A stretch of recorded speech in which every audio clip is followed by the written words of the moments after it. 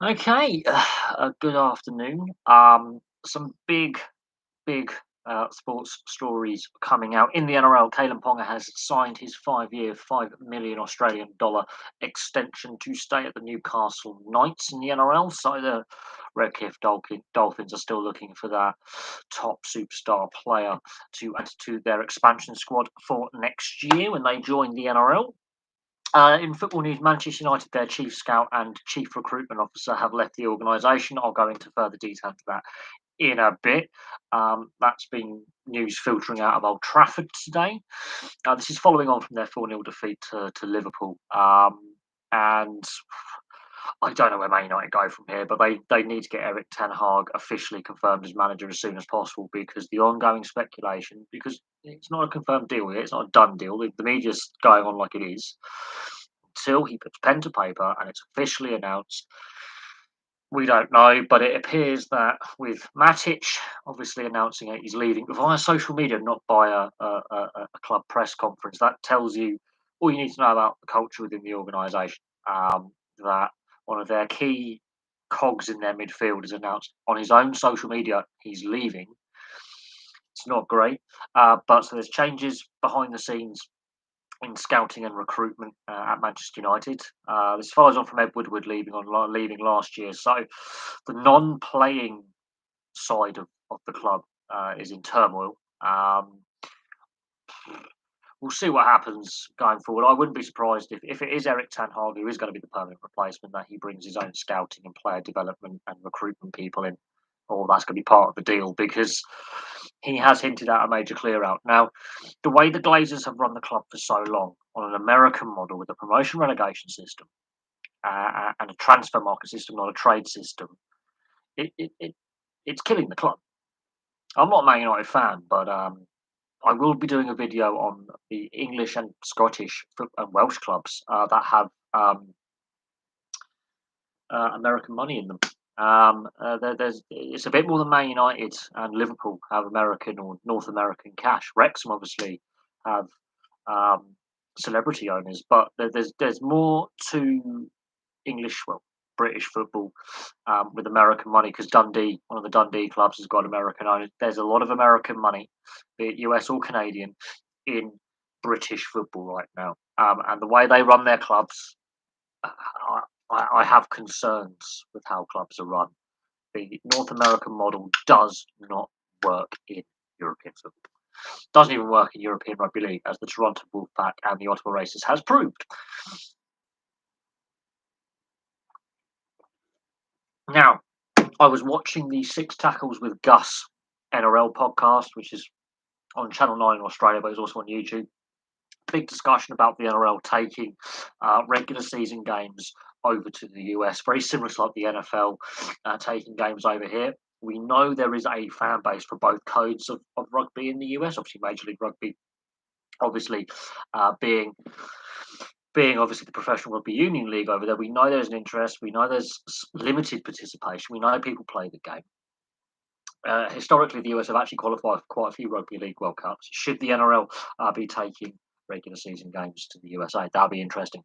My thoughts on the 4-0. I mean, that's 9 goals conceded at home and away this season by Man United for no goals scored. So, uh, hmm, let's just ponder that.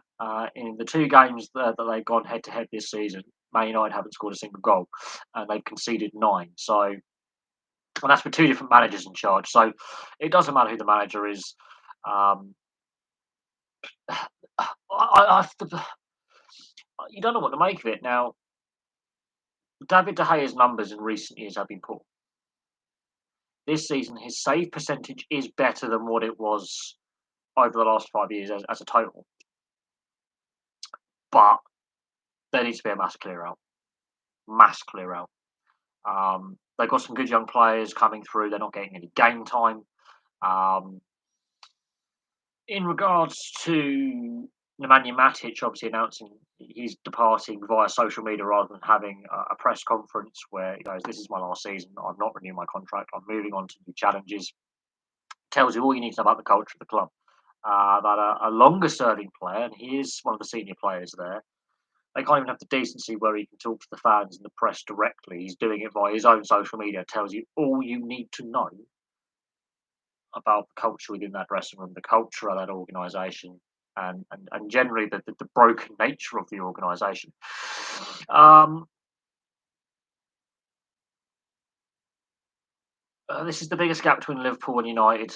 It's never been this big. It has the 70s and early 80s. It was bigger because United were in the second division at the time.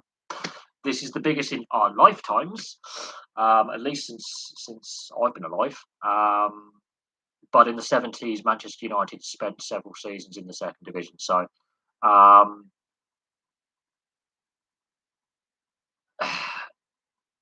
in regards to the applause and everything, that was already um, circulating on social media straight away. Uh, but this is the problem. While I have a lot of sympathy for Ronaldo and his family and his partner, uh, too many players are living on their Instagram accounts. And they announce on Instagram and said, "Oh, we're having kids." I don't need to know about their private lives. It obviously is. I mean, it's sad. We've heard of players having to take some compassionate leave because a relative or a child, one of their kids or a parent has passed away, and it happens. We all have to go through loss at some point in our lives, and of course, we always have to remember that at the end of the day, we're not going to be here forever ourselves. And we've heard stories of players being given compassionate leave due to the loss of a loved one. But unfortunately, too many players are living their lives on Instagram and Facebook and Snapchat, and that's another one of the issues where they're living their lives so publicly that they complain about needing privacy and respect the wishes of privacy. That's my only view on it. However, I have sympathy, obviously, um, as someone who's gone through that whole saga myself. I know what it feels like. It is very soul destroying. Um, and it is a touch of class. I will say that it was a touch of class. Um, but the social media, the club had already announced, and other clubs as well um, had announced what there'll be mass support for after 7 minutes of the game. That was the best bit for United in the entire game. Was the crowd coming together on 7 minutes. They weren't anywhere close. Um, uh, I think Edison Cavani could make the bench just for his work ethic and his veteran presence. He's been one of United's best players for the last couple of years. But no, I on form and on what they're producing and on effort is what is lacking here. A lot of effort is lacking. Yeah, no, I can't see Cavani notwithstanding, because he's played a better than expected, in my view, over the last couple of years, considering his age and what was expected of him when he was signed on a free. Best bit of transfer business they've done in the Glazer area, in my opinion. Picking him up for nothing and then extending him for another 12 months. Other than Cavani, I can't see any of them getting in the entire squad, let alone on the starting 11. They've mismanaged Phil Jones.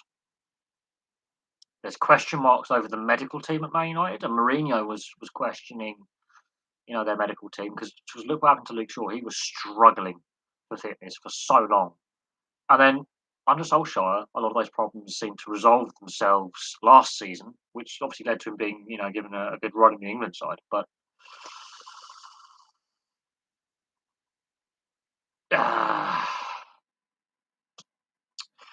thoughts on Robert Kay becoming the ECB England managing director? Look, he's a cricketer.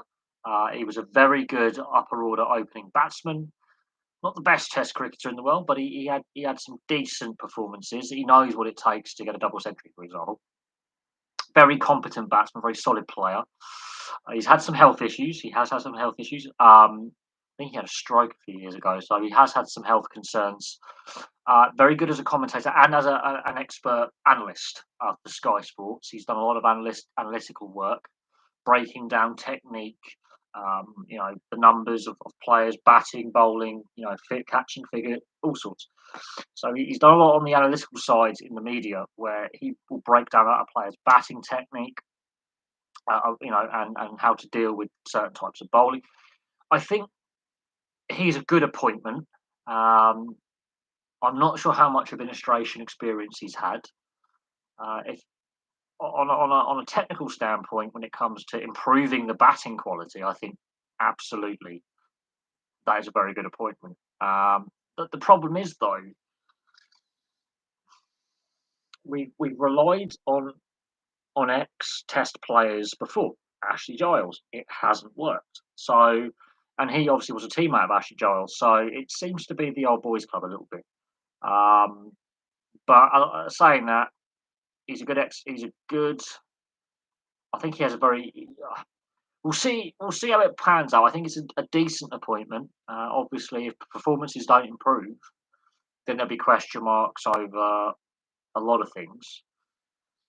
It's good that they got him in before the summer test series begin, um, and it enables him as managing director to have some input on the team. But we still don't have a permanent head coach, so I don't know. I don't honestly know why they didn't appoint a managing director or director of cricket, basically, and a head coach at the same time. I honestly do not know why they haven't got both positions filled at the same time. Why they've only got one position filled. That is a concern. Um, Also, how much input and what his remit will be, like how far his remit cover, how much his remit covers, will be interesting. But he is a cricketing brain. Um, I think he was undervalued at Test level, and he had his issues with form. So for those upper order batsmen who are struggling to find form and a bit of confidence, I think he'll be good because he's gone through those struggles himself as a player, but he's also got some pretty good batting totals and batting averages season on season. He's got some good totals in there. He's got a couple of double centuries in there. He's not a bad player. He wasn't around the test scene as long as, let's say, a Mark Ramprakash or a Nasser Hussain or a Michael Vaughan. However, he was very good in first class cricket. He was decent at test level. There obviously were better players than him as an opener or an upper order batsman, but he was solid. He did his job. He did what he was paid to do. Um, and he's been in the media for quite some time, and he's very good at breaking down batting technique, batting styles, and he's a very good expert on the game. And he does it very analytically, so I think that will actually possibly help with at least selecting the batting lineup for England. But we need a head coach appointed. So until that vacancy is filled, there's still a lot of uncertainty, and of course, we need a new Test captain. Now, how much input he'll have on that will also be interesting as managing director. Uh, I think youngsters that may not be given a lifeline under Ten Hag, Rashford, Sancho, DVB, etc., will be given a second chance. Well, Van der Beek's at Everton now, so he's gone to Everton now. So depending on how Everton, I don't know if he's on there on loan or permanently, but he's moved on. I think we'll see. We'll see. But it's, again, until Ten Hag is officially confirmed, there's a lot of a lot of strength rumour. He's going to be announced imminently.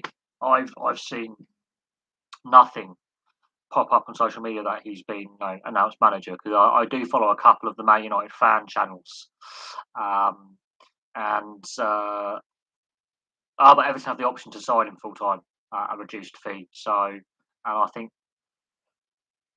what am I doing?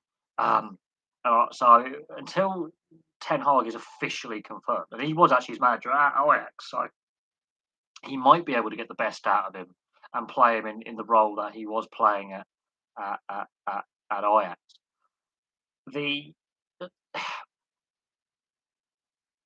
we'll see what happens. Pogba, Cavani is going to be gone soon. I think Cavani. Well, we'll see what happens with Cavani. I think he's been a very good pickup for a veteran player. He's done better uh, than expected.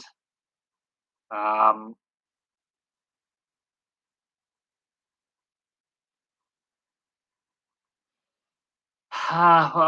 right. Who gets the fourth spot? Spurs, Arsenal. Got West Ham in there. You got Wolves hunting around, sniffing about. I don't think it's set in stone who's going to get there, but um, that's going to be going down to the final day of the season. I have no doubt. Um, no one apart from Liverpool and City deserve the Champions League this season. No, I do think Villarreal deserve a little bit of a discussion. They work on a far smaller budget. Um, and look, they won a European final last year, so they shouldn't be discounted. Um, and I think don't discount Villarreal.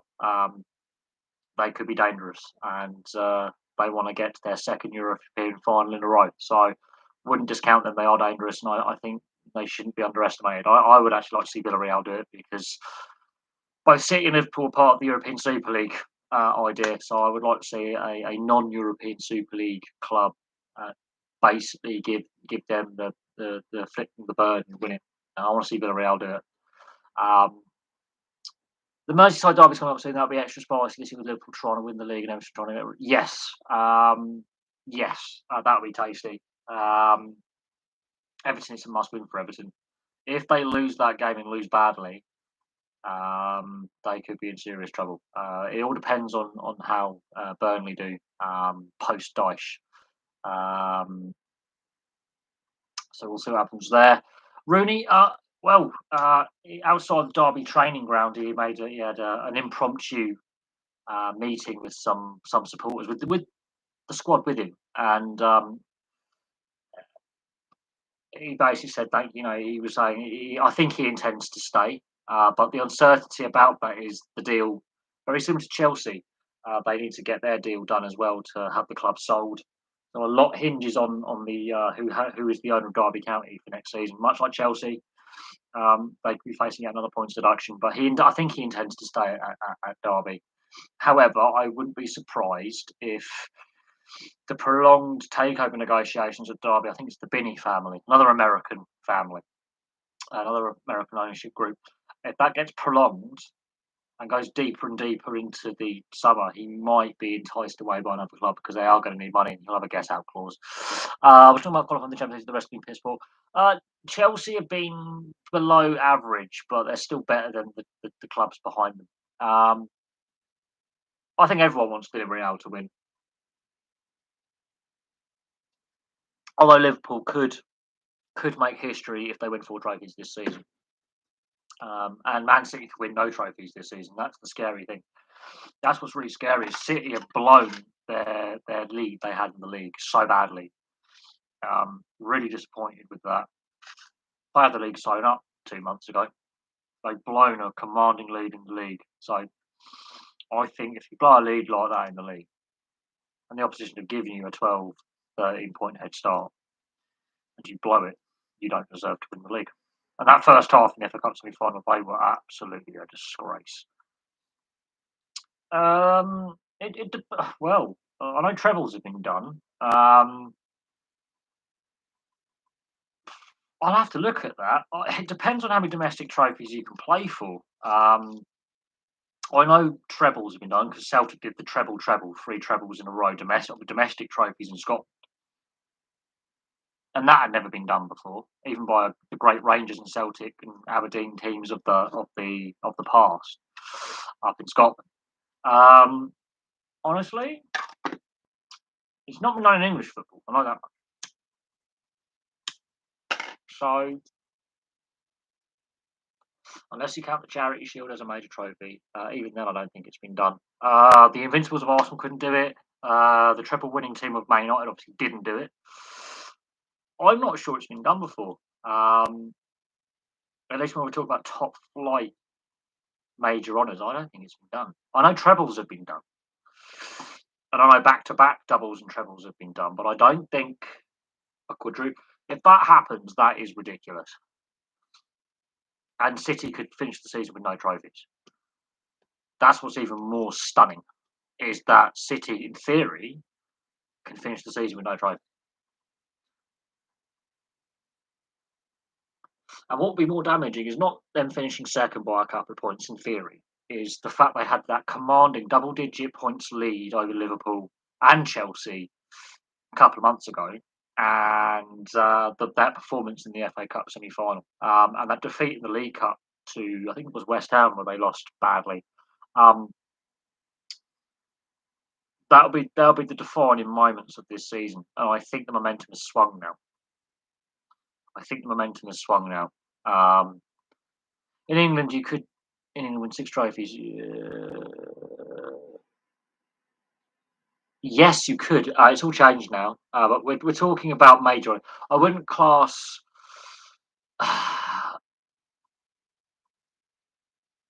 the Charity Shield. Um, no, actually, no. You could win 6 bits of silverware in a season. Yes, yes.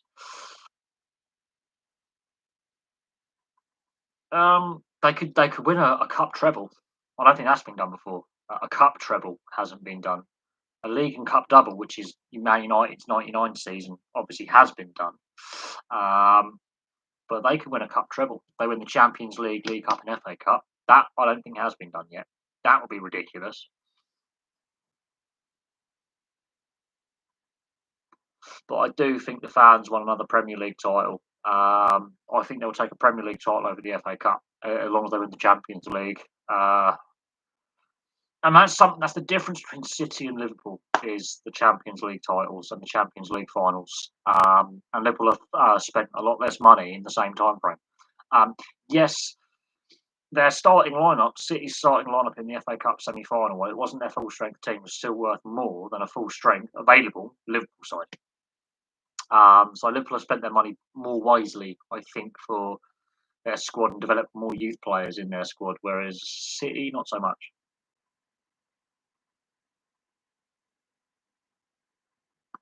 How would I rank what in importance? The trophies?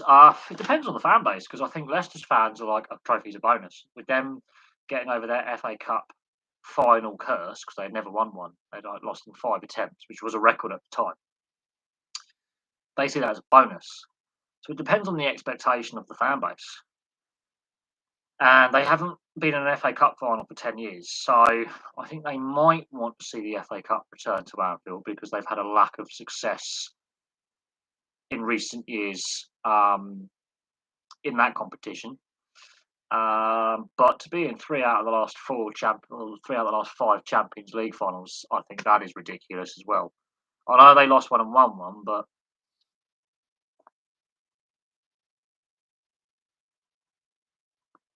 they've already got 6 Champions League titles and European Cup titles under the old format to their name. Honestly, I couldn't tell you. For Man City, they haven't won the Champions League yet, but the Man City fan base or parts of it, not all the fan base, but parts of the fan base aren't massive fans of UEFA. And there's a lot of protests against UEFA, and they boo the Champions League UEFA anthem and the Europa League anthem. They've been booing that for years. Um, they've turned their Poznan celebration into turning their backs on UEFA. Basically, there is a section of the fan base that's not enamoured with UEFA. But that lack of Champions League success with all the money they've had backing them, same with PSG. Between those two clubs in the last, well, since they were both bought by Arab owners, they've been a Champions League final each and won neither of them, and been outdone by the opposition on the night. So that I I think both. I think City would like a Champions League title to their trophy cabinet, but they haven't won the Europa League yet either. And so they've had a complete lack of success in Europe in recent years. They've obviously got European. I think they've got a Cup Winners' Cup well back in the day in the 70s or something. But that lack of European success is very striking. Liverpool, they're well ahead in the Champions League record stakes when it comes to winning the trophy. I mean, they won it 6 times. So um, I think they want to get an FA Cup, which they haven't had for a long time. They haven't been in the final for a decade. So I think because of that drought with that particular trophy, they've ticked off the league title. They've won the League Cup for the first time in a long time. They've won the Champions League again. I think they want to have that FA Cup trophy. And they can say all the trophies we haven't won for a lengthy period of time, we've now won. Um,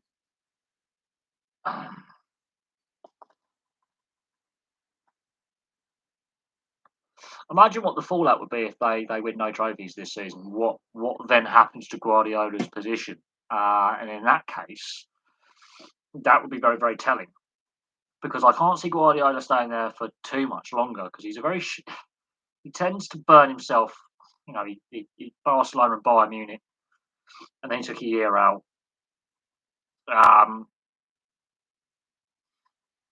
And some of his tactical blunders have been getting when they happen, they're bad, and they get worse. Um, he's not rotating his squad as well as Klopp. And I do think that lack of an out and out striker or strikers is hampering them at key moments, um, and in key games in finals. And the FA Cup semi final is starting to become a bit of a curse as well. So I think Liverpool are in a better position in the short to medium term as well. Well, Guardiola's won more trophies than Klopp. I think actually the culture and the direction the clubs are taking, I think Liverpool are in a better position than Man City at the moment. How long that lasts, I don't know. And of course, you're going to have to see what Newcastle do in the summer. Now that they've got financial stability and investment, and also what happens with Chelsea with whichever ownership group gets control at Stamford Bridge, whether they decide to move on from Tuchel or keep Tuchel, and those contract renegotiations with players off contract in the summer, key players, that'll be interesting as well. I Guardiola has always said he wants to win the Champions League with Manchester City because he failed at Bayern Munich to do so. He won to at Barcelona, but he failed to win the Champions League with Bayern. And he's failed so far to win the Champions League with Man City. And he did state in his last contract extension that was the goal of the contract extension, to win the Champions League within that contract. Now, we shall see what happens. But I think that squad, that Man City squad, has peaked from their record-breaking seasons over the last couple of years, and isn't the squad that Pellegrini had, and it's not the squad that he had previously as well, because I think they are missing a bit in defence, and I think they are missing something up front, and their failure to replace Aguero and get a similar player or players, they could have got two players to fill that, have a strike partnership. The way he plays without an out and out striker centre forward has proven their undoing against Liverpool, has proven their undoing in the Champions League final last season against Chelsea, has, I think, proven crucial. In some games, yeah, they can blow teams away. But the teams that have got him tactically, certain teams have worked out the best way to beat City, and Liverpool is the experts at it. But other clubs as well have had their shock wins against City by employing similar tactics and going about the game with the right energy, and because they don't play with that centre forward, the centre backs aren't distracted by that running deep or those runs in deep from one or two players, so they can just defend as a line and look what's in front of them. So they are playing players out of position. Silva playing so deep at the weekend to start the game was a mistake. Players like Grealish and Sterling were almost invisible for lengthy periods in that game. and then the lack of substitutions. I think Mahrez should have come on a lot earlier. Um, and what is striking is he's their top goal scorer. Whereas when he was at Leicester, he was their top creative player. So yes, he's added that to his game.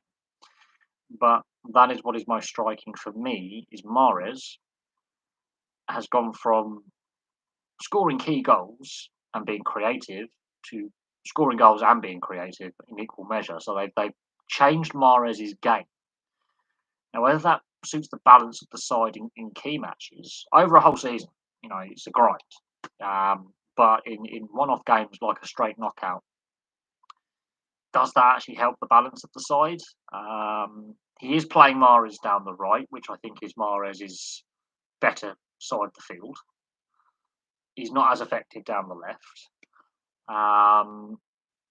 But Grealish's transfer, I don't think's actually worked, personally. Grealish's role at Villa suited the strengths to his game. He had more impact on the game. Win or lose, he still had more of an impact on how the Villa side played. Since he's left Villa, Villa have declined as a team, but he's not as effective in the City system. He doesn't get as many goals and many as he's getting a few more assists, but his goal scoring's dried up. You need, depth goal scoring as well as top end goal scoring, and that's I think a problem. Is City score by committee, which is not necessarily a bad thing. But Grealish is not. I mean, that goal in the semi-final obviously swung the momentum for a little bit, but Grealish does not look as comfortable in the role that Guardiola is making him play. He has less impact on the game. It's very, very striking. He has less impact on the game, and he was largely invisible for large periods against Liverpool at the weekend. And so, yeah.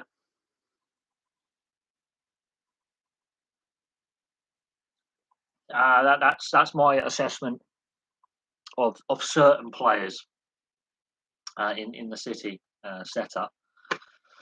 And of course, they've had some off-field dramas with some players having some legal issues, and obviously Benjamin Mendy's the big one. And that then raises questions of the dressing room culture, because the Mendy situation is not isolated, and I honestly believe that. Foden and Kyle Walker have had some off-field indiscretions as well during the last 2 years that have been publicised, obviously. Obviously, Foden with England duty, with Mason Greenwood in Iceland. And look what's happened to Mason Greenwood as well, and the allegations he's facing. They're very serious. We shall find out in the next few days. Well, we're told within a 2-week time frame. I think next week we'll find out what's going on with Mason Greenwood and the legal aspects to his case. Benjamin Mendy's obviously got his trial date, his pre-trial hearing coming up for the 4 charges he faces, which are so serious. So yeah, we'll see what happens. Do I see Newcastle challenging for top 4 next season, or will it take longer? Well, you have to look how long it took Man City to get it right, and how long it took Klopp with Liverpool to start making the right motions and moves. And Brendan Rodgers had a go, but I think it might take a little bit longer. It's all well and good having money. You've got to spend it effectively. Chelsea, when Abramovich took over, already were a top 4 side at that point. Ranieri had got them playing a good style, and they were in the European places when Abramovich finalised his takeover. It was just there were issues financially off the field with Chelsea. In regards to Newcastle making top 4, it's plausible, but there are some pretty good clubs between 10th and 4th right now, who right now are better than them. And some of these clubs have had silverware in recent seasons in cup competitions and are doing. I mean, Leicester are having a down season, for example, but they're in a European semi-final, their first ever. They win the FA Cup last season, the Charity Shield began this season, and not that long ago they were Premier League champions, so they're a decent side. West Ham, European semi-final, and been consistent in the European places for a couple of seasons now. Arsenal, obviously, a couple of seasons ago, FA Cup winners. They won 3 FA Cups in the last 6 years. Again, they're a bit inconsistent. They have silverware. Chelsea, Liverpool, Man City. Look how many trophies they've got between them in recent seasons. Tottenham, perennial chokers. They could be vulnerable. Their summer transfer window is going to be crucial. Uh, Wolves, perennial underdogs and constantly improving. So it's going to be difficult for Newcastle. It's not they're going to get straight in there. They've got to be astute in the transfer market. I think Eddie Howe is doing a good job, and he gets a lot of crap online, but he's gone from Bournemouth, where he was working on a limited budget, and okay, the COVID situation, they didn't quite adapt to the return to play. They just couldn't get started again after the suspension of play, and I think he'd gone as far as he could with the group of players he had. And their form wasn't good enough, and that's fine. So was Sean Dyche at Burnley. Both those managers were working with smaller budgets, but he's got a bit of money to spend. They've just got to be wise in the transfer market and strengthen in the right areas. But their form since he took over until recently was the second best in Europe until about a month ago. Since the turn of the year, their form since the turn has been really good. They've just got to carry that on into next season.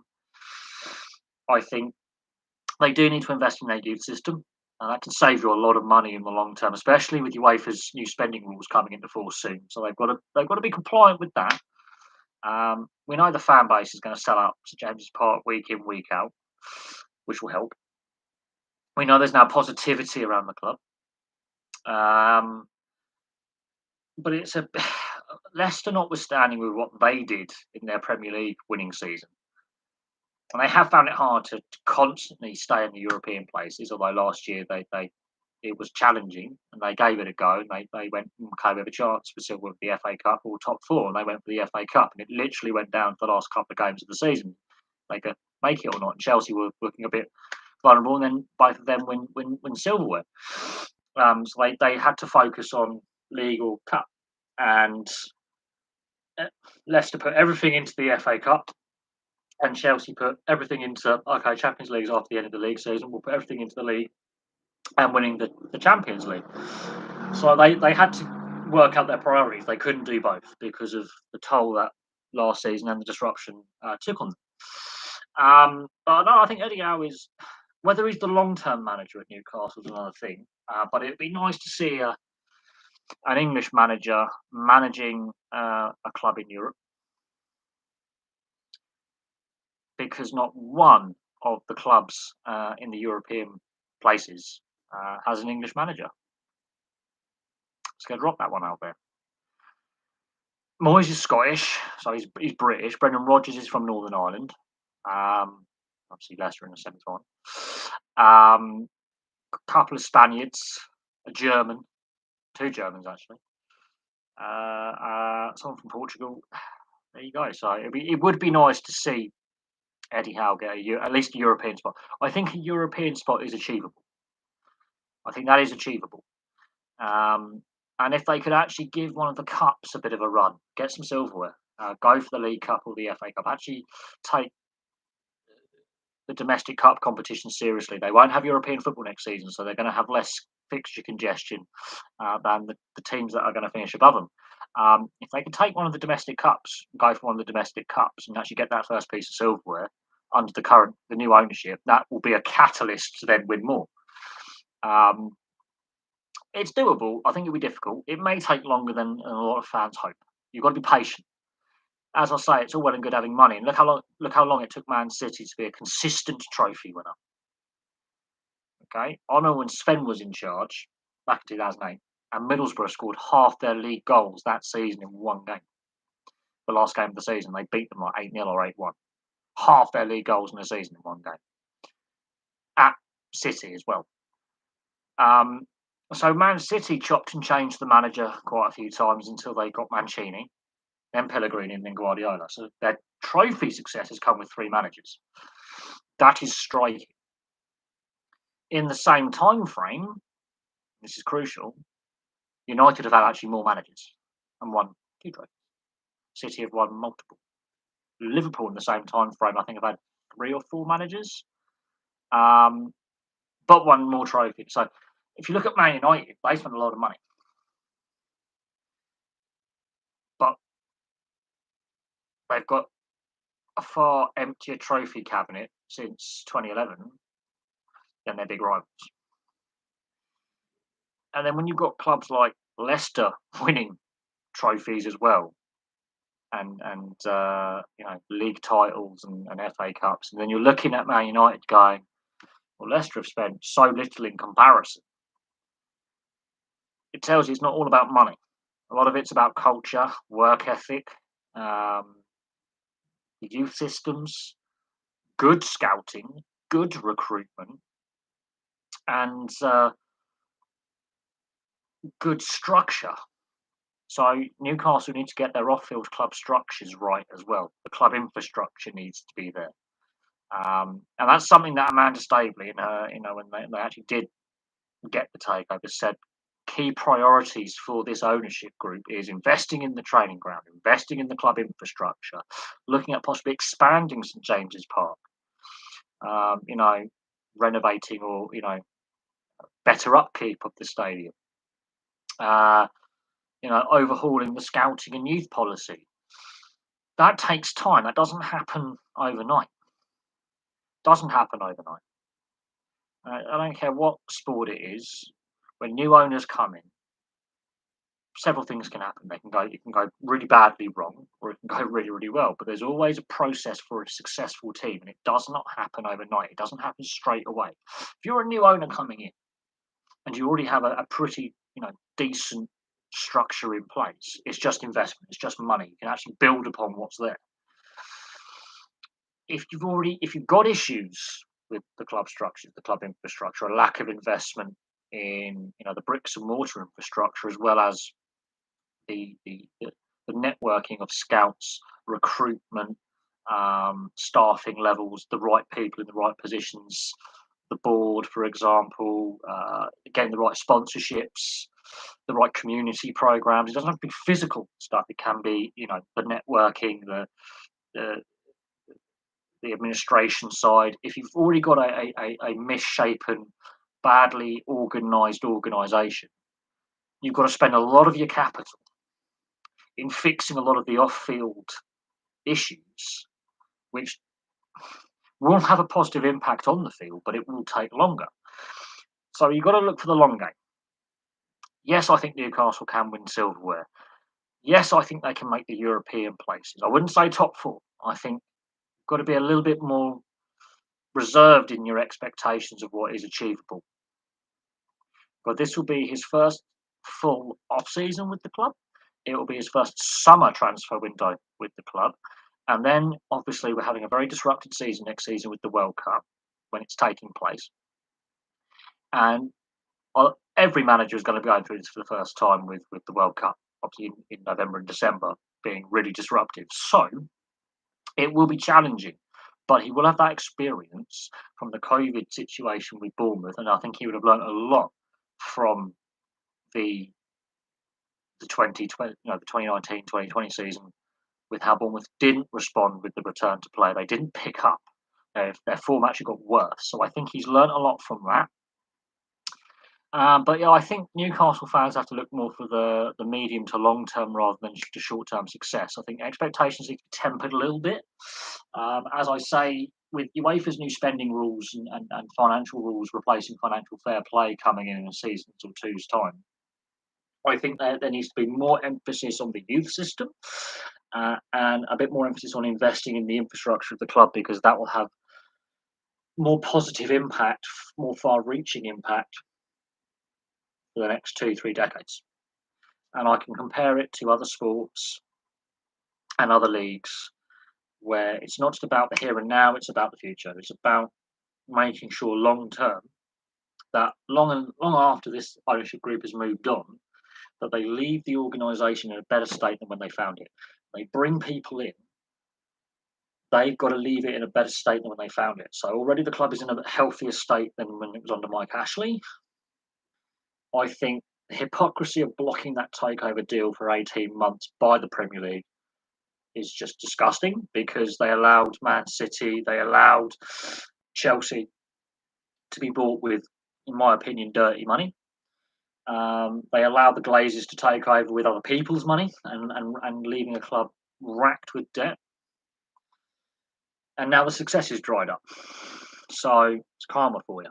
Chelsea, there's now uncertainty. That's karma for you. Now, while the Chelsea fans especially have had a lot of happy memories, and fair play to them, and the players have had a lot of success, fair play to them, I don't think it's benefited football. Hasn't benefited football. They've abused the youth system and broken youth transfer rules and recruitment rules.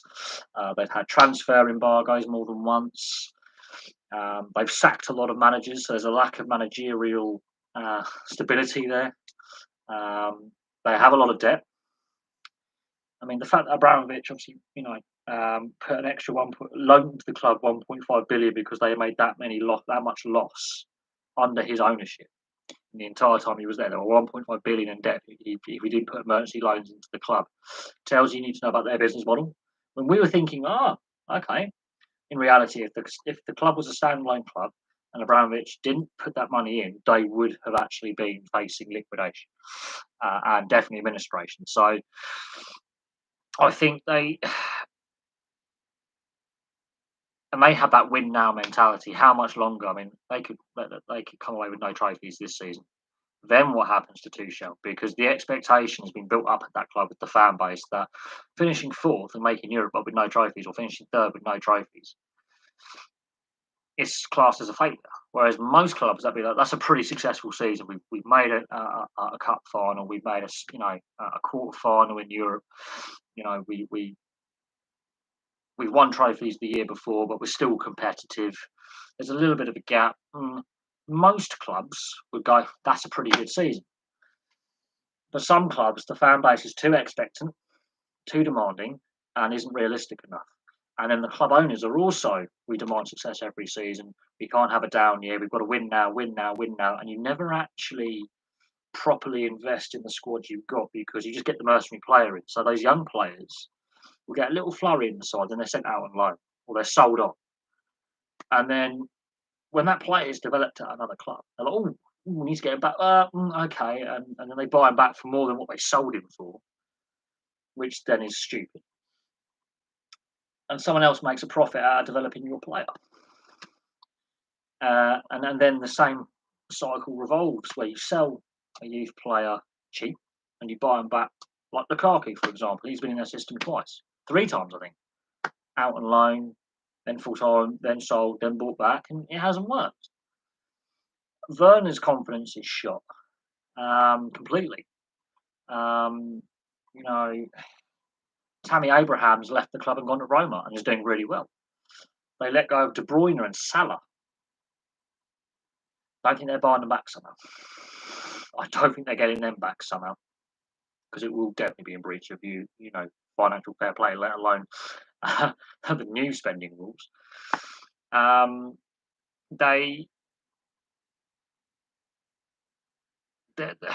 Chelsea have made some serious blunders in their transfer policy and their youth policy over the years. But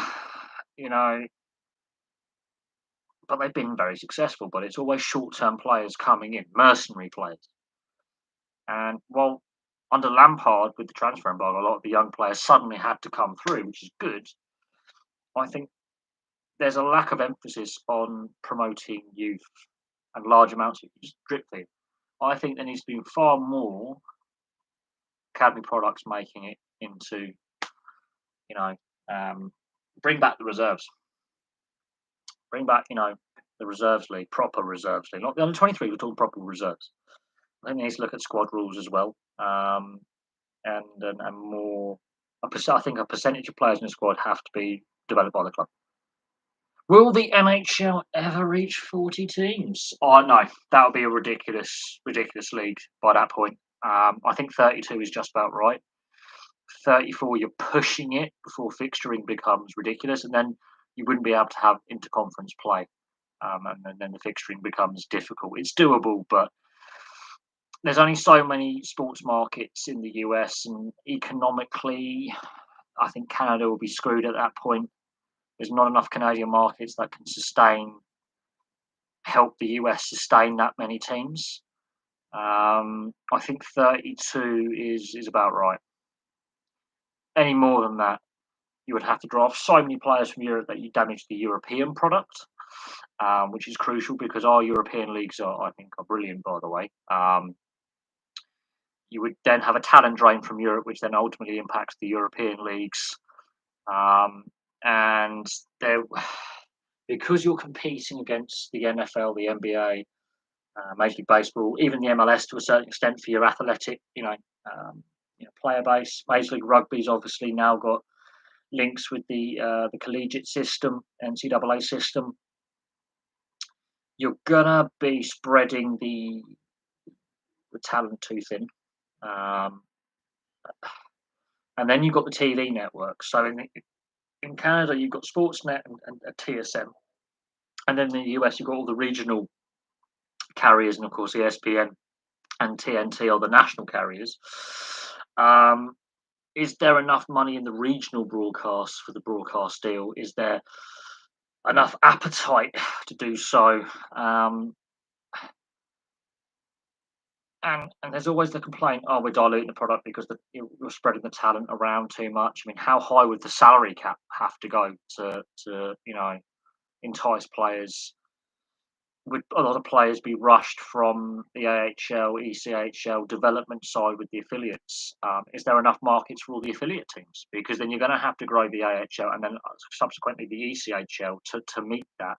Does that mean the SPHL, which is not part of the NHL system but is a professional league, a regional league in the US, would that then have to merge with the ECHL to then bring up the size of that league so you could have enough farm teams to develop talent in the NHL pyramid structure? And how many players from the European side of things and our side of the Atlantic? We don't have. I mean, while it's the second most popular sport in the whole of the continent of Europe, some of the countries it's like maybe the fourth or fifth or sixth most popular team sport. So don't have as much participation, and yes, the fan base is loyal, of which I am one, but we don't have enough registered players and enough talent depth to have the NHL basically raid the European leagues to death, because you'll have that talent drain, which will then ultimately impact the domestic product both in quality and then when the quality drops, fans will notice and the TV companies will notice that it's a less desirable product for their domestic and their international TV rights to try and sell overseas, i.e., the US and Canada, to go look at our product. And the NHL will take too much talent out of Europe, the talent drain, the brain drain, which will ultimately negatively impact the product over here in Europe. So they have to be careful about over expanding. You can have too much of a good thing. I think 32 is about right. We may see some relocations at some point, and there are some markets where relocation is a possibility. We know Arizona are committed to the Tempe project, and they're going to be, they've got a project in motion to build an arena in Tempe in the Phoenix metropolitan area. We know they've got the temporary arena for the next 4 years through the NCAA college affiliate. So Arizona's not going anywhere. What is interesting, the calls to move the Florida Panthers and the Carolina Hurricanes have gone away since, oh, guess what, they're playoff teams. So that shuts up the critics. And they're in non-traditional markets. Calls to move Buffalo don't exist. Buffalo shit. Calgary, I think, is in a bit of a situation with their arena issues, and so are Ottawa. But again, traditional location, Canadian market. We've been here before, and then the negativity that goes towards NHL head office and Gary Bettman, which is a good shield for the owners, by the way.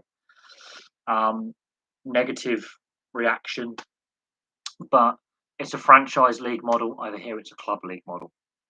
So when we got unpopular owners, we just tell them to F off, sell the team and leave. But the team stays in the same location. In the US and Canada, I will relocate the team. We'll go to a place where the fans don't tell us to F off. But there is a risk of too much of a good thing. And the debate's been had in countries like Australia with the NRL expanding to 17 teams next year, 18 teams within the next 3 to 4 years.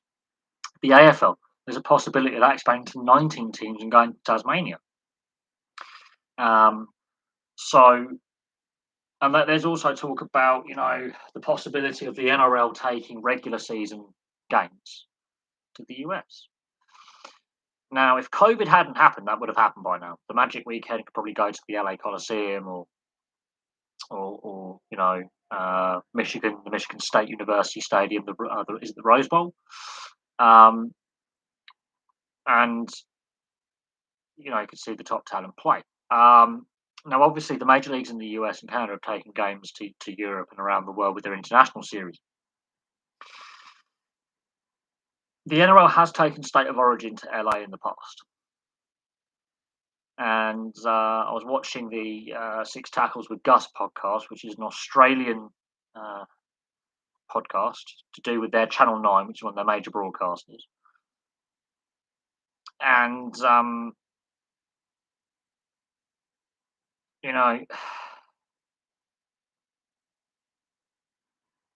that was a discussion point, taking games to the US. I'll have to do a video on that because I think that might actually get some traction.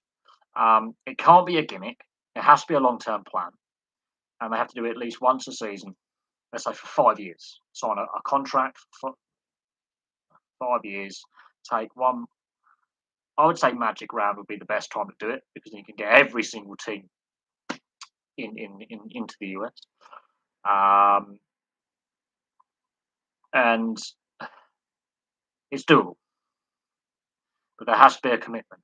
So in leagues like the NHL, the NBA, the NFL, they're committed to the European games that they play. Major League Baseball, this is where we've discussed this before. They do 2019, we're coming to London. They should have been here in 2017, and they delayed. And then in 2018, they were doing the research on stadium availability. And of course, because they delayed a year, the Cricket World Cup was on, and they couldn't use their desired stadium, which was the Oval, which is in south central London, south of the river. They had to use the London City Stadium. And then what was also a problem was that us, the UK taxpayer, had to pay for a percentage, around 4 million, £5 million, which I think was about $7.5 million at the time, for the necessary temporary, baseball realignment of the field, of the playing surface, modifications to the playing surface, and that only came out after the two games were played on that weekend. And when I did my review bit on where the Major League Baseball London series can improve, I mentioned that. A lot of people didn't pick up that UK taxpayers paid a proportion, a fair chunk of the money to reconfigure the stadium for Major League Baseball standards so they could play the game. Obviously, 2020 hits. They only signed a 2-year contract. This is what really surprised me with Major League Baseball. They only signed a 2-year contract. And obviously, they only played 2 games out of the 4. And the teams they chose were safe options because they already knew that they are global brands in the Yankees, the Red Sox, the Cubs, and the Cardinals. 4 of the biggest teams in Major League Baseball. I think the 4 biggest teams in Major League Baseball, apart from the Dodgers. So they played safe with the teams that they selected to play the games. And they're hoping to come back in 2023. So they're hoping to come back next year. But I fear, and I'm deadly honest with this, that Major League Baseball, in regards to the North American major leagues, has completely missed the boat in regards to tapping into the European fan base and the European euro or pound or other nations that don't use the euro or the pound into the European market and earning hard currency from European fans. The other 3 major leagues will take either pre-season games, regular season games, or exhibition games to the European continent. They've been doing it for years. Major League Baseball doing it so late, and then having their lockout and all their labour unrest and the return to play negotiations 2 years ago. their brand has, in my opinion, been badly damaged. On top of loads of other scandal, like the Astros and Red Sox sign stealing scandal, the steroids scandal, which I think is still having implications because more current and ex players are like being implicated in successive years of doping. And the lots of issues came out of the London series, and I do suggest that you look at my Major League Baseball playlist, for example, and go down to the London series section of that playlist, especially when I discuss room for improvement. The Geo block on the Major League Baseball app in the UK pissed off almost every UK fan. So if you couldn't watch the game because you were at work or you were on holiday, vacation for North Americans, and you've got your mobile telephone or smart device, and you have the app installed, you couldn't use it. Not available in your location. That has got to be the stupidest thing, but it's designed to protect broadcast rights. I'm not even so sure what the viewership figures were like. So that was a bit of a blunder. I think some of their agreements for broadcasters for regular season games isn't great. And of course, the delayed start to this season because of the lockout, which was the longest lockout in their history, and I think the second longest stoppage in the league's history. Um, that has had a bit of damage to the league's reputation, and it has done nothing to attract younger fans to the brand. At a time when revenues are going to be tight in the coming couple of years, there's technically a cost of living crisis across the world, and younger people, myself included, we have less disposable income than our parents did, or even our older siblings did. We have less available money to spend out of our wage packets.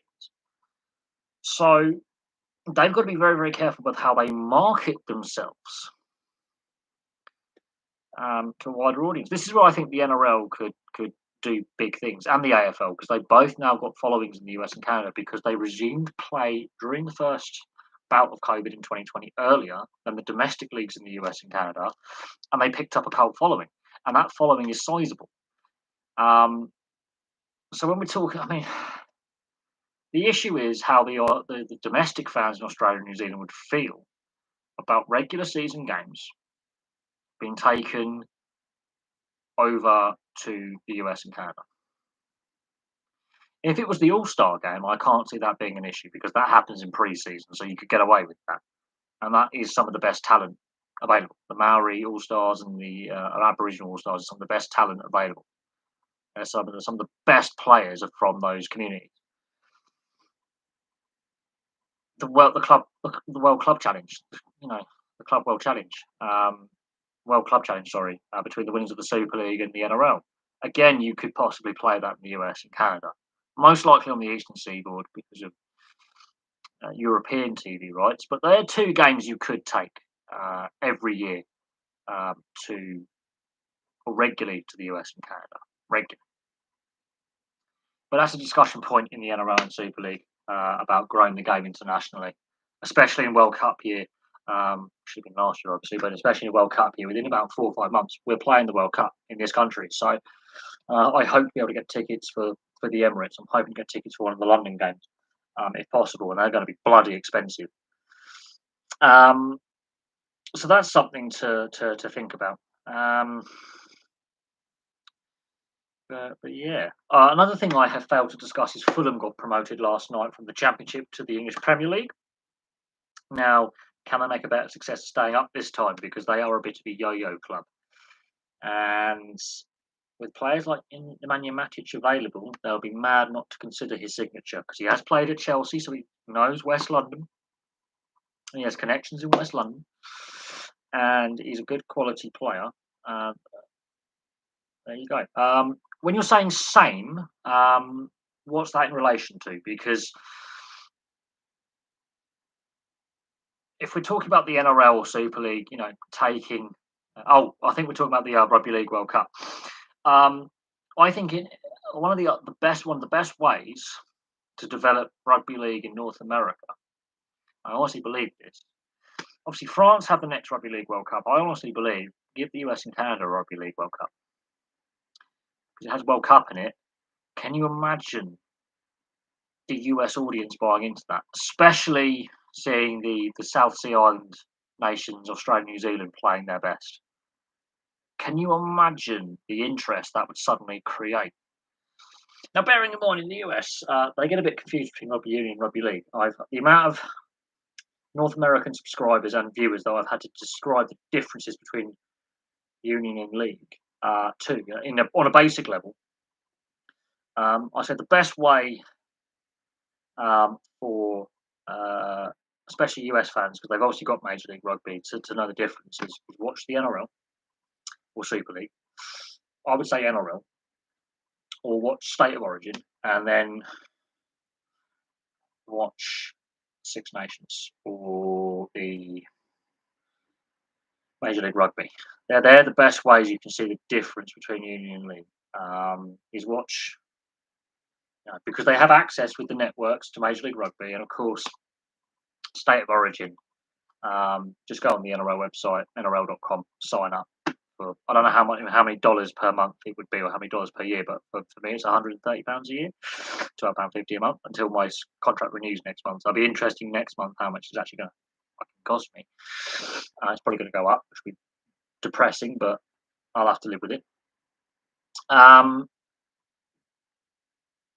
That's the best way because rugby league is simpler, far easier to play, but that's the best way to show them the difference. And they can automatically see the difference in how the pitch is laid out, style of play, the basic skills are the same. But this is the thing. You can. The thing is, the NHL and the NRL are my two favourite leagues to watch. My two favourite sports are ice hockey and rugby league. Now, apparently, according to experts, I shouldn't be a fan of either because of the area I live in. It should be rugby union or football or cricket. Now, I have played all the aforementioned sports and a bit of rugby league as well. Apparently, I shouldn't be because of my demographic and where I live. So my geographical location and my demographic of my background and where I live, I shouldn't be a fan of rugby league and I shouldn't be a fan of ice hockey. That's according to the experts. If I was a working class lad from the north of England, absolutely. I'm a working, I would say upper working, lower middle class lad from the southeast of England. Therefore, I should be a rugby union or a cricket fan. Don't get me wrong, I do enjoy those two sports, and I've played both sports, and I've enjoyed playing those sports, and I've got friends who are now professional cricketers and professional rugby union players that I went to school with. But because of my family background and where I live, I should not be a fan of my two favourite sports. If we look, which is BS. The reason why I like the ice hockey and the reason why I like rugby league is because of my dad, because the army has a rugby league team, and the British Army goes to Canada quite a lot on military exercise with NATO to guess what? Alberta, where Calgary and Edmonton play. When my dad was in the British Army early in his career, Calgary and Edmonton were challenging for Stanley Cups all the time and winning them. And he brought that, interest in the sport back with him. There's a British ice hockey team, obviously, an army team. You've got Navy and an Air Force and Marines and all that. But there is an army team. And as a result, I fell in love with those sports. Plus, my dad was a very good amateur rugby player of both codes for the army as well. So I fell in love with those sports. Now, but again, where I live and where I was brought up, I shouldn't be. Bizarre, that, isn't it? What these experts know. And this is according to the RFL as well. The RFL really underestimates the amount of rugby league fans in the southeast and south and the Midlands and and the south central areas of England. It, it really underestimates how many of us there actually are. Plus, they played the Challenge Cup final in Wembley, which is in the southeast. It's actually in Greater London. Yeah, the game is meant to be not played down here. London Broncos, London Scarlets. They don't. The RFL, the lack of investment is killing the game. When they actually had the money in the 90s, it was there. And they've done nothing with it. And now they're screaming out for money. Clubs are in crisis, and they're basically banking on this World Cup basically being a success. And I hope it is. But I don't trust the RFL and I don't trust the Super League board to govern the game in Europe. Do not trust it one bit. And the problem is you've got hardcore rugby league fans like me who much rather watch the Australian product over the British and French product because the quality level, the fitness level, the skill level is far higher. Crowd numbers higher on average. You've got more. It's just a far better product than what we have domestically. And the RFL is wondering why they've got problems and why rugby union is winning the battle of hearts and minds nationwide, and why our best players for the last 20 years have gone and looked at the NRL and gone, oh, I'm going to give that a crack. And I think Adrian Morley in the modern era, we're talking NRL era since 1998, in my opinion, was probably the best forward the NRL has ever seen. Obviously, Cameron Smith is obviously a different position in the forwards, but Adrian Morley is probably the best front row forward the game has ever seen, probably the best prop the game has ever seen.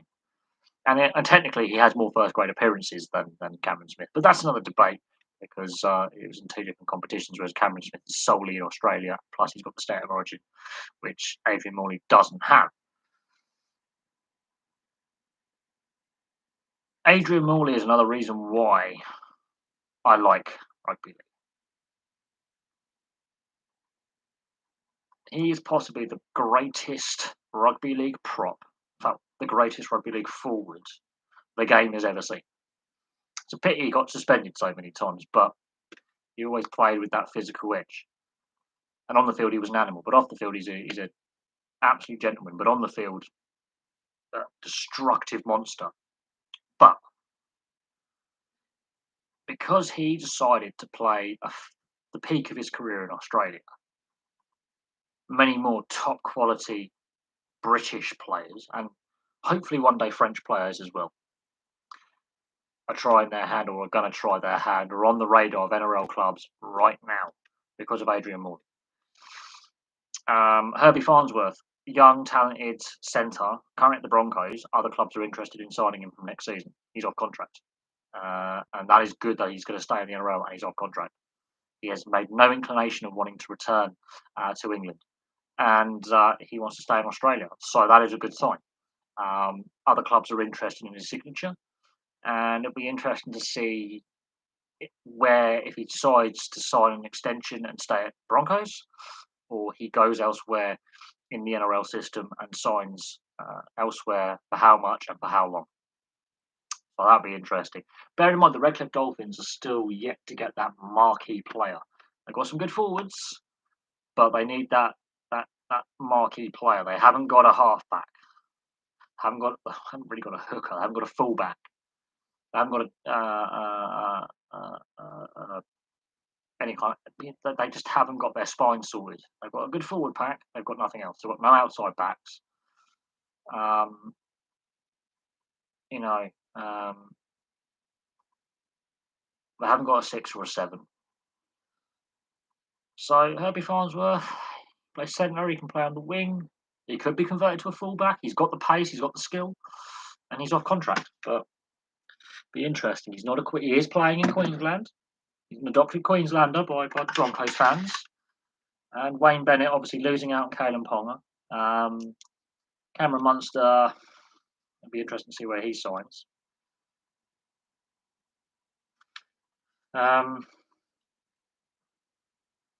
So we'll see. But I'm interested to see what other questions you viewers have. Why did they not reverse the Qatar World Cup decision before beginning work on it when it was proven they rigged it? Is it them not being bothered and struggling to admit messing up or something? As soon as it's awarded, all the contractual agreements have been signed for sponsors and TV rights. They're already being negotiated long before groundwork is broken on a stadium. As soon as that announcement is made, bearing in mind when they know what nations or the host nation bids are,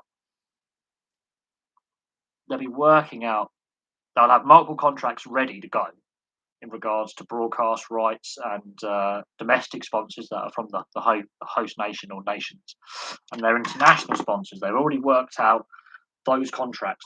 They prepped each bid a set of contracts, and literally as soon they've signed them, obviously they're already pre-signed. As soon as that is done, there's your contract. The other ones get shredded.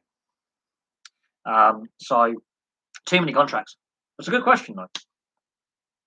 The issue was when they were going to host it. And when they had the World Championship Athletics in the height of summer, that's when they realised winter tournament. That was their test event. It didn't go very well. And athletes said having no fans in the stadium was weird and the heat was a problem. Athletes were collapsing. So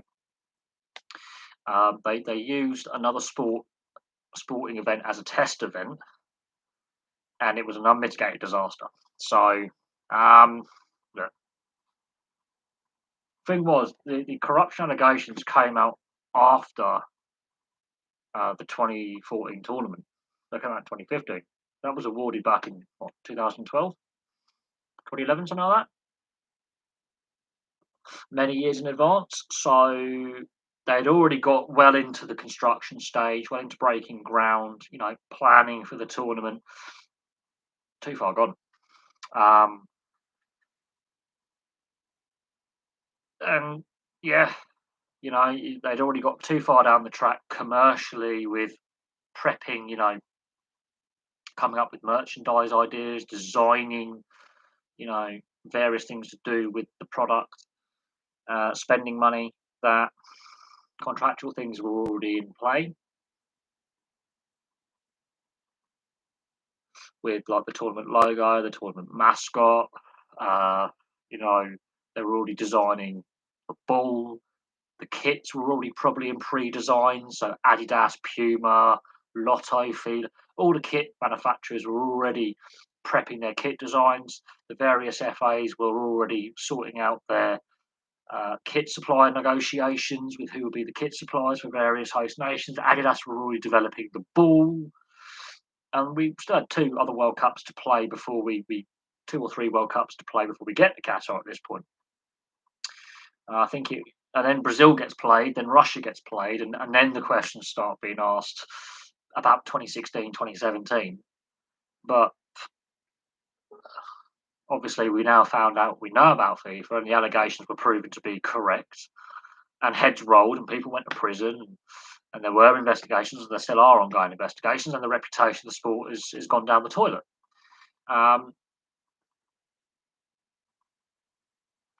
But it would have cost them more to give it to us as a runner-up, one of the other bidding nations, or Turkey, or a country that had more infrastructure in place already.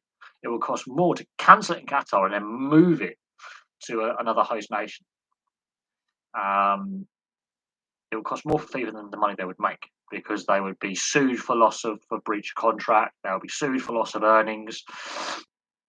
It'll be in the courts for years, in international and national courts, the breaches of contract, and there'll be lawsuits out your asshole.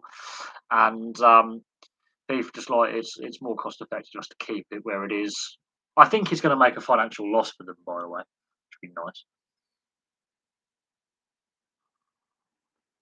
But Infantino is a bit of a crook because he was Sepp Blatter's protege. So you've just changed one corrupt German Swiss for an Italian Swiss from the neighbouring canton. Literally, they're neighbours. You could not make this up. They're from the same country, the same region of Switzerland. or area of Switzerland, as one's of Swiss German and one's of Swiss Italian descent. A Valley Apart, which is a canton basically, which is a province, county. So literally, one's from the Italian region of Switzerland, and then 30, 40 miles up the road, the other's from the German bit. You couldn't make this up. It's nepotism. It was already pre-planned that Infantino was pretty much going to be the natural successor to Blatter without the corruption investigation and the what came out in regards to FIFA and the FBI investigation and Platini at UEFA. They'd already predetermined that Infantino was going to be the natural successor to Blatter.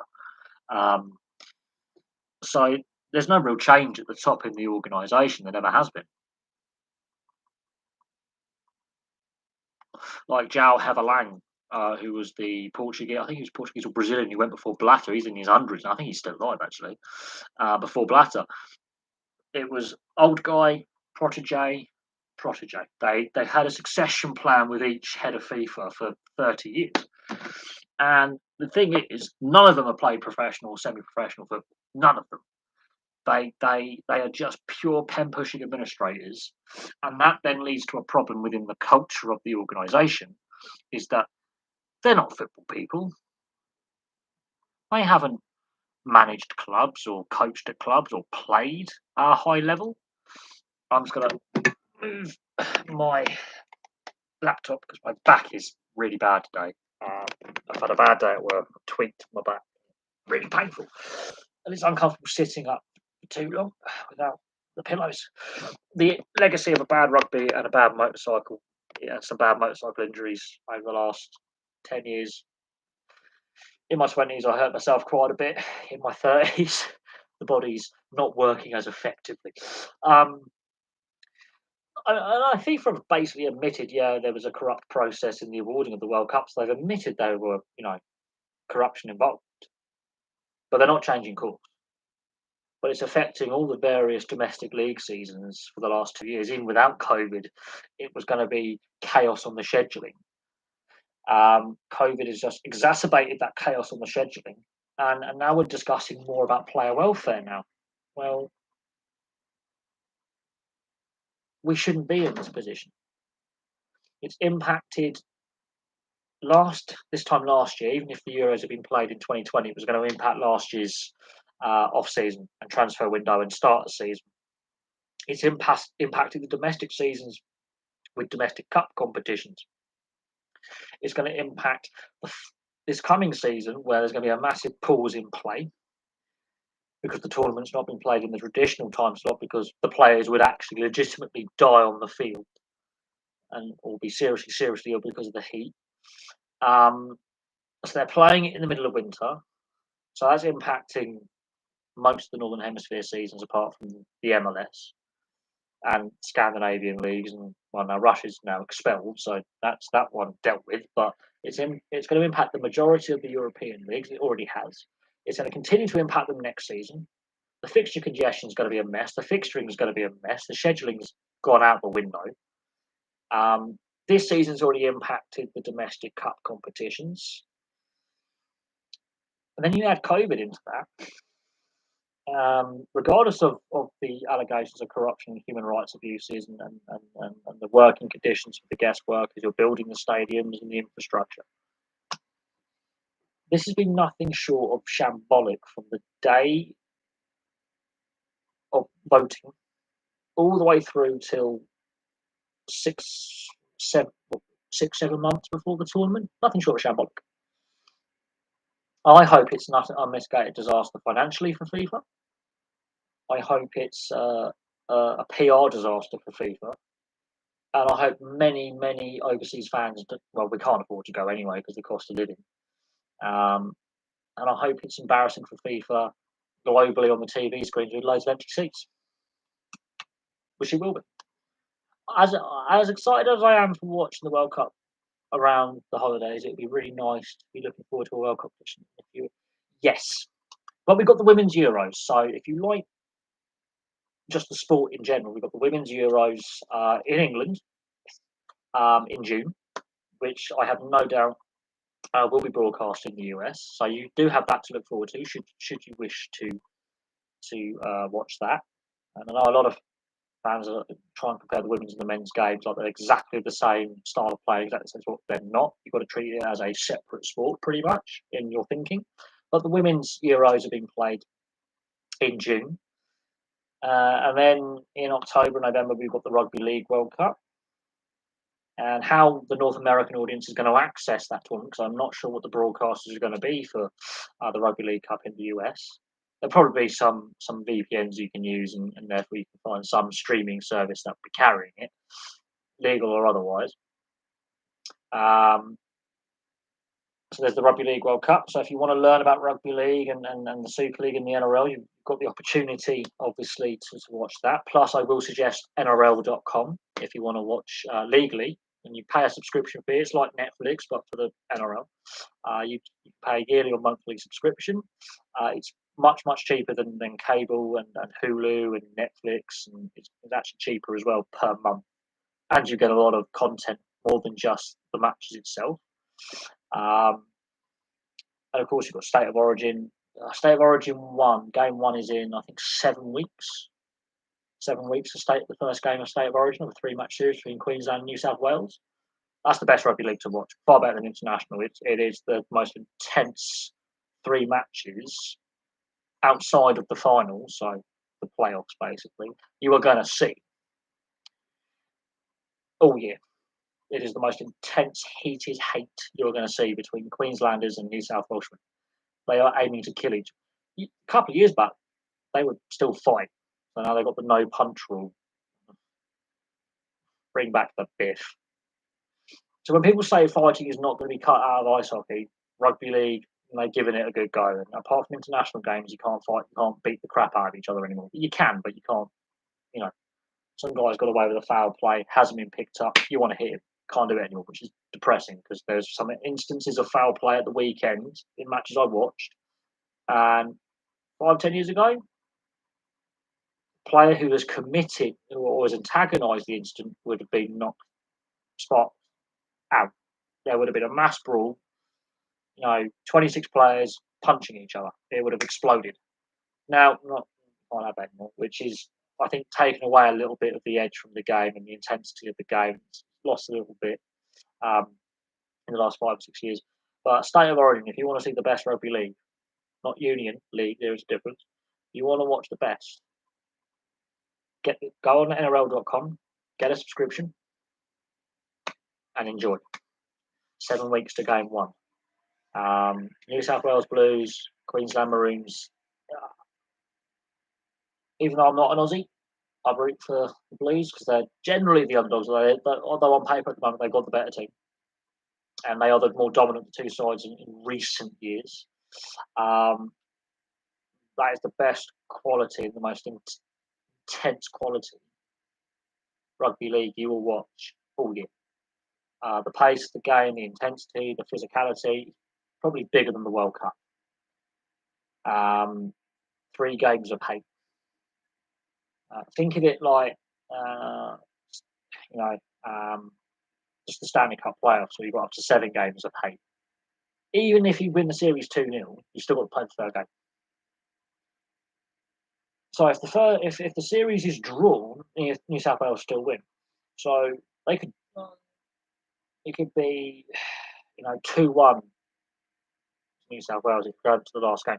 New South Wales last year were 2-0 up in the series and it could have gone for a clean sweep and nearly did it. They lost by a couple of points in the third game.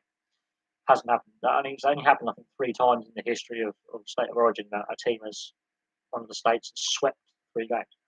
Nice, brutal rugby league legacy. I love it. And it is the best talent available. It will tell you a lot about who's going to be playing in the Australian squad in the World Cup in October. How this State of Origin series goes. Admittedly, players can get injured and suspended, but do cricketers ever throw out batters for retaliation? Yeah, that has happened, and they do get suspensions for it.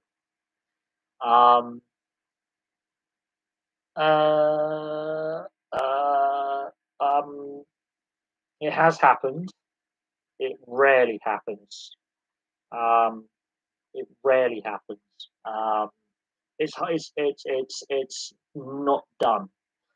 Do that, you're getting a suspension.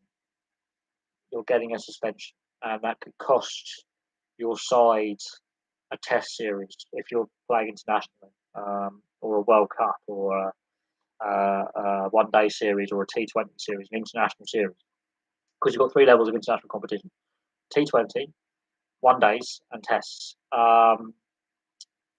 Accidentally, it happens, but doing it deliberately, as the bowler or the fielder on the batsman, or the batsman throwing it back to the bowler or the fielder, it does happen rarely.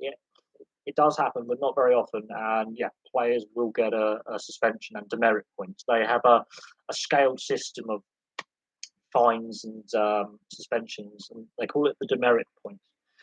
It's like your driving license. You can have so many offences before you get a ban. So many, you'll get a fine and then ban. Um, but yeah, players can get hurt. Batsmen don't have as much padding as you think. Um, you might have a chest pad, an arm pad, an arm guard. You've got your gloves, you've got your pads, you've got your helmet, but not everywhere on your torso is protected. Not everywhere on your legs is protected. You might have a thigh guard on your leading leg, but it hurts. It does hurt, and uh, but it's not as common as in baseball, but I have seen it done, and I have seen it sort of seems played not in, it's against the rules. It is against the rules, and it does lead to consequences with fines and suspensions. Um, I don't know how Major League Baseball deals with that type of incident in regards to disciplinary action. But in cricket, depending if it's domestic or international, it does lead to suspension and it does lead to fines. Um, and and they will look at. Again, I'm not overly clued up. I'm not actually an expert on the cricket disciplinary process as such. Um, or they claim they were aiming at the stumps. Yes, we've heard that excuse before, which I just think just plead guilty. You probably get less of a punishment if you just hold your hand up and say, "Oh, yeah, I retaliated." Yeah. Um, when it comes to runouts, obviously that is like you're just aiming, you're just going um, full pelt trying to aim for the stumps, and of course the batsman can get in the way. It has happened. There's an accidental contact, and obviously there is an apology and no further action is taken. But I have seen that done actually with intent, and even if the player is missed, it's the intent that I think is more. It's the intent and it's the possibility of the severe injury that follows. But if the intent is there and there's no chance of a run out or a stumping, and there is actually intent, even if they do miss the batsman, and it's just intent to just give the intent of next time I'll hit you, or if I'm bowling next time I'm gonna give you a bouncer. It's the intent that is punished, plus the potential outcome of injury is a mitigating circumstance. In okay, you're aiming at the head and you're throwing it wide to the slip of the wicket keeper. There's still that intent plus the possibility of an injury. So um, I've seen it where there has been contact. I've seen it where a batsman and a bowler have intentionally, deliberately collided with each other, where the bowler has changed his line or the batsman has changed his line and deliberately made contact as well with what is technically a shoulder charge. Um,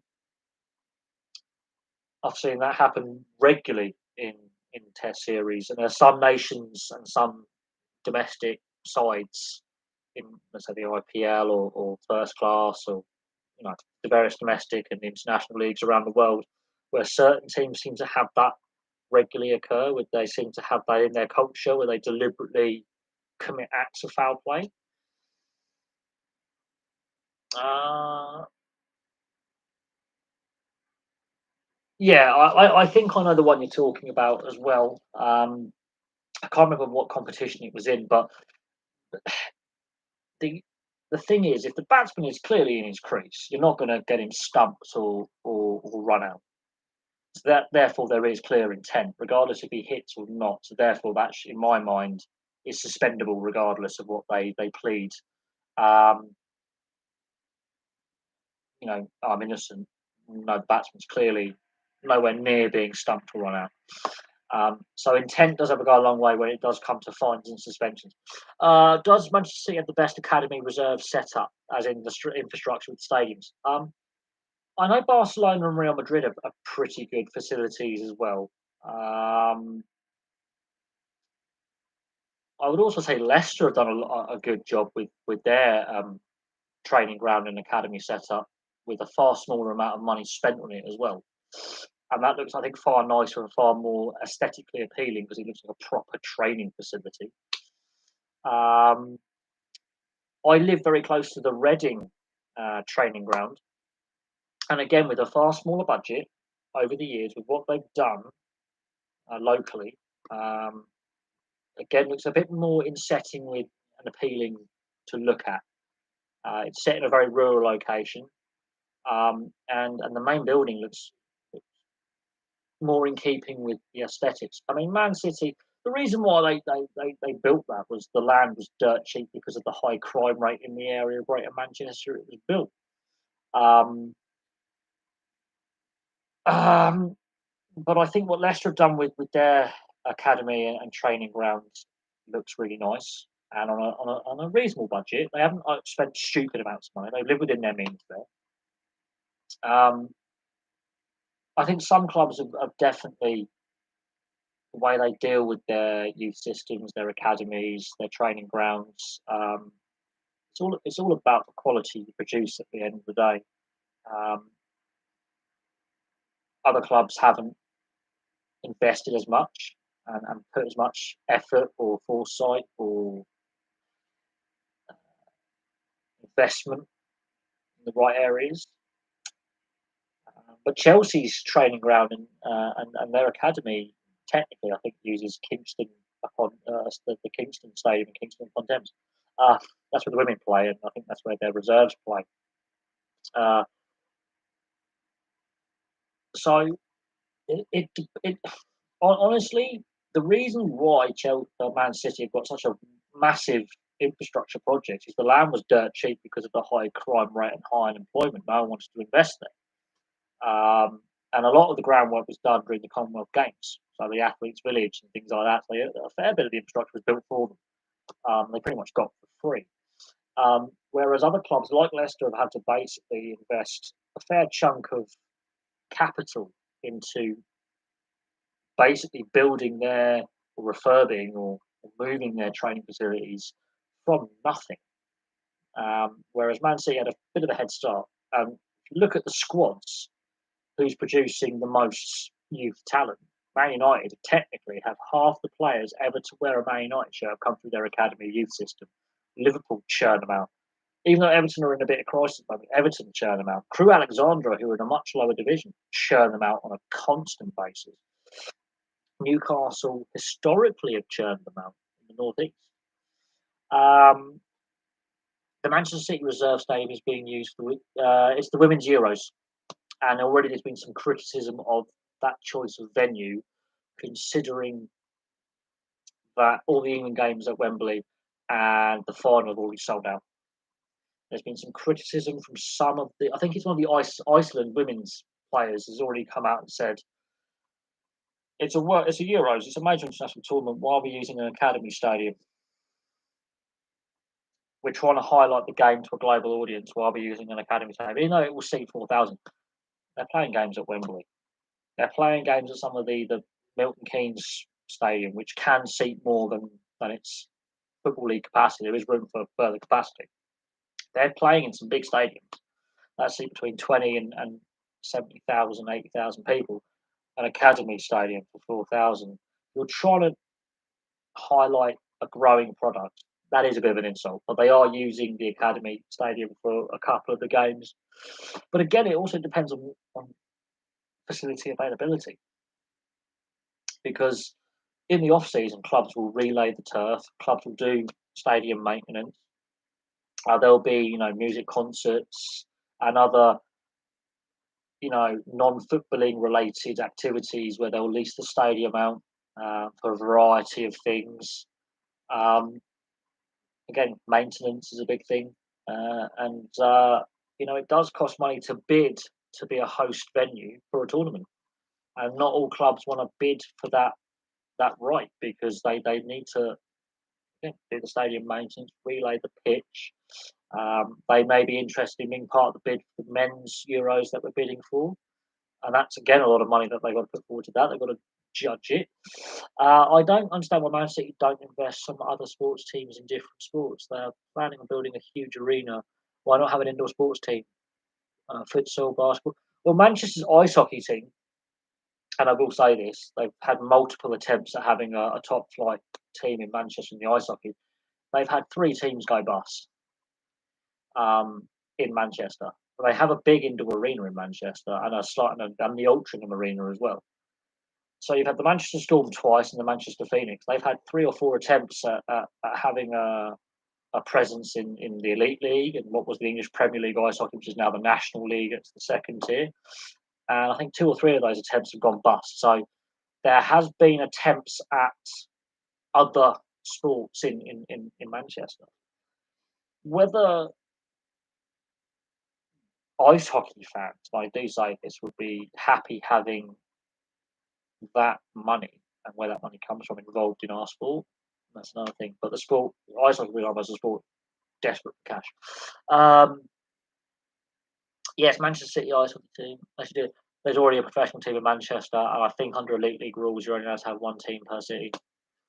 Um, and in each league, but they do have a problem because the Manchester Phoenix have gone bust mid-season in the past, and Manchester Storm have gone bust twice. So there is an issue with stability of the sport in Manchester. Even though they have a pretty decent team, it's the stability off the ice that's the problem, and what to cost the cost is to lease ice time at the arenas they use. The big arena in Manchester seats about maybe 12,000. Huge, I think even more than that. Massive arena, the Manchester Arena, and it costs too much to lease and they weren't getting the crowd numbers. Now they play in Altrincham. The arena is not a great layout, and it's more in Cheshire, more Cheshire. It's a nice little arena, but the way it's laid out with a weird two-tier system, the lower tier can't see fuck all, and the upper tier is at a terrible angle. You can't see huge sections of the ice surface. Very similar to the old Bracknell ice rink, but you could see more at the lower tier and more in the upper tier. Of course, it's gone now, but if you look at my channel, I've obviously got footage from inside the old ice rink before it shut. But Altrincham isn't really in the right location in Manchester. It's Cheshire, basically. It's traditionally Cheshire. So, why throw money? Well, the thing is, it's the fastest growing sport in the UK. There is a dedicated hardcore fan base that is growing in the UK, and we've got players that the NHL is interested in drafting. It is a sport that can make money if properly invested in. If they were to go, oh, by the way, we're investing in this league, we're pumping loads of money in, I can assure you the quality will go up. It's not on the same level of global reach as football. Okay, not even close. So globally, football's up here, rugby union, cricket, rugby league, ice hockey is about the same. Ice hockey is about a bit above rugby league globally for international sports that are played internationally. But it's the second most popular sport across the continent of Europe as a whole. So yeah, it is worthwhile if the right funding models in place and the right structures are in place. Quality level will improve. Manchester City is building another arena to Manchester, so Manchester will have two big. Fair enough. Yay. For what purpose? Because Manchester's got so many arenas. In Greater Manchester, there are so many. You can have too much of a good thing. You can have market saturation. So the operators of the other indoor arenas will be like, we're competing for the same amount of people with more venues. Okay, but then you're spreading the income too thin. So that, in fact, every arena operator will actually ironically make less money because you can therefore go, okay, because we've got more arena space for conventions, music concerts, indoor sport, trade shows, uh, various other things you could use an indoor facility for. Um, Links to the universities and secondary schools for various educational sports programs, or they will pay. Um, Ironically, it means the arena operators will make less money because there's less of a. Ironically, they'll make less money because there's now more space. You'll have to charge less for us to go. However, to offset the build costs, initially it'll be quite expensive. And the issue is you are oversaturating the market with a product. So it actually means the arena operators probably make less money. And to operate an indoor arena, especially a multi-use arena, costs a hell of a lot. And if you're making less money with the rise of running costs, so you bearing in mind you've got as a commercial premises, you're paying a commercial tax, commercial rates, then you've got to pay all your utility bills, and then you've got to pay your staff. And that's before taking into account what your profit margins are going to be. And if you've actually got to build it from scratch, you've got to have that overlay, and then you've got to be paying that off. Now, if you're already a profitable company as a group, you can take that hit in the short term. If you are less profitable or have less disposable income ready, and you're making this huge investment, ticket prices won't necessarily be as cheap as you think. Um, there's more than just two arenas in Manchester that host indoor uh, events. Obviously, the Manchester Arena is quite big, and they have hosted ice hockey there.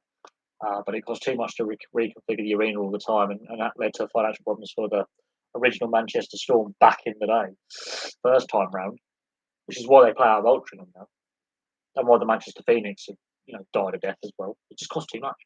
But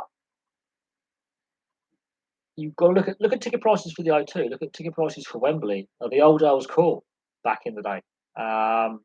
Kensington Olympia, for example. I know they got the eventing competition there, but that is also used for various indoor. The Crucible in Sheffield.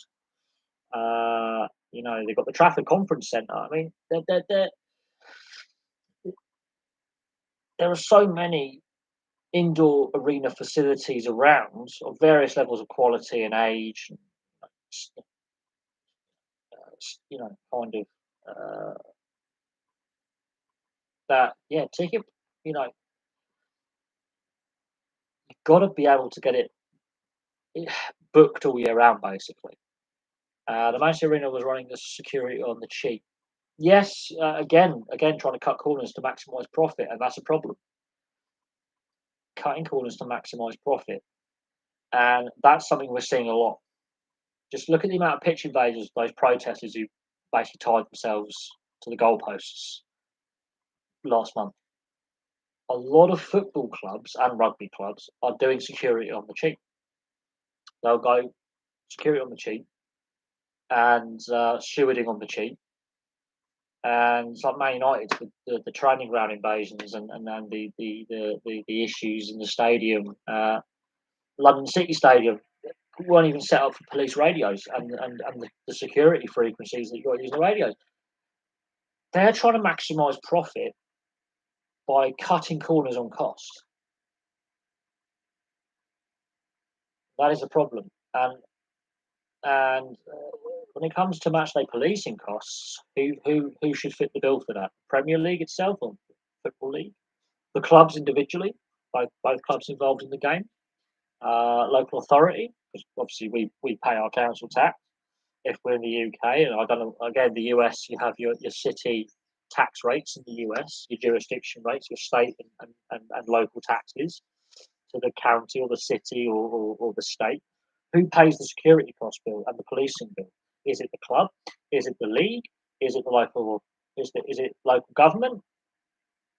Or is it the club itself? Um, what Well, some clubs do use proper security firms. And back in the day, before SIA licenses were a thing, a fair load of those security were some of the well, were thugs basically with a lot of criminal records that they wouldn't be allowed to get security jobs now. These guys were dangerous individuals. Watch Rise of a Foot Soldier and the related films of that series. They were quite nasty criminals. Quite frankly, these were hard men um, who used very nasty methods to do the job. Um, I've got a mate who runs a security at the Guildford Spectrum for the Elite League Ice Hockey, and he runs security at the Slough Ice Arena for the National League Ice Hockey, which is the second tier for the Bees and the Slough Jets, which is the third tier because that's our new reserve team. And he runs the security contracts at the Spectrum and the Hangar. And yeah, they're fully professional. He's got his own security firm. These are hard bastards. Let's just say that. But stewarding is different to security. Difference. Stewarding, you're just guiding fans to their seat, their section, making sure they've got the right ticket, if they've got a family ticket. Security is you're a troublemaker, you're being escorted out. Stewarding and security are two different things, completely different things. You need different levels of paperwork, and a lot of clubs are putting less security and more stewards in when they should have security there. People with SIA licenses, whereas they're just putting people in who really should be saying, okay, you sit here, you sit there, watch your language, racism, right, reported this guy's making racist or homophobic comments, threatening behaviour. Security police come in, remove the idiot. That's what a steward should be doing. Stewards aren't there to keep peace. They're there to help fans if they're lost, they're new, find their seats, make sure they're having a good time, be the public face of the club. The security and the policing, they're the ones who've got to deal with the troublemakers. And unfortunately, what a lot of clubs are doing, and I think this is a known practice, is they want to put more stewards in because they're cheaper and less security when they actually need more security and less stewards. But the police shouldn't do it. The Premier League was supporting defund the police. Remember, the police should refuse to support. Well, unfortunately, because public order and public safety, because it's a large public gathering, they have to be there. They have to be there, whether they want to or not, because it's a public gathering of over. I think what the limit is for police presence is. I think it's a group over 30.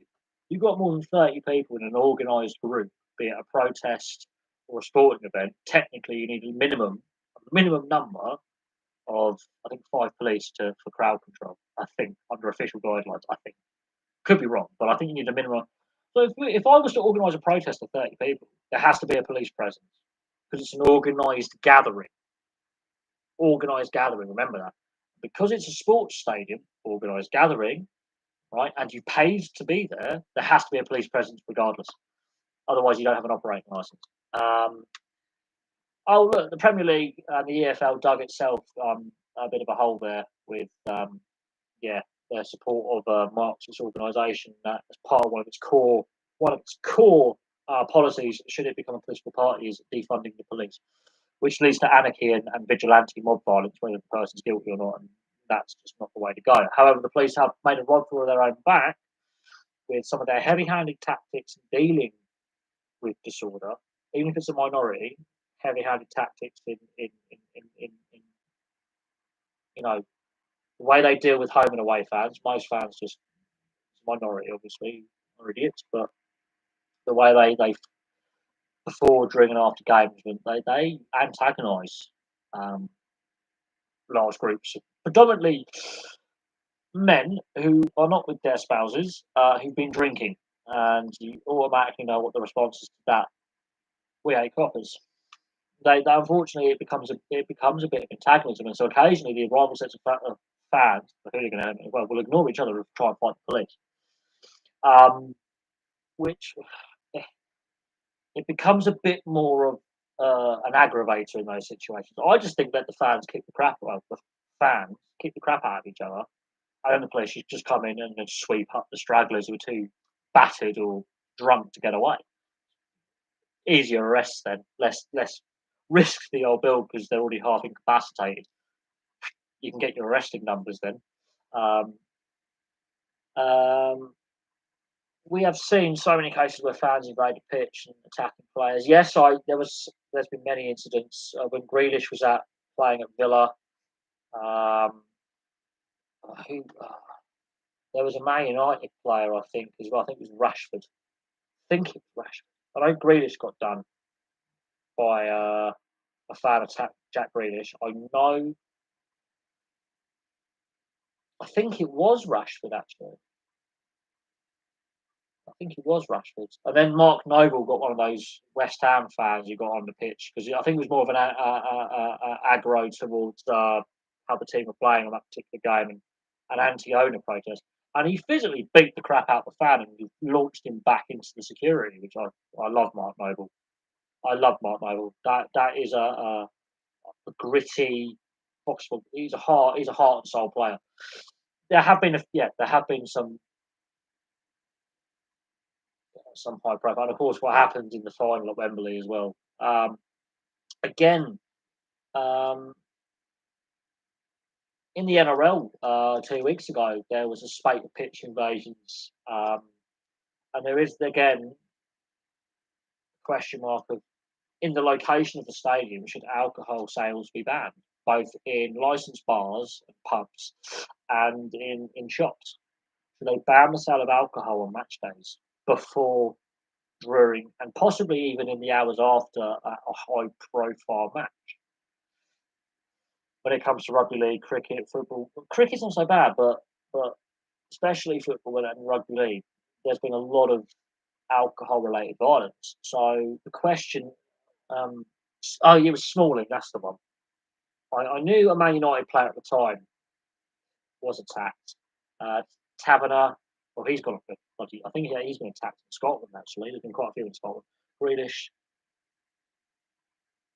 Yes, there was the Leicester thug got on the pitch and got his ass handed to him. I remember that much. He did take a couple of swings and then he got absolutely battered.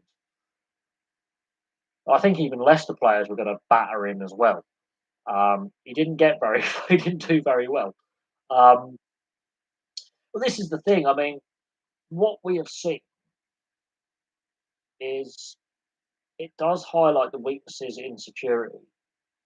Where we had the Everton game disrupted by a guy basically cable tying himself to the goalpost. I would say leave him there for the 90 minutes because Everton were not even close to scoring. It was a cold night. He would have regretted it and just leave him there and turn the bloody lights off. But we can't do that because human rights, even though he willingly imprisoned himself ridiculously. Um, I mean, there have been some concerning lapses in security, but we saw it at the World Cup where Pussy Riot, yes, that band, they managed to. Was it? I can't remember if it was the semi-final or the final. They managed to get on the pitch. They got very brutally taken away by the FSB and beaten quite publicly. Um, it's happened in the NRL a couple of weeks ago. There were back-to-back nights. The Gold Coast Titans Parramatta Eels, a female fan was topless. Yes, she had a bra on though, and she regrets not taking it off. But then after the incident, she said, "Yes, I was pissed, and I don't fault the steward for like the steward security fucked her up." The rugby tackle on her was brilliant technique. Drop the shoulder, bang on her ass. And she says, "I'm not gonna sue for anything. I was at fault because I've encroached on the field of play, um, and I'll take my court fine for public disorder." The two fans who got on the pitch during the Cronulla game that same weekend, one of them attacked the steward, who was a female steward, and he run up and hit her from behind and nailed her in the kidneys. Perfect tackle if that was a bloke, but that's someone doing their job. Another fan got a bit brave, then he pissed himself when he realised there was a couple of rather big, angry looking Aboriginal security guards with biceps the size of granite slabs waiting to basically beat the shit out of him, and he decided not to. He decided to go back over the hoardings and get escorted out quite quietly. But again, high profile, big matches, live on TV. One of them got on with a flare as well and set it off. That's a risk to injury. That created a big discussion in Australia. Obviously, we've had the Leicester Nottingham Forest in the FA Cup. That was just he did. Oh. I think I think players, especially rugby league players, I think they should beat the it's out of a pitch invader.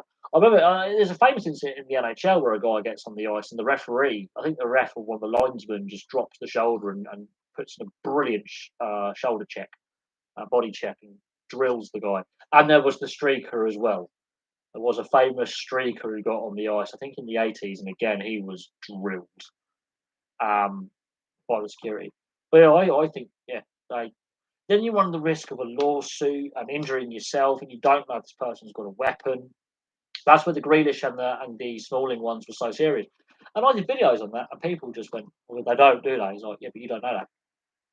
When he's got a closed fist, he could have a keys in there, he could do an artery, and then we're talking about something completely different." Plus, there is talks about Blues fans protesting on the last day of the season against Blackburn. Imagine there can be a lot of yeah, Birmingham City fans are not happy. Our fans aren't particularly happy with the bet. That could be a powder keg with two very frustrated, angry fan bases who don't actually. I mean, Birmingham City and Blackburn fans don't mind each other. That's the scary thing. We don't actually dislike each other, but there's two passionate fan bases with simmering tensions with owners, and that could be Blackburn and Birmingham fans protesting against the ownership of our clubs. And I mean that. And it gets nasty. And it's more of a looking at attacking the director's box or boxes, and then the police basically not helping the situation. West Midlands Police or Lancashire Police, depending on where the game is played, that could get nasty very very quickly. Um, and if there's a lot of police there, that's going to antagonise an already volatile situation. With I don't know how big is I know Ewood Park's like 35,000, but how big is St Andrews? That's what 30,000, 25,000. Sizable stadium. So if you've got a packed stadium the last day of the season and an already visceral, quite frankly, angry mob, that could quite easily get out of hand very very quickly.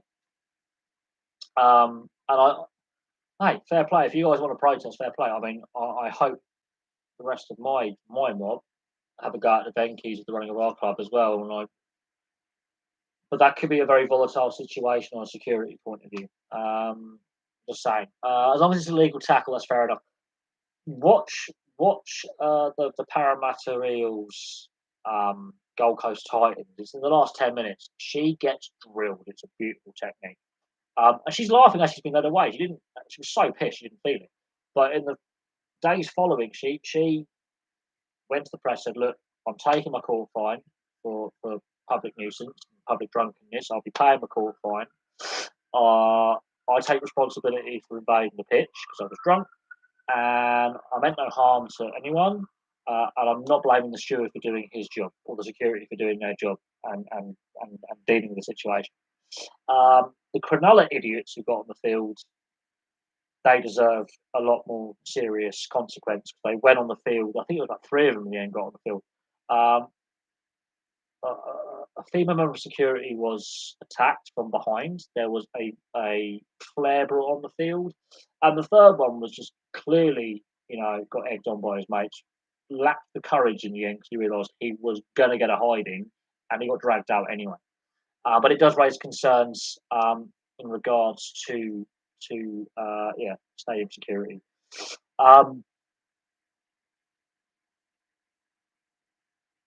We've seen more than one picture of Ayer stopping tries over the past year. Yeah, I mean when it's in the middle of play as well, it's just idiots. You're doing nothing for either side. You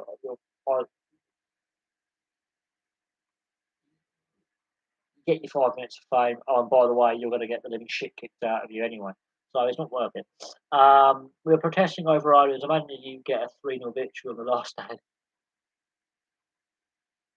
Wh- Whether we do or not, where our form's going, and if it's a televised game, we're probably going to win 2-1. But we're not happy with the direction of our club, and we haven't been for a very long time. And we've had a lot of protests, and they've been quite angry. Not as well documented as I think they should be. But look, we're both ex-Premier League clubs. We've both won silverware in the Premier League era. Admittedly, we both won the League Cup. Admittedly, a decade apart as well. We've obviously won a Premier League, so we've had silverware in the Premier League era. We've both been relegated from the Premier League. We've both had off-field issues. The fan base there's a lot of discontent towards the owner. We've become more apathetic to the ownership now because Mowbray, as manager, is the longest-serving manager under the Venkies, and there is stability on the bench. But we haven't got back to the Premier League, and we've ended up in League One at one point. I understand why Birmingham City fans are pissed at the ownership. The fact that you're at half capacity is unacceptable. Quite frankly, you shouldn't be. I don't know why the full reasons for that. You'll have to explain why you're at half capacity because that is a disgrace. Absolute disgrace. I would say the best course of action is a mass boycott. Hurt them in the pocket. Don't buy any tickets. Hurt them get them where it hurts them the most in their profit margin.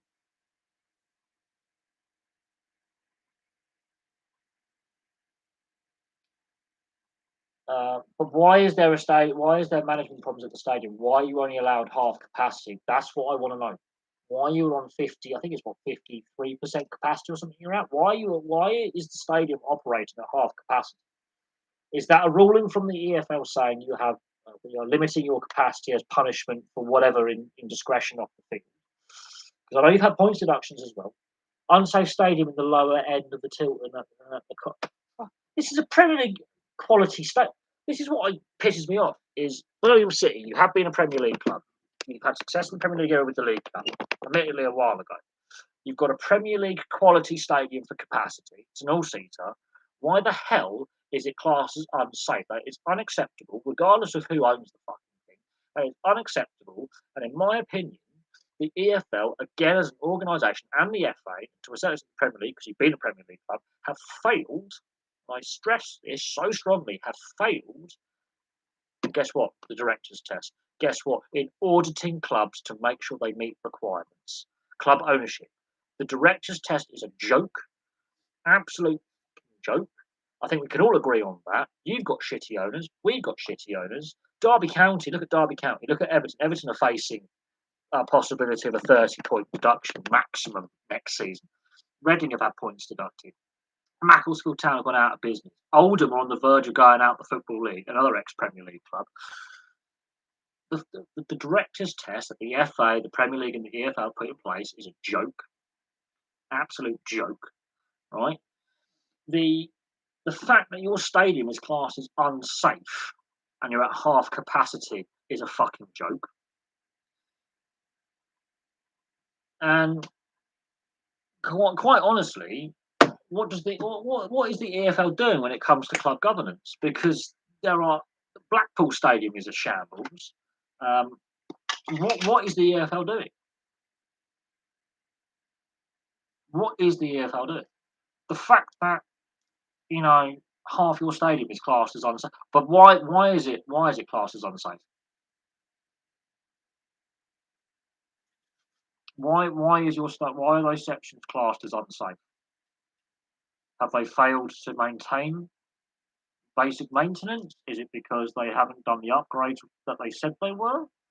Why have they been deemed unsafe? Who has deemed them unsafe? Is that the local authority, Birmingham City Council? Is that the Football League saying that doesn't mean safety requirements? I would like to know, because that is an absolute disgrace. And I fully agree with fans getting angry. I would say the best way to protest is not to go at all. Leave the stadium completely empty. We'll just have your stadium for the day. We'll have an allocation of about 2,000, so we won't be taking up that much room. Although, from the sounds of it, that's a fair bit.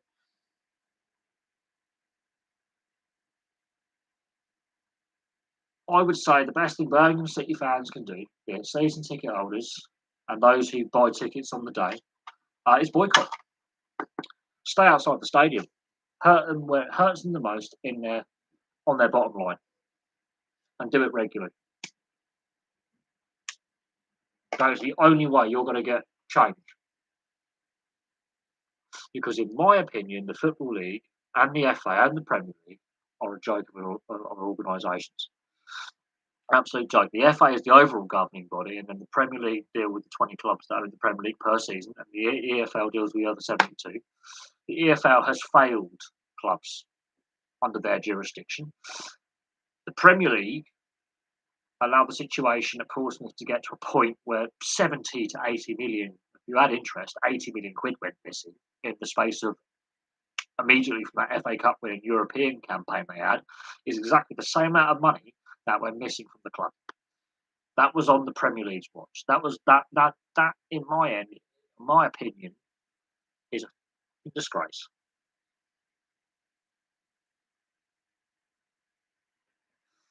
Absolute shambles. Absolute shambles. It's unacceptable. Unacceptable.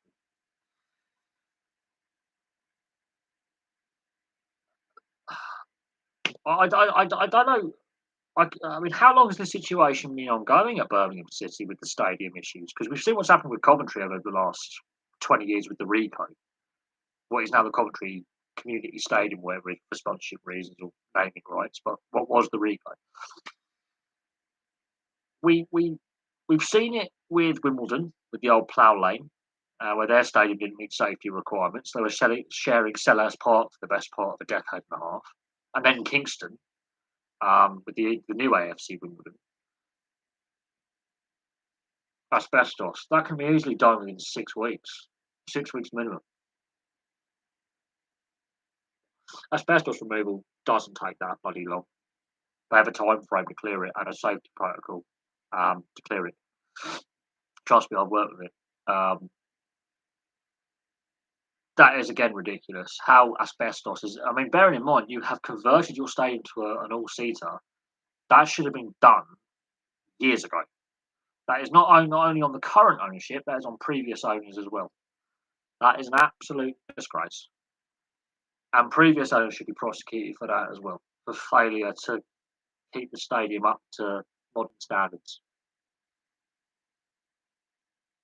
And have a think how many fans could have been exposed to powdered asbestos over the last God knows how long who've now got health issues as a result you don't even know. That is a disgrace. Absolute. I mean, how long has St Andrews been in its current configuration as well? That's another thing I would like to know is how long St Andrews has been in the current configuration of as is and since its last upgrade. Because if asbestos is present since its last upgrade, and that upgrade has been since I think 1992, I think it's 2000. You can't use asbestos in the building materials, but 92 it was outright banned. Yeah, no, that breaches building regs at the time. So whoever was employed to do the upgrade in '94 and the refurb, whether that company still exists or been bought out is irrelevant. Whoever was club owner and club chairman at the time should be liable, and every club owner since, whether they've been aware of that, is disgraceful. Disgraceful. I'm sorry. If there was improvements made in the '90s, building regs have changed in regards to asbestos. If you're doing a refurb on a building that already has asbestos in it, you cannot put any in. If it's a new build, they stopped using asbestos or asbestos derivatives in the early 2000s. So technically,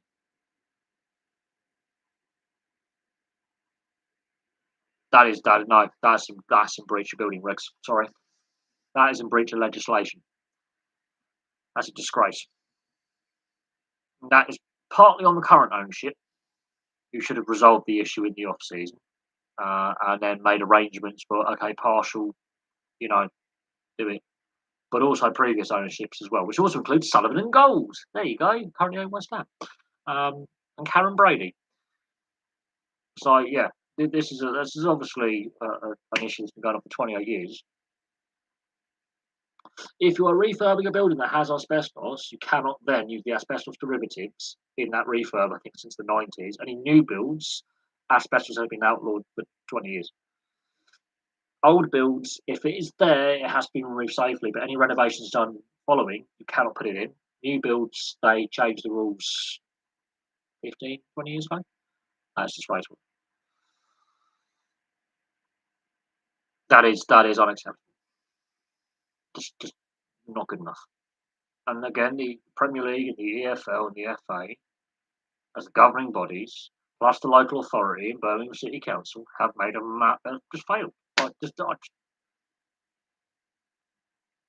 No other words can describe my frustration, but this is what you get when um, you've got too many layers of governance and not enough accountability for what's going on. My favourite stream, the first one I ever did, 4 years ago, the first one I ever did, which is on the live stream playlist. It's the first one that comes up. It's about 3-4 hours long. So if you've got the patience to sit through, yeah, the first one I ever did, way back when in 2018. That'd be my favourite because it was the first time I ever doing it, so I was completely didn't know what to expect. Um, I honestly did not know what to expect. How people would watch. There was one stream where I gained like 60, 70 subscribers in a stream 4 years ago as well. But my first one, because I was so nervous and I didn't know what to expect, I didn't know what kind of questions were going to come my way. I didn't know, what topics would be the main topic of discussion. I did not have a clue. Completely baby faced. I was getting my confidence up. And I think 2018 was my favourite year as well for the channel doing content. 2018 was my favourite year of content creation, and my first live stream at the beginning of 2018, so 4 years ago, was my favourite. And it's on the playlist, so check it out, watch it, man. It got the most views at the time. It's got the most views now. People even watch. Obviously, it's a bit dated with some of the topics we're discussing because obviously a lot's happened in the last 4 years. But that's my favourite one. It's the first one. I wasn't even smoke. Or I was obviously a smoker back then, but I wasn't smoking cigarettes during live stream because I was living with my grandparents. And they had a no smoking policy in the house, so I was had nothing to drink. My voice, I think my voice goes. I think I'll have to rewatch it, but I think my voice goes towards the end. I get a bit croaky. That for me is my favourite. But again, that's 4 years ago. Like the topics we're discussing then, a lot has happened in the 4 years, sports wise. So players have transferred and trades, and league champions, and scandal, and major things like the Olympics, World Cups. So a lot has happened in that time, but that's my favourite. I suggest you check it out. You can sit through like 3-4 hours.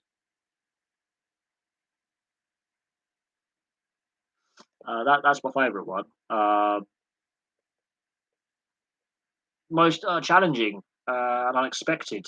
Apart from the trolls and the idiots who just leave abusive comments, which if you've noticed in the last month or so, I've meant with the housekeeping, as I call it, you've got to be subscribed for an hour to comment.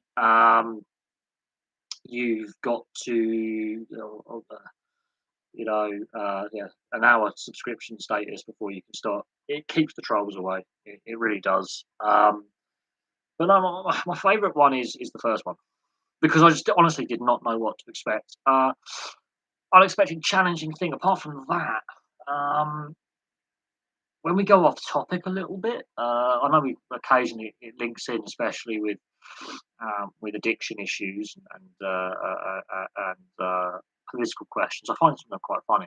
When we got off topic and people ask me, what's my favourite film and things like that, I have to try and get people back on the topic and back on sport. But occasionally I don't mind going off topic like this. We're just talking about, bits and pieces and what I enjoy and what I don't enjoy. As I say, I think the first one, it was challenging because I was so nervous. You're just talking to a camera, which obviously you do for video creation, but then you've got these live comments coming up. And obviously then you're thinking, okay, what do I sound like? How am I coming across? Am I? Because I think in the first one I was really okay. What's your questions? Come on, I was just trying to encourage people to hit me with questions and get people interacting. Whereas now it flows a bit more natural. I just start talking about some of the big sports stories of the day, or some of the topics that sports topics that I'm finding quite important and interesting to discuss. And then someone will come in with the first question, go, "Hi, how you doing? I've got this question. What do you think of this and that?" Whereas the early streams, I was trying to get you guys just to go, right, I'm new at this. Hit me with questions. I'll do my best to answer them. Oh, my mate Rob's now entered the chat. We're going up. Say we're going up. Yes, Rob, Fulham are going up. I think we'll go back down again, but you're going up. I just This is the problem with Fulham. They're too good for the Championship, not good enough for the Premier League. Hopefully, you do better in the transfer market this summer than the last two times you've been in the Premier League. Rob, there you go. Yeah, Play Doctor is my friend Rob, who lives round the corner from me. I've known Rob for donkey's years. Um, my mate Rob is brilliant. He's now a youth football referee, and you do a bit of youth coaching now because your knees are completely ruined. Yeah, my mate Rob, he's a Fulham tragic. He is a Fulham tragic. But look what Brentford have done this season. You have to think, look what Brentford have done this season.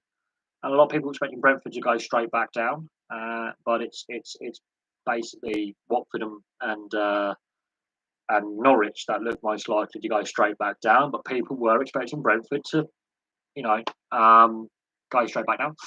Going back to uh, what was the most unexpectedly challenging thing you've encountered since you started streaming? When you lose connection, that's frustrating. I've had that a few times. I've had a few technical failures, which is really frustrating.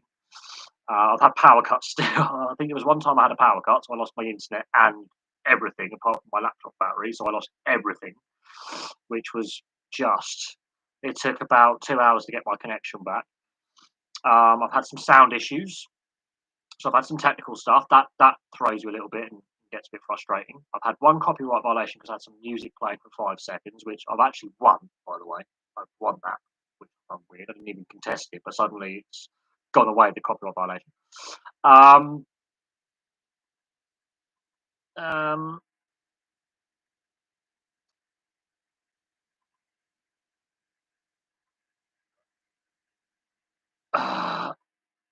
the Alexandra Stadium does look nice, but it is in the Villa part of town, so that gets a bit more complicated with the heated rivalry between City and Villa. And there is some nastiness to that, and a fair bit of it is race related, which is a shame because Birmingham City is seen as an everyone kind of club in the West Midlands, whereas Villa is a bit more not everyone, and there's a nasty racial element to that as well, which I've researched and looked at, and I've got books on, and it's a Birmingham is a multicultural city, but the fan base is Birmingham City is more of the most one of the most Birmingham City and Bradford City are the two most multicultural, and Leicester City. Interesting, the city seems to be the most multicultural fan bases. They're the three most multicultural fan bases, where even on the hooligan element is multicultural, whereas Villa, one of the more white working class backgrounds, it's very divided and it's very nasty, and there is a gang criminal gang racial element to it, which is quite unsavoury. And I have seen it in action as well. I've worked in Birmingham. I've seen it. It's not pleasant. Um, Legend has it that Fulham and Norwich will never meet in the same league ever again. And it's quite possible because they yo-yo. They take turns in the Premier League, which is funny. Um,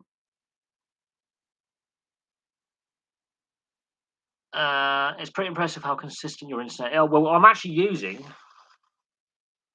my little Wi-Fi dongle from Vodafone, which is better than my old EE hub. Actually, I get better connectivity with this than hardwired internet in the area I live. I've had a few little glitches with the current internet I have. When they do maintenance on the mast, which is like 500 meters down the road, there's a Vodafone mast. When they're doing maintenance on that, that tends to struggle. Um, but other than that, my old flat I didn't have any internet problems because I had a better hardwired connection than I do now, which is why my hardwired internet is not plugged in. It's underneath that table, and I've got to cancel it because it's 40 quid a month for me not to use anything because EE, crap, which is one of the biggest internet network. BTE is terrible. Um, in regards to some of the challenging stuff, apart from the technical glitches and the trolls, it's some of the sports questions where I'm not an expert on, if that makes sense. So, if we're talking about some of the leagues where, like the NBA and Major League Baseball, and to a certain extent, some of the questions to do with the NFL, I'm like straight over my head, just throws me. Um, some of the AFL questions, because there's a lot of new players in the AFL that I haven't seen over the last couple of years because I haven't watched a lot of Aussie rules. Again, I get a little bit like I haven't seen this player play. I haven't been following the league as religiously. Um, Again, they can throw me a little bit, but again, that's where I'm happy to do a bit of research, read up on the situation, which is why I always have my phone handy. If there's a question that I feel like I can't answer this, let's have a little look at the player in question, or the team in question, or the owner in question, or whatever the situation may be. I'll just look it up on the phone, type the name in, type the club in, see what the latest news is coming out of the local news to do with the sports market in question, or the national news of the league in question. That's where having a phone is pretty handy, always pretty handy. So I keep that always on standby for those questions. I'm like, if because I don't follow the NFL and Major League Baseball religiously, and the NBA. I don't follow them religiously. I'll casually watch them, but I the AFL I think is out of those three leagues I'm more likely to watch than the NBA or Major League Baseball or even the NFL. So if it's an AFL question, I might have a little bit of knowledge on some of the topics. Um, but I've been so out of the loop with the AFL um, for the last, I'm going to say 4 years, that there's been a lot of new players have come into the league with debutants, and a lot of players have retired.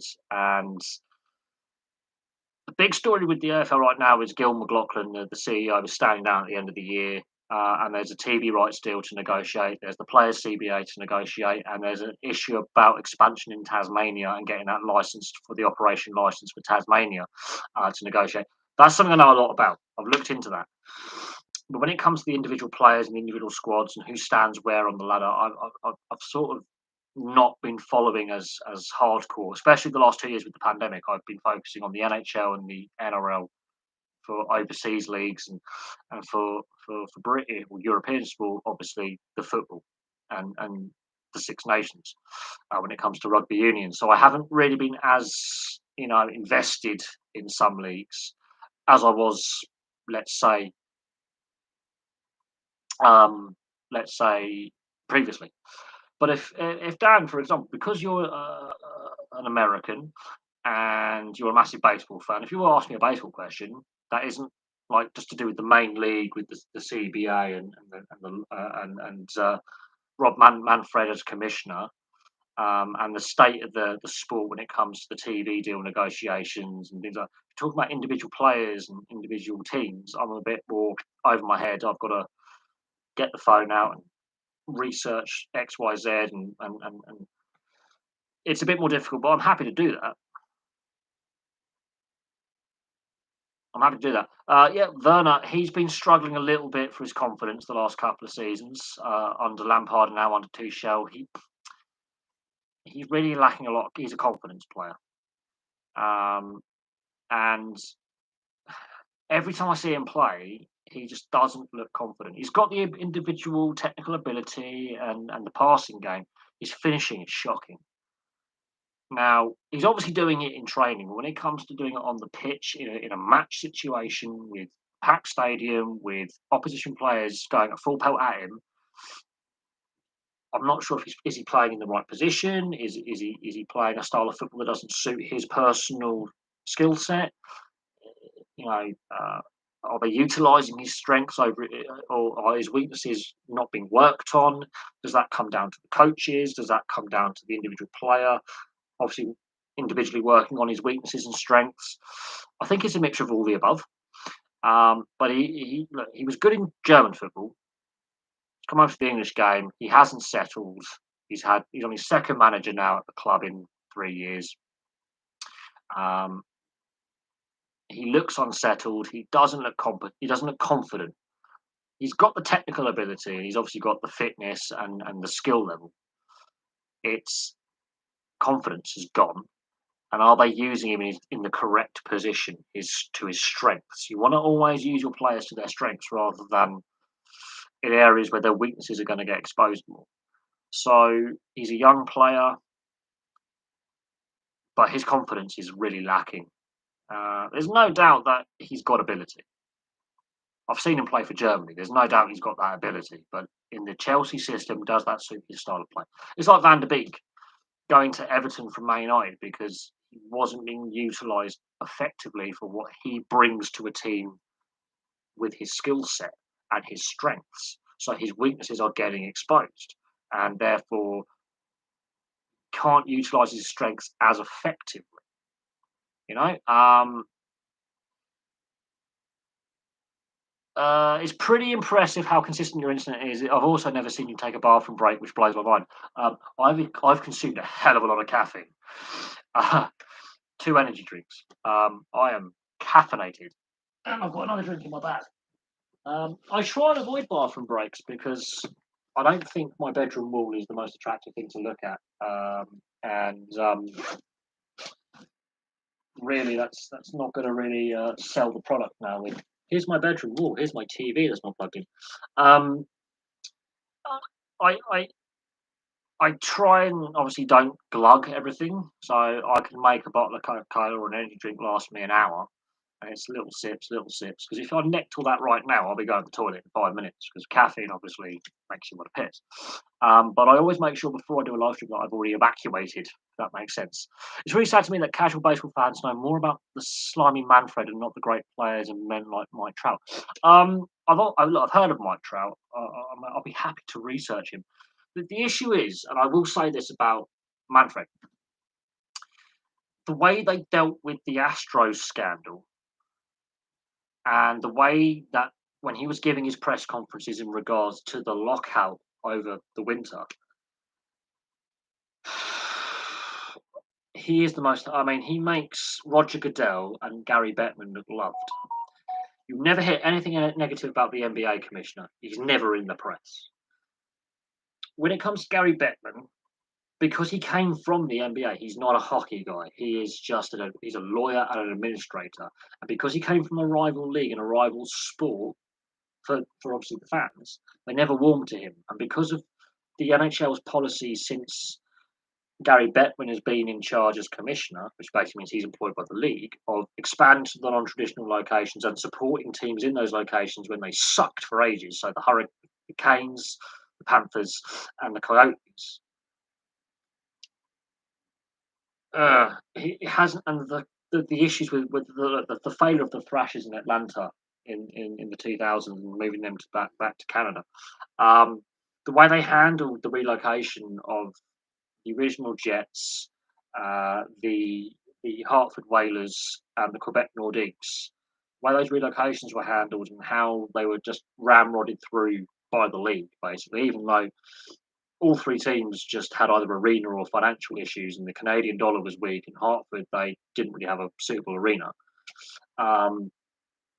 Rubbed fans who had supported the teams. Bear in mind, they're all WHA teams as well, and the NHL made sure they hampered the WHA teams. Apart from the Oilers in the 80s, the other three WHA teams were screwed in the initial expansion draft, and they were screwed by the league. Fans have felt for many years that Gary Bettman was commissioner at the time these teams relocated, that they were shafted.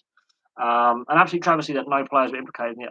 They were, however, no players were suspended or banned for it. And the way, as I say, if you look at my Major League Baseball playlist, I discuss the Astros scandal and how damaging it's been for the league. And I go off on one. I really go off on one. I don't swear too much because I try not to swear on my normal videos. Live streams, I don't care. But my normal videos, I try and not swear so much. I try and get a little bit more PG. It's easier to get monetized that way. Some of my early videos, I F and blind like a champion. I really give it the old good British swearing, but if you go on my Major League Baseball playlist, and you will see go down, don't go play all, just go down, and you'll see my response to the Astros scandal and how I feel the league badly dealt with it, quite frankly. And I compare it to other cheating scandals where there's either been a breach of salary cap, doping scandals, mostly to do with rugby union and rugby league and AFL. I talk about similar scandals in the sense that cheating was involved, be it financial cheating or the peptide scandal in Australia, which affected two leagues, and teams were heavily fined and heavily punished, and people lost their jobs. Like club directors and club CEOs and coaches lost their jobs. Players were suspended. Same with salary cap breaches. Club directors and board members and administrators lost their jobs, were fined, and there was criminal investigations.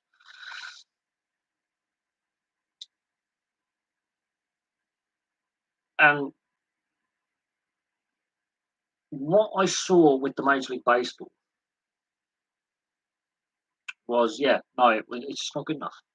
It was really weak from league head office. And you look at other players from other teams when they're giving press conferences, they are filthy. They are filthy with the league. They are filthy with how their league governance dealt with it. And I felt Major League Baseball dealt with it really poorly.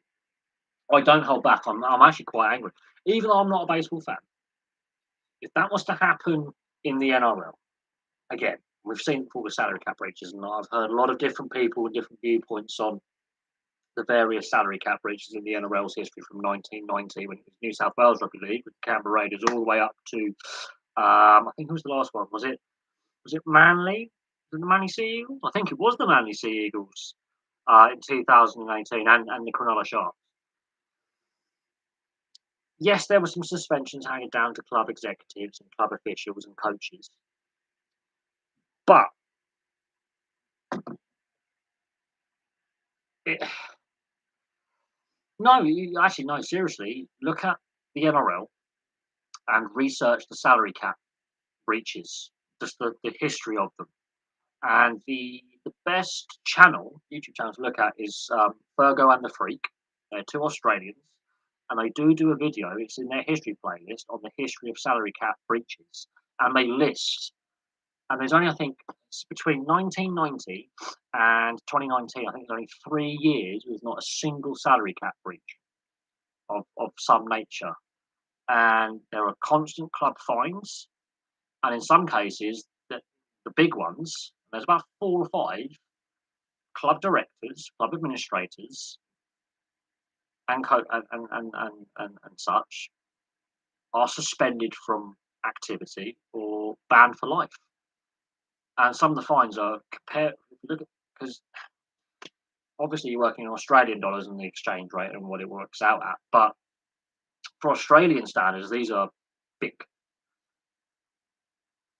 The big ones, the Parramatta one, they were stupid enough when they were cheating to put it on the public record in the public domain rather than secretly have secret third party contracts. They were actually put it on the record.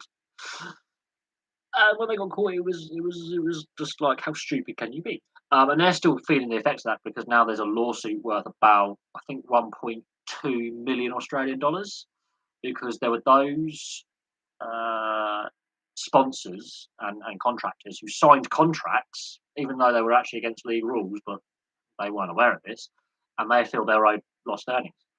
Um, the blacks, no, that is truly match fixing. I've discussed that as well. The Black Sox scandal of 1919, and that's been researched. There's been films on it, documentaries on it. There's been research papers done on it, and on how that scandal should serve as a lesson to match fixers not to do it. And they even teach that in sports administration classes, because you can do degrees in sports administration. The Black Sox scandal is one of those, even though it's in 1919, you can use it as modern day about sports corruption and to see the signs of it And if you do see the signs of it, how you should, they use that as a test case of A, what happened, and B, how they dealt with it. But no, on the Astro scandal, just watch my video on it, on how I feel about it. The statements from Rob Manfred, I think, were poor. I think the league head office's handling of that and the punishments handed down are not good enough. I think they should have had that title stripped. I think they should have been, had to forfeit picks. And I think the fact that the owner should have had a suspension from operations as well. Even though he can financially own the team, he should have a suspension from day-to-day operations. The steroid scandal, I think, is comparable because that was going on for so long, and I think more is going to come out about the players, current and past, who were implicated, because there's still players testing positive for steroids and performance enhancers now. But this is one of the reasons why I don't watch Major League Baseball. It's a league that has just got a history of scandal and player unrest going back to its formation all the way through its present day. And again, Dan, just look at my Major League Baseball playlist. Just look at my Major League Baseball playlist. I've done more videos in the last 6 months than I've done in the previous 4 years. That tells you something. 2-2 in 31 minutes. Apparently, in West and North London, defending isn't a thing. Now, bearing in mind, Chelsea obviously had the FA Cup semi-final at the weekend. Arsenal have not had that distraction, even though they've had a league game in that time. However, shoeless Joe Jackson was unfairly implicated in it. He was the best player on the team. Yes, I've also, again, the Black Sox scandal 1919 is so famous and is taught. If you do sports administration and sports governance at university, you are taught about this as a test case, literally as an example of how corruption happens and how to punish it effectively. Because it's so long ago, but it's so famous. It's like I think it's the most famous match fixing scandal of all time. So you can study when you study sports history, sports administration, and sports governance. I have, but then you run the risk of copyright violations, and I don't have the setup for it either. I don't have the setup for it. I have thought about it, and I choose not to. I know other channels do watch-alongs. I do match reviews, so I do it differently. It serves my channel well. I know other channels have the setup to do that, and other channels do run the risk of that copyright violation. So you have to do it with the sound off. I don't like doing when I watch a game. I like watching with the sound on, which is why I don't do watch-alongs. I have been asked to do them by subscribers. I have my viewpoints. I want to avoid any copyright violations because obviously I was monetized at one point. Again, 4 years ago when I did my first live stream, I was technically still earning revenue from that for the changeover in policy back in 2018. But I don't have the setup. I don't have the finance to have the subscriptions required unless it's NRL to do it for live. And I love watching sport with the sound on. I can't talk over a live game. No, I can't do it. It's just because I'll lose focus on what I'm watching. When like I have a phone call from a friend, for example, when let's say Champions League finals on, they'll be like, "What are you doing?" "Oh, I'm watching the Champions League final." And I have to turn the sound down almost or mute it, and I lose focus on what I'm watching. As part of the problem of having ADHD, you can lose focus quite a bit, and it's a bit frustrating. But no, I want to avoid any copyright violations. I do want this channel to be a success, make money, so I don't have to do my day job anymore. And Yeah, I just want to avoid any copyright violations and any channel violations. And watch alongs, you do run that risk. Do run that risk.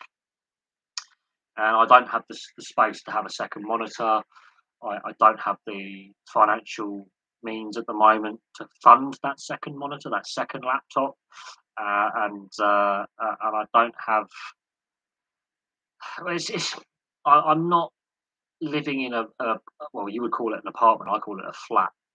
Terminology is the same thing. It's an apartment, a flat, same thing. Which in the UK we call it a flat. In the US you call it an apartment.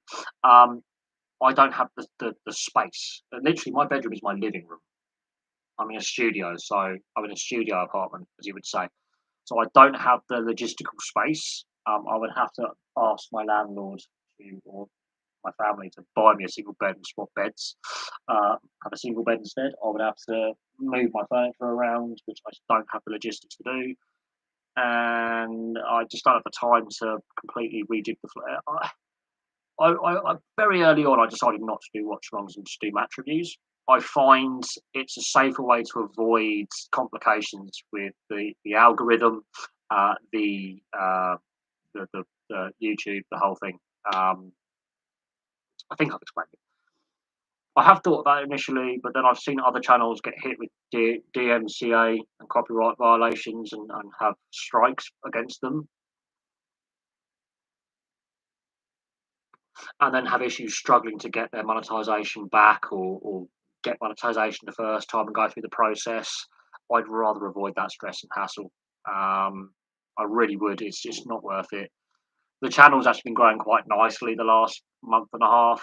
Um, you know, the growth in the channel in the last week alone has been fantastic for how it is. The channel's growth in the last year has actually been pretty fantastic at times, and it's been a bit slower than I would like, and there's reasons for that. In the summer last year, I wasn't very well, so I wasn't doing a lot of content this time last year. I After the Euros, I had some health issues and physical and mental health issues, all sorts.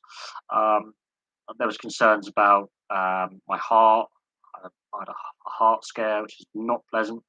Um, I had some. I had a couple of concussions. I had some dizzy spells, so I wasn't very well last summer for a couple of months. So I didn't do any content 2 months. Um, I actually lost some subscribers. I understand that. So I got back into making content September, October time. I've been meaning to get a couple of my mates involved, um, but because my mate Rob, who popped in to say Fulham, no, plague doctor, he's got custody of his two young daughters and is a full time single dad.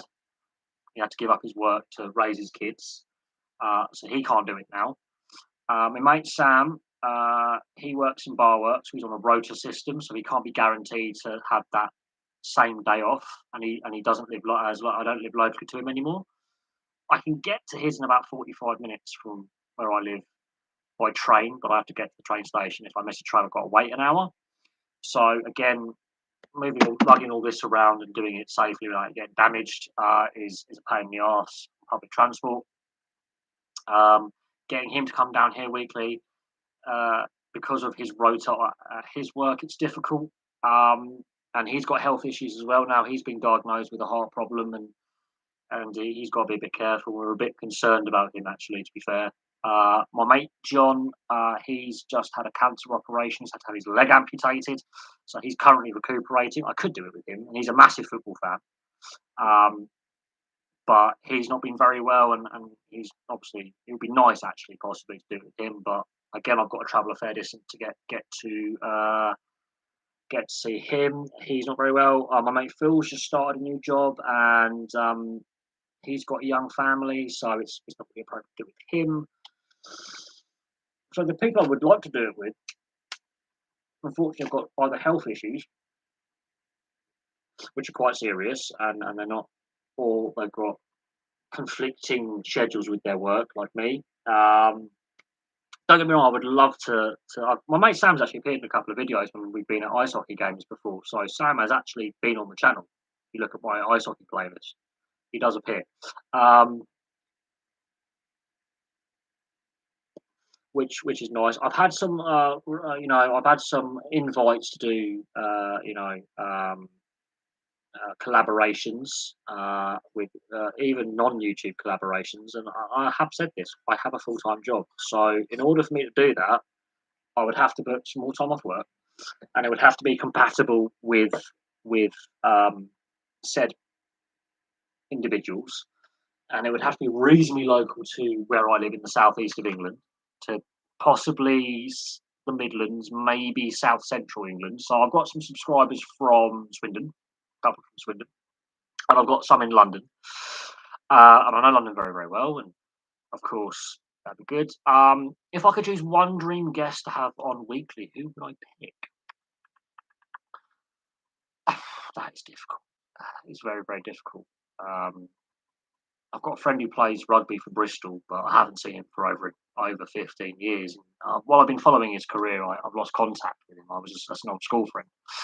Um, who would I pick? That is really, really hard. I know if you follow Sky Sports and all that, I would love to have Chris Kamara on, but he's got health issues right now.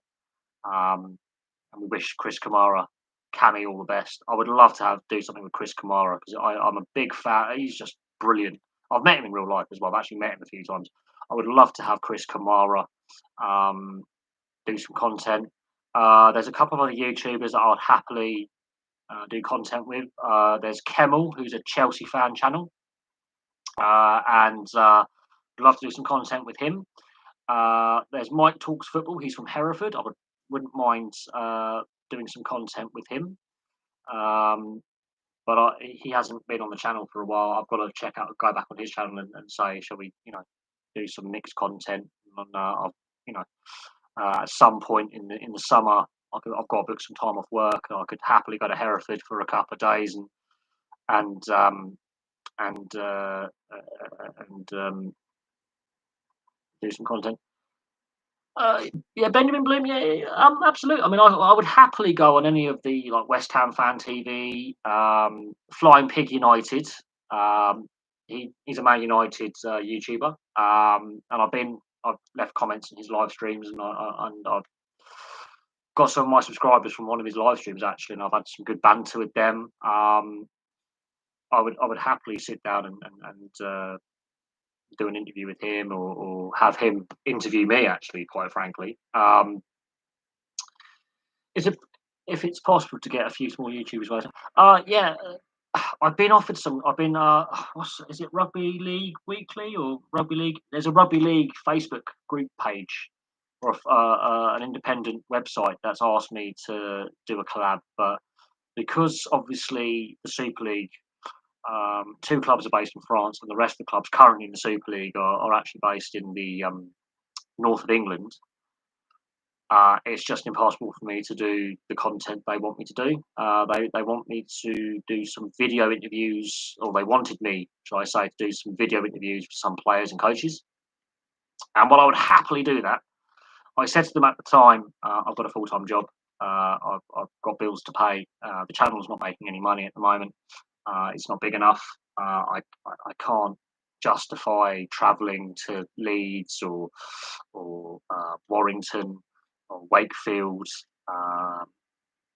or wherever the club may be up north, because it would take me so long to get up there. I would have to get some accommodation up there for a couple of days, and then I'd have to travel back, and that obviously impacts what I can with my work, my full time job. Um, but yeah, I would do it if it was feasible. And at the moment, it's not feasible. I've had invites to go to Toronto and Australia from subscribers, Melbourne, Australia, and Dubbo in New South Wales. Haven't got a passport at the moment, so I need to get my passport renewed. And of course, then you've got visa entry requirements, and you've got to explain your visit, and that is a bit of a tricky one. If you're a YouTuber, explain why you're there. I'm on holiday too. I'm not going to be earning any revenue whatsoever, so you've got to be a bit careful with visa entry and green cards and stuff. There's some very strict protocols with COVID testing and a lot of hassle just to get overseas at the moment. And but I would love to do that, and take up the option of going over there and doing some subscriber meetups. But at the same time, again, I've got a full time job, and until this channel is self sufficient financially and making enough money where I don't have to have a day job and it can pay all my bills and buy me all my food shopping and my clothes shopping, and I've still got some money in my pocket for naughty little extras like, oh, I can go to a football match this weekend, or I can go to a rugby league match this weekend, see the London Broncos play down in Wimbledon at Plough Lane. Um, until we're at that stage, I can't do it. I would love to do it, but I can't. If we're talking about ex sports stars, as a rugby league fan, I would love to interview Adrian Morley, um, from Warrington Wolves and Sydney Roosters prop. I would love to interview Adrian Morley. That would be dream come true. Favorite rugby league player when I was growing up. Quickest red card in international as well. Quickest send off in an international, 3 seconds against Australia. I think in, was it 2001 or 2002? Literally from the kickoff, he high tackle straight off, straight off. I think he got a 5 game ban for that as well. I know he got a suspension for that, but that's the quickest send off in international history from the first tackle off the first kickoff. Australia are receiving, and he literally just lays the guy out. So yeah, if I was going to interview a an ex rugby league player, it'd be Adrian Morley in this country. In Australia, it will be Cooper Cronk. If I could have the chance to interview Cooper Cronk, I want to pick his brains. I would love. Yeah, yes, that's the big money. That's the big money. But I want to make enough money to be comfortable where I don't have to worry about paying my bills. And so we just got to get to that monetization status. And then if Coca-Cola UK were to go, we'll sponsor you. And obviously, I'll have to stop smoking on stream, which would be frustrating. That's one way I de-stress myself. Obviously, Famous Stars and Stripes T-shirt. Again, another American company. I mean, who makes this? This is a New Era. So if New Era were to sponsor me for my hat, my famous New Era hat. Oh God, my hair. Adidas, because I've obviously got my Adidas jumper. I've obviously got my Reebok stuff. I've got some Nike stuff as well. So yeah, if because obviously if Monster, because I drink Monster as well, because Monster Ultra, the sugar free, Coke Zero, Fanta. I've got Ribena as well. I mean, some of the drinks that you see me drink, if they were to come along and say, "Yeah, we want to sponsor you," get in contact, I would happily. Okay, this stream is sponsored by, a word from our sponsors. Paid promotion. Obviously, there's software you do for that, and they put that little sponsorship thing, and you got to say, "I've been sponsored by it." I've got an idea for a Teespring merchandise line, but again, you've got to hit an X amount of subs, and the super chat as well. Super chat really helps. But yeah, no. If I was to do any rugby league stuff, Cooper Cronk in Australia and Adrian Morley over here, happily interview them. Happily. After watching when you went to the channel, I was like, "Geez, man, there's so many big sporting events coming up." Yeah, yeah. Well, my old. This is, I think, my third or fourth trailer for the channel now. I think it's my third or fourth. And the old one was over a year old, and you can see, look how long my hair is now. I haven't cut my hair since August 2020. You can see how short my hair is in January last year when I did the last one. and my beard's the same, but I probably should shave that. But you can see my my flat was a different orientation. My bed is rotated not 180 degrees, so I used to be sat over this way, and this here was the back wall, which you see in that video. And at the beginning of last year, um, we obviously thought we knew Euro 2020 being delayed by 12 months, and we knew the Tokyo Olympics had been delayed by 12 months, but the Rugby League World Cup was meant to be played last year, and until September, that's what we were planning for. When I was off, when I was ill last summer, obviously one thing that kept my mind sane was watching the State of Origin and watching the regular Rugby League NRL season. And in the September, Australia and New Zealand, the Australian Rugby League Commission, which is the governing body of the NRL basically, and Rugby League completely in Australia, which covers Queensland, New South Wales Rugby League as well, and ultimately State of Origin, and the New Zealand Rugby League, which is a junior partner in the NRL. They said our players aren't going to the World Cup. Now, thing is, the Australian and Kiwi players, a lot of them have dual nationality. They can play for Tonga, they can play for Samoa, they can play for Fiji, they can play for the Cook Islands, which is a overseas territory, I believe, of Australia or New Zealand. So they can play for other nations. And there's some Australian players you can play for, like Italy and Serbia and other countries. And Greece. Well, Serbia haven't qualified, but Italy and Greece have. Ireland, for example, they can play. They've got dual nationality from parentage or passport. And so there was still the hope that some of the best NRL talent that doesn't play for one of the England or Great Britain sides, so that'd be England, Scotland, or Wales, should still play in the World Cup. And they were about when they surveyed the Players Association, so all the players who play in the NRL, 75% were in favour of still going to the World Cup. Within a week and a half, they were like, without the two biggest nations in international rugby league not going, there's no point in having the tournament. So they postponed it a year, which was their back in beginning of 2021, so last year.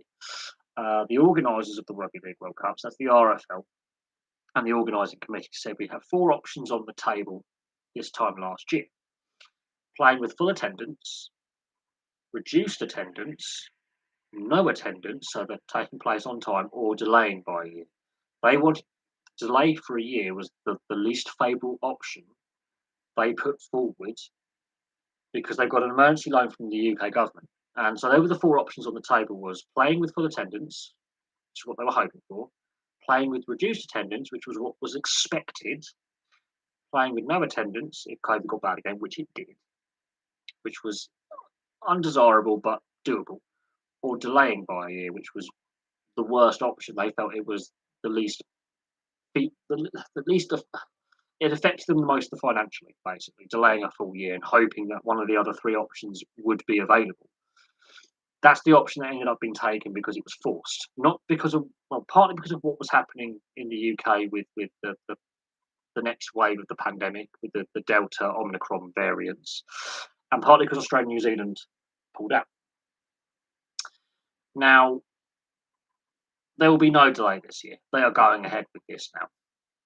Now, we don't know what's going to happen come October, November in regards to the virus and the ongoing health concerns. I think we go with possibly slightly reduced attendance, most likely, in my opinion, from the last 2 years of shit show, basically.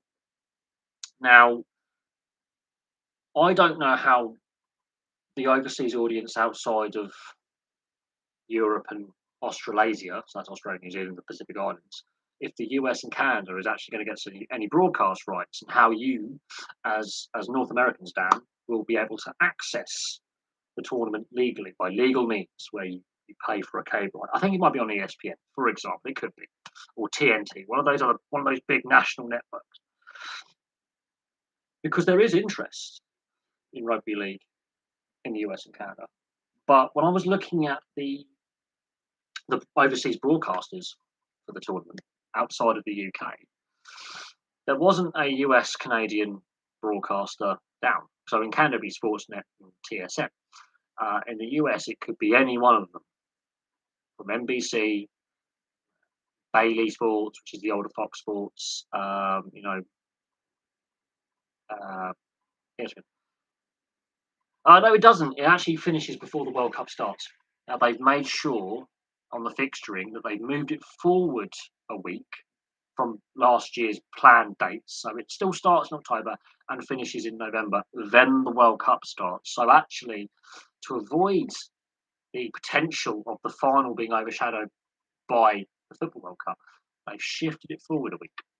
So actually, in reality, it doesn't actually clash. Had they stayed with the parallel dates, so they just moved it exactly 12 months later, the later stages of the tournament would have clashed with the beginning group stages of the World Cup. Now, that is not going to happen now because they've just shifted it forward a little bit. Just a little bit. A week. A week is all they needed. But that does actually ultimately impact the domestic season here and the domestic season in Australia. As literally as soon as the grand final is completed, those players that are going to be selected for Australia, New Zealand, Tonga, Samoa, England, because there are English players playing in the NRL who may go to the grand final. It's all hypothetical right now of who makes the grand final. As soon as the grand final is played, basically you've got to be in international camp. There's no time for Mad Monday. You're straight on the plane. So there are going to be some players who will be going into World Cup training camp not fully fit and not fully rested. There will be players who will be bashed up, bruised up, fatigued, carrying little niggles. So if you're a player who is a quality player, like Kotoni Staggs, for example, Brisbane probably not going to make the top 8 in the NRL. Kotoni Staggs, if he's fully fit, I think will be on the plane for England. He's probably the informed left centre or right centre because he can play either side. Actually, that's what's scary. And Herbie Farnsworth, when he's fit, they are two young, exciting centres playing for Brisbane. Now, if Brisbane do not make the top 8, they're going to have less mileage on their legs. They're going to be fresher because they won't have that month extra footy, as we say, or extra rugby played. They're going to be raring to go at the bit. If, however, Brisbane do pull off a bit of a miracle and make it all the way to the grand final, which is on their recent last couple of seasons is not going to happen, but it could do under Kenny Waters. And Herbie Farnsworth and Kotoni Staggs in the centres for Brisbane end up going all the way to the grand final. They've literally got to play that grand final, win or lose, and get straight on the plane. Quite literally, they've got a few days recovery, and they've got to get out, meet up with their national sides, and go straight out. And Herbie Farnsworth, he's English. Tony Staggs is Australian, but they've got to basically meet up in camp and then do their media commitments before the tournament, their media days, and their training, and then their open training sessions for the public, and then they've got to play. So that's just a hypothetical. If we're looking at, the most likely candidates for the grand final, there's about a handful of clubs. But you've got Mitchell Moses plays for Lebanon. He's key for Parramatta. So that's a big one. You've got Daly Cherry Evans and Kieran Foran. They're both key for both Australia and New Zealand.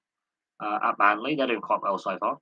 And if they keep up their form, they're going to go have a deep finals run again. You've got David Fifita at Gold Coast, so they could make the 8 again. And he's an Origin player. The Roosters, God, that's quite a few rep players, international players there. Penrith, where I think they've got players who can represent New Zealand, Australia, Tonga, Samoa, and Fiji. You Melbourne Storm, they've got players who can play for Papua New Guinea, Australia, New Zealand, Tonga. Um, you've got Canberra, you've got Cook Islanders in there, to Australia, England, New Zealand, and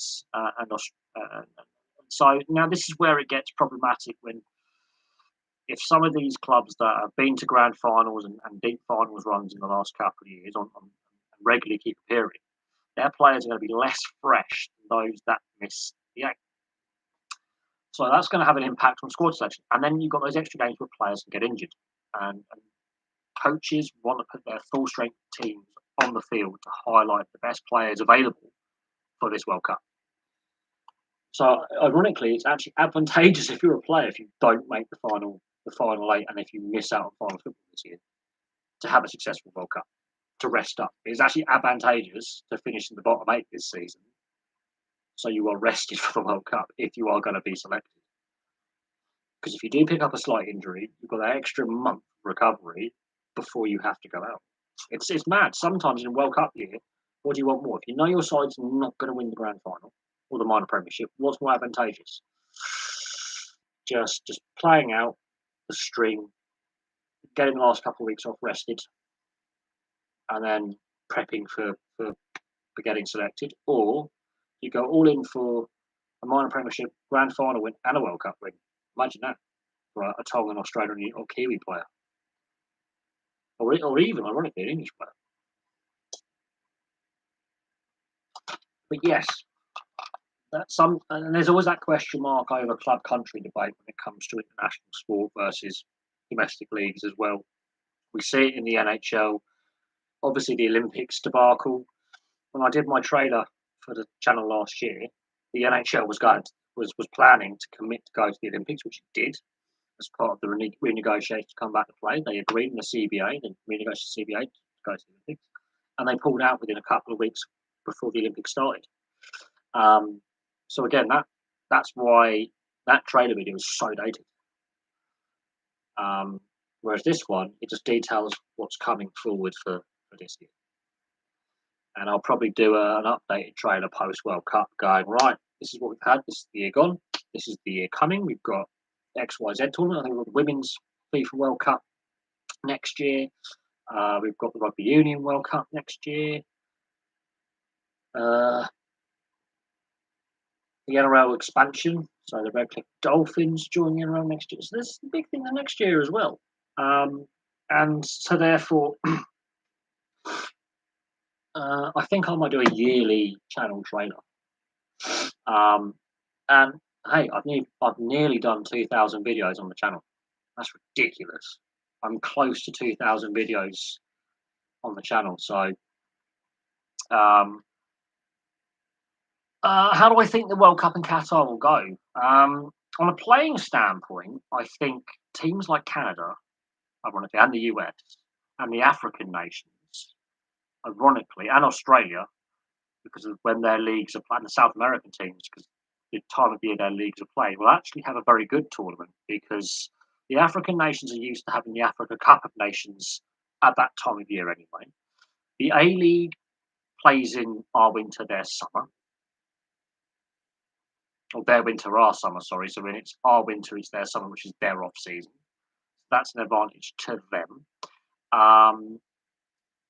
The South American league's the same, and the MLS plays in our summer league. So Sweden as well. If Sweden qualify for the Divided Playoffs, they could have a good tournament because their league is also a summer league. So some nations will have that benefit of their majority of their players will be rested.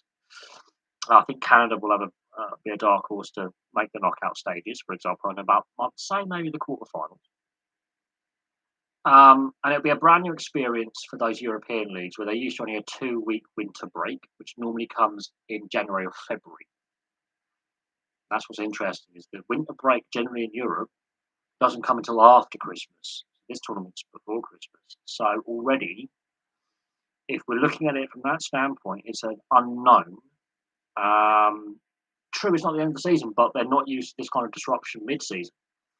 As in, for the continental European teams, and of course we're planning to have a winter break as well at some point, again in February. The planning every season, especially for the continental and after this World Cup for English football as well, is to have that winter break in January, February time for 2 weeks. Okay, Sweden's not in there. Cool. Okay, so that's Sweden gone. But then comes the problem of this is an unknown for the European leagues, apart from the Scandinavian leagues, right?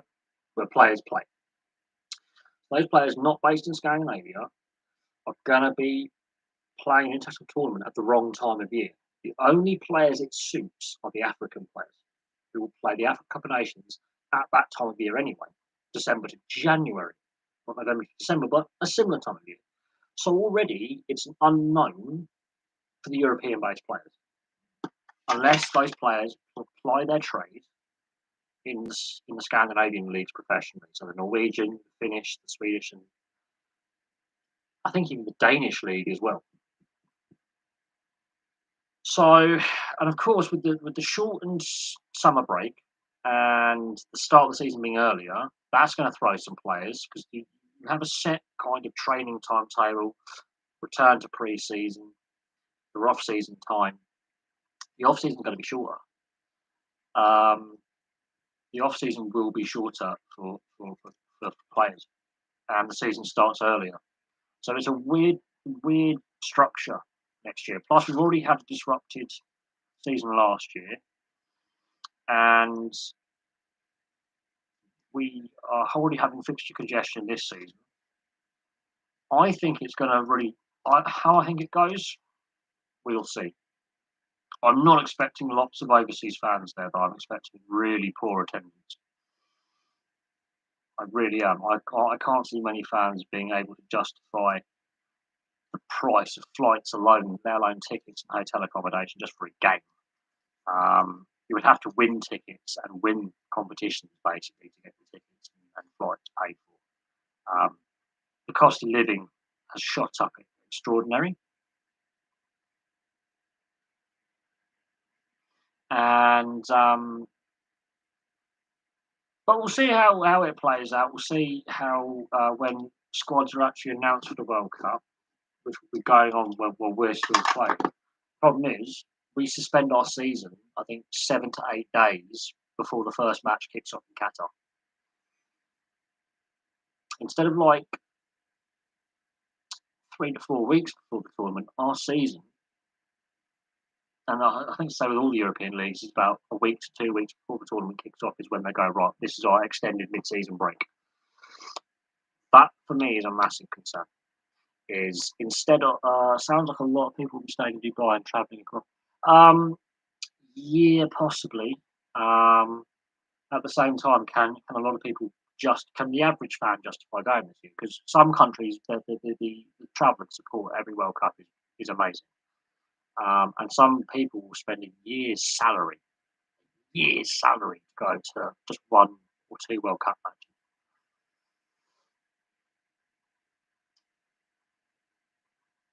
That's the thing. Some people spend anywhere from 3 months to a year's salary just to go to a World Cup match, and that includes travel out there and trying to get tickets, just to see all their team's group games, for example. Up to a year's salary. That some people save up for the whole 2, 3, 4, 5 years, sometimes more. It's a once in a lifetime experience for a lot of people, even from the wealthier nations in the northern hemisphere. You know, for some people it is a once in a lifetime experience. So, got to bear that in mind. And I'm not being disingenuous. I'm really not being disingenuous at all. It is for some fans a once in a lifetime experience. In regards to the quality of the play, it's going to be an unknown. Um, it really will. As I say, some depending where players are based for their club football, um, we'll see what happens. Obviously, the players want to win, and regardless of their views on the situation, they're going to be professional about it. The objective is to win a tournament. Only one team out of 32 can do it. So it'll be 31 disappointed fan bases.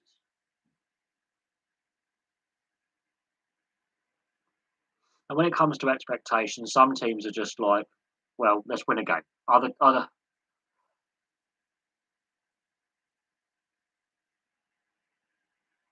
would have had a Japan or Australia. I mean, look, they've been to Japan now for Rugby Union World Cup and the Football World Cup, and they were brilliant tournaments. The Japanese really organised those tournaments superbly, and the Rugby Union World Cup used some of the stadiums from the Football World Cup 2 decades before. Effectively, brilliant. The infrastructure is 20 years old and it's still usable, and it still looked like it was built yesterday. The Japanese really have invested well in their sporting infrastructure. Australia, they would have to co-host with New Zealand, and I don't think New Zealand are of a high enough standard, personally. Um, I don't know if I prefer us playing on the first day or having to wait all week and watch the teams, but it doesn't matter to me. As long as the team is prepared and we're not taking players with niggling injuries like we did at the Euros. As long as the team is prepared and the players are as fit as possible and are acclimatised. Problem is, you've only got a week of acclimatisation to the Qatari climate from the European climate, because we've obviously got players who don't play in England. We've got players playing in Germany. We've got players who play in Italy as well, and I think we might still have some based in Spain. So we've got players playing in various European leagues who are eligible for selection. A week of acclimatisation. That is the earliest Southgate can get his squad together on the plane. 1 week to acclimatise to desert conditions and the heat of the day and the cold of the night, because it will be warm and dry in the day, and it will be quite chilly at night. Actually, the temperature does drop very, very quickly in the desert, and it can snow in the desert. By the way, it can snow in the Sahara. It can snow in the Arabian Peninsula as well. So, in that regard, as I say, only a week of climatization, getting used to the weather conditions. Only a week. Other nations like the US, Canada, Australia, the majority of their players play in their domestic league systems now. They have longer to do a warm weather training camp somewhere, and they have longer to prep themselves for the tournament. So Canada, the US, I think Mexico, Australia, they have longer to prep themselves. I think even New Zealand are in a playoff as well. So New Zealand can still qualify. But New Zealand can still qualify. Those nations where their players play in leagues that play in our summer. So the Southern Hemisphere nations, if there's anyone playing in the South American leagues, the Australians, the majority of their players play in the A-League now. The MLS, the majority of the US and Canadian players play in the MLS. They're going to have longer to acclimatise to the conditions and be prepared with their national setups, where they will have a meet-up training camp domestically, and then they'll fly out probably to Dubai first, which is similar climatic conditions, and then on to Qatar to enter base camp, do their media commitment, and set up their training camps. So that's where, again, those nations, while they're not as successful on the international stage and not on the highest, they're not what I call tier one level nations, they will still have that advantage in acclimatisation and preparation over the European-based players. And that's why this World Cup is odd.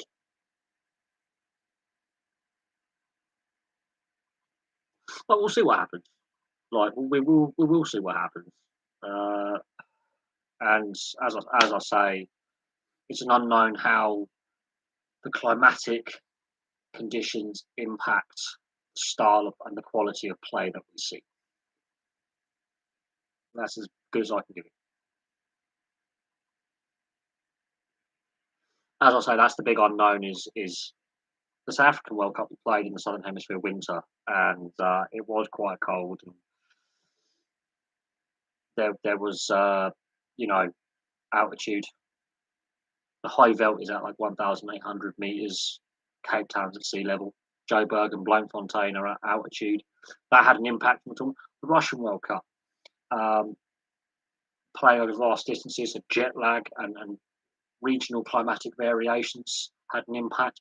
And the Euros this last summer, Hamden Park to Azerbaijan, there were temperature variations, altitude variations, weather variations. You know, some cities it was like 35 degrees, other cities it was like 16 degrees. One match in the early afternoon it's boiling hot, other match in the evening freezing cold. So in Qatar, all the stadiums are within a 40-mile radius of each other. So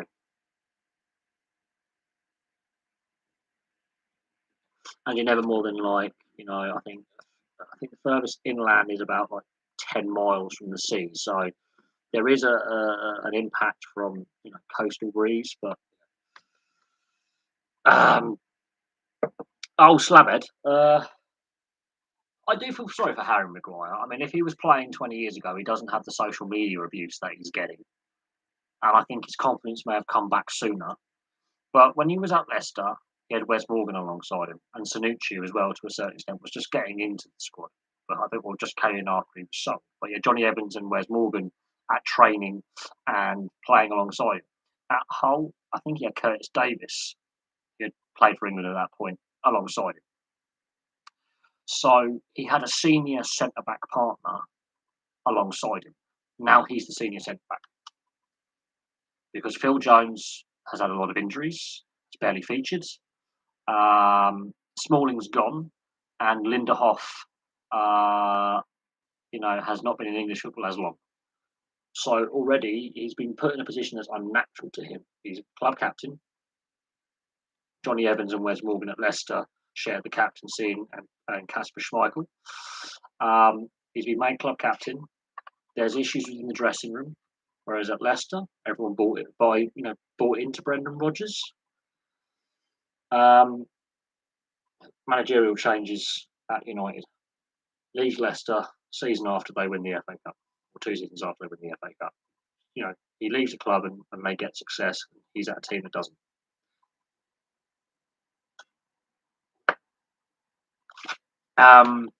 Yes, there are some good young players there's some good players plying their trade in non-English in the European leagues.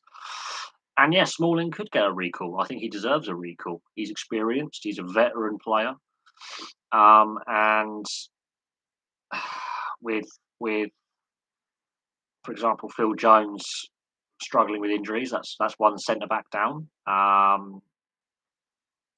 Then you've got Tyrone Mings, Stones, Slabhead Maguire.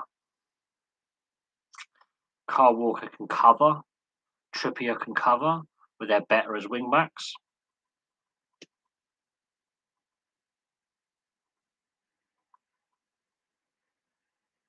I don't think Maguire's going to be at United next season. I think if Ten Hag is definitely confirmed as the next manager, he's gone. He's gone. But who's going to want to sign a player whose confidence is shot, who's really struggling, and mentally he's got to be struggling. Because Maguire isn't a bad centre back, but he's not what I would class as the senior centre back in the partnership. And don't get me wrong, I've got a lot of time for Harry Maguire. He's a very down to earth kind of guy. That's what sold him to the England fans to begin with. He was so down to earth. He seemed like a normal bloke. But since he's been at United, he's had the issues with his legal issues in Greece, getting arrested. And since then, it's just been an absolute disaster for him at Old Trafford. He Leicester should have kept hold of him. Basically, the problem was, I think they already had Sanucci in the system when they sold him, actually, and and Tanucci wants to play for Turkey and did at the Euros last year. Wes Morgan didn't have long left. Johnny Evans didn't have long left. I think they're both retired now. Obviously, Wes Morgan lifting the trophy in his last ever game for the FA Cup, which basically was his testimonial because he barely played a minute all season. But they were there.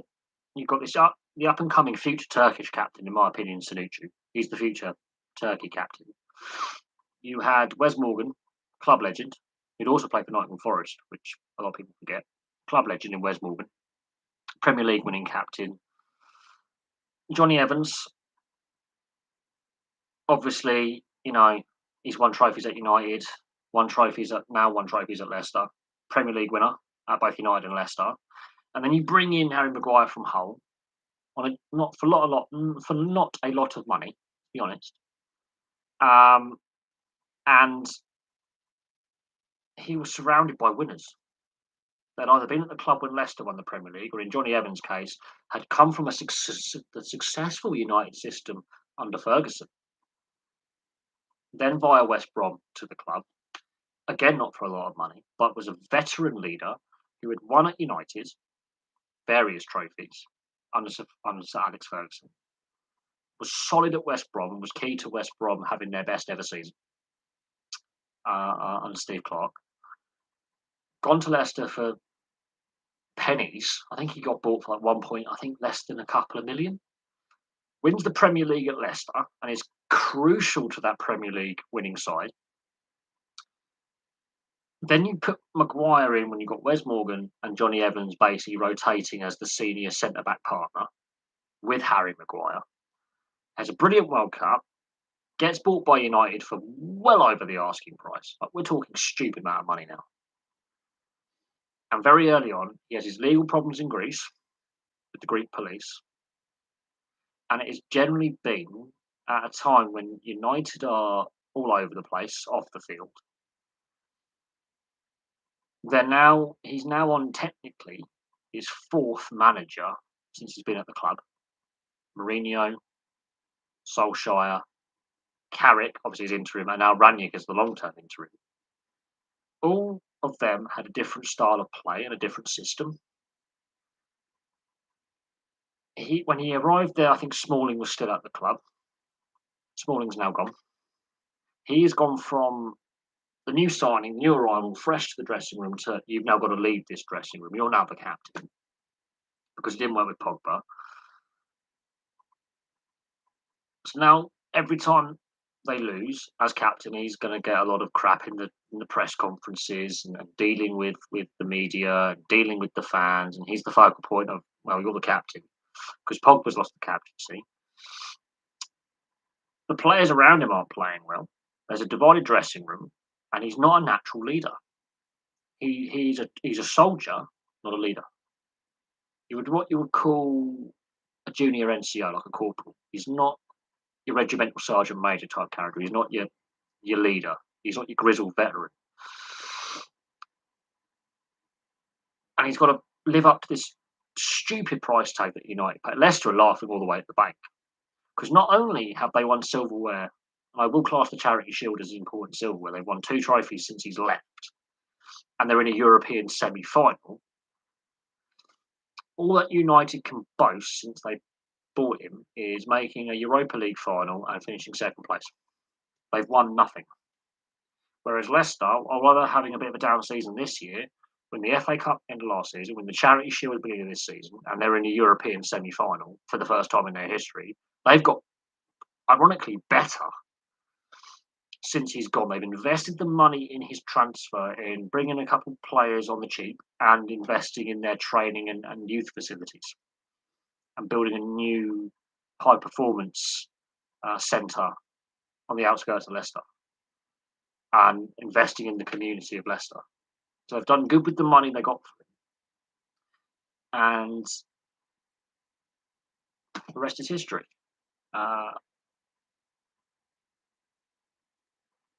And yeah, his confidence is shot to hell. God knows what his mental state is, because I have sympathy for him. If they sold him for like 18 million, I think that's a fair transfer price for a solid centre back. But he shouldn't be the club captain. He shouldn't be the senior centre back. And the supporting cast around him isn't great either. A lot of their veteran players, their leadership core has gone. And now he's got to be the leader on the field and in the dressing room, and it's just not working. She should not be captain. And unfortunately, the other senior centre back at the club in Phil Jones, I will say he's a veteran because Phil Jones is a veteran, has barely played for the last 2 years because he's been chronically injured. So I don't, I don't know what you do because he's been forced to do a role that doesn't suit his skill set. And social media, I mean, yeah, okay, I laugh at some of the social media memes and videos and TikToks. I do have a little giggle because they are very creative, but at the same time, I feel bad sharing them and liking them and laughing at them because he's got to be seeing that. He's got to be seeing that every day. And then the mainstream media are destroying him daily. And now you've got fans of the national side booing him when he plays. And to be fair, and then when you've got the manager going, "Oh, don't boo our players," as well. Actually, he's not good enough to be in the team. Get him out of the situation. Get him out of the limelight. Just keep him away from the team for a little bit. I think Ranić possibly should just drop him for a couple of weeks. Take him away from the media limelight. Wrap him in cotton wool for a couple of weeks. The season's done now. They're not going to win it. They're not winning any silverware. They're not doing very well. Just take him out of the situation. Get the heat off him. And they're not doing that. They're every week they're putting him out there and he's getting slaughtered. It doesn't help that the players around him aren't playing well either. And there's clearly divisions in that dressing room. And when you've got like Pogba discussions about a contract extension for an extra 350 grand a week, up to something stupid, I feel sorry for him. I do. He's not being helped by his club, and he's not being helped by his country. So his national manager is putting him under more spotlight and more pressure by playing him. Fans are obviously now booing him for the national side, which is going to be doing his mental state and confidence no good. At, it, at, for his club, the last 18 months, his form has just dropped off a cliff. And it's not as if he's playing with a niggling injury. He's not fully fit. So now he's got no confidence on the ball. He's got no confidence at all. None. Whereas at Leicester, he wasn't making these mistakes.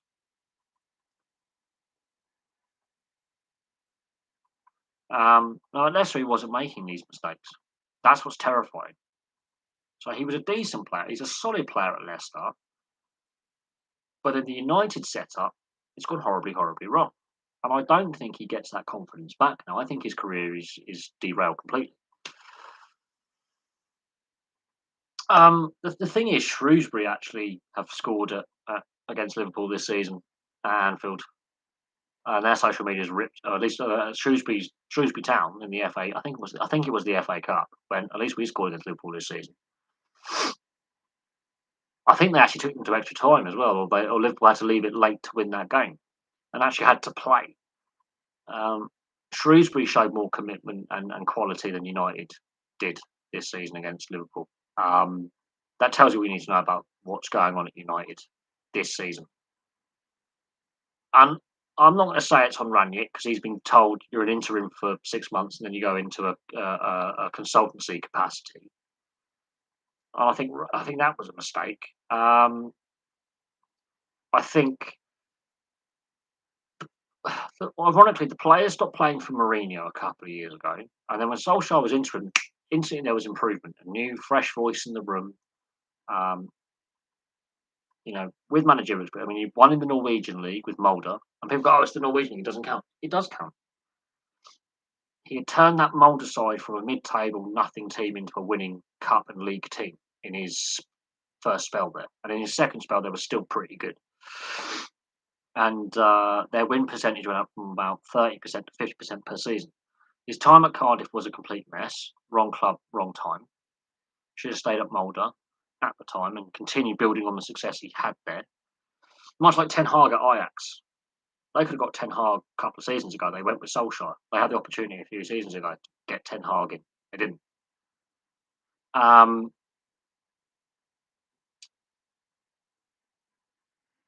so the players stopped playing for Moyes.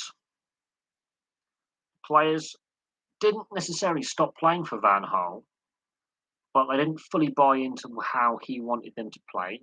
But it was the club hierarchy that moved on from Van Gaal because it was boring football. It was actually more effective and getting better results than what United are dishing up now.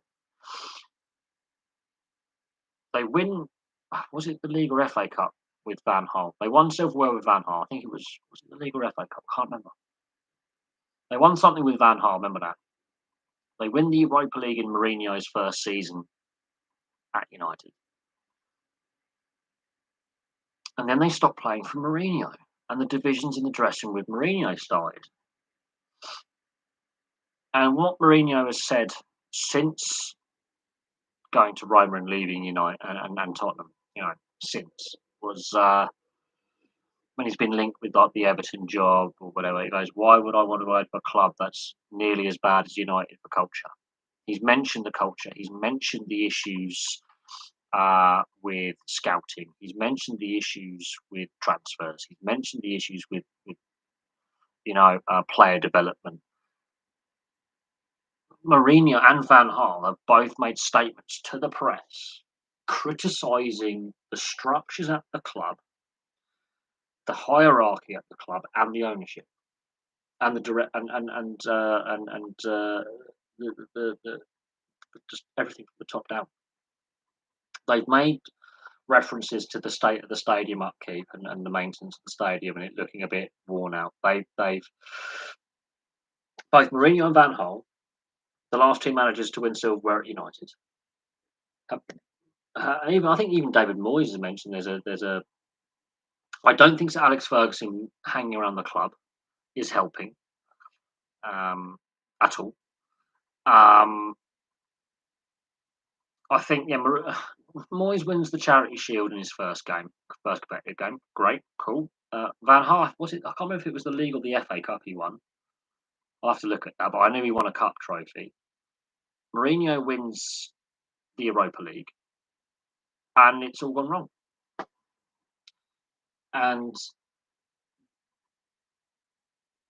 I think with David Moyes, it was the wrong timing. I think it was the wrong club for him to go to, personally. Look what he's doing at West Ham. He has a chance of winning European silverware with West Ham, getting to their first European final ever. Has a chance with West Ham to make history. And he's definitely made them a better team. And initially, the fans didn't warm to him, but they've warmed to him at West Ham, and they now sing his name from the stands. But he went through a bit of a down patch, and I think the United experience damaged his confidence managerial-wise with Sunderland and Sociedad. I think the experience at Manchester United definitely damaged David Moyes, and it took him a long time to get his mojo back. He's doing that with West Ham now. Van Gaal, he's been highly critical of the club and how it's run. I think a few days before he announced obviously his cancer diagnosis, he was asked about the Man United situation, and obviously Erik ten Hag, being a fellow Dutchman, what advice would he give? He said, "Don't go there. It's a commercial club now, not a footballing club. They've gone down the commercial route only, got the balance all wrong. Don't go there." It was basically he was dropping the hint about Erik ten Hag. Want to do this? This is what you're going to be dealing with.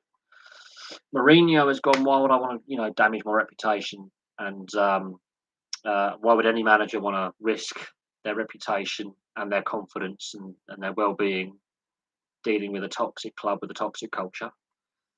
So he's basically had a dig at I think he's had a dig about their recruitment policy, their scouting, who's actually in charge of transfers.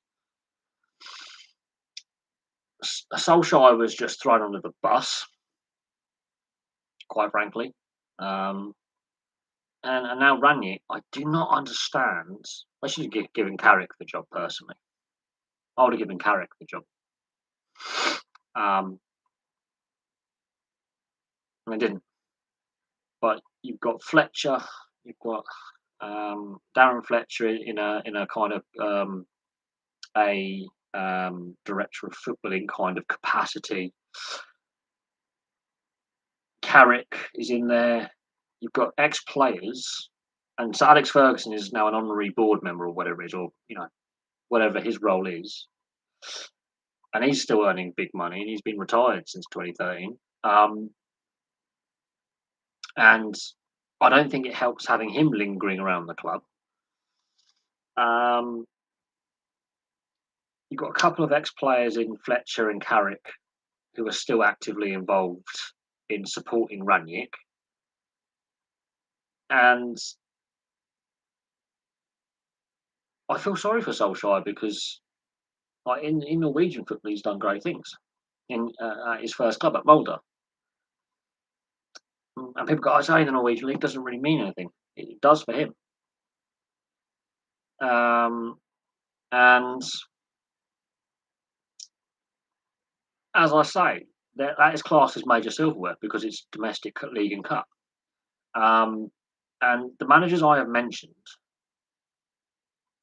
David Moyes notwithstanding, because even though he got the Charity Shield and he's been to an FA Cup final as a manager, Van Gaal, Mourinho, and Solskjaer have won trophies at other clubs.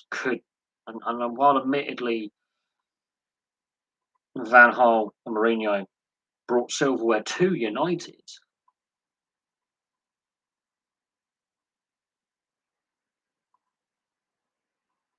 these aren't managers in their first position. Okay, all of them have been at other clubs. Van Gaal was the only one that hasn't coached in the Premier League and had Premier League experience, but he's a world class manager. Mourinho, world class manager. Solskjaer, up and coming manager, had coached overseas, had worked in the United setup before coaching overseas, and it doesn't matter. These were all good managers, and they just couldn't. Whatever it's a shambles.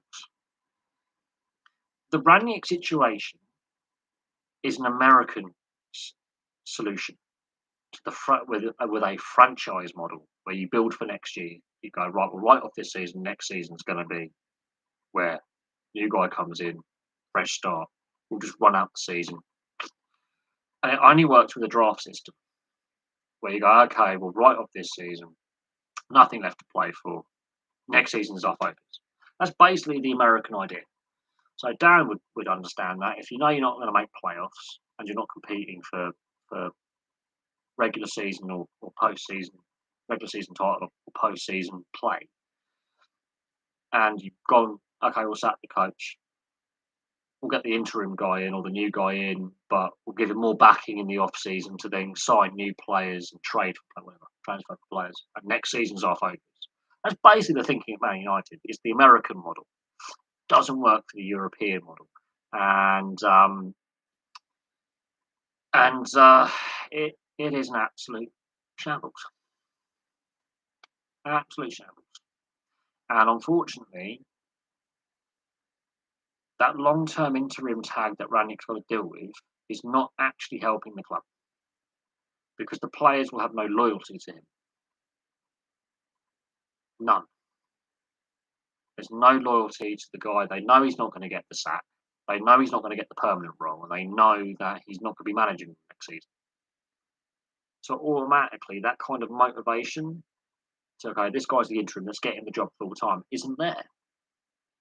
They're just going through the motions. It's not working. They should have lost that FA Cup tie to Villa, and VAR saved them in that game.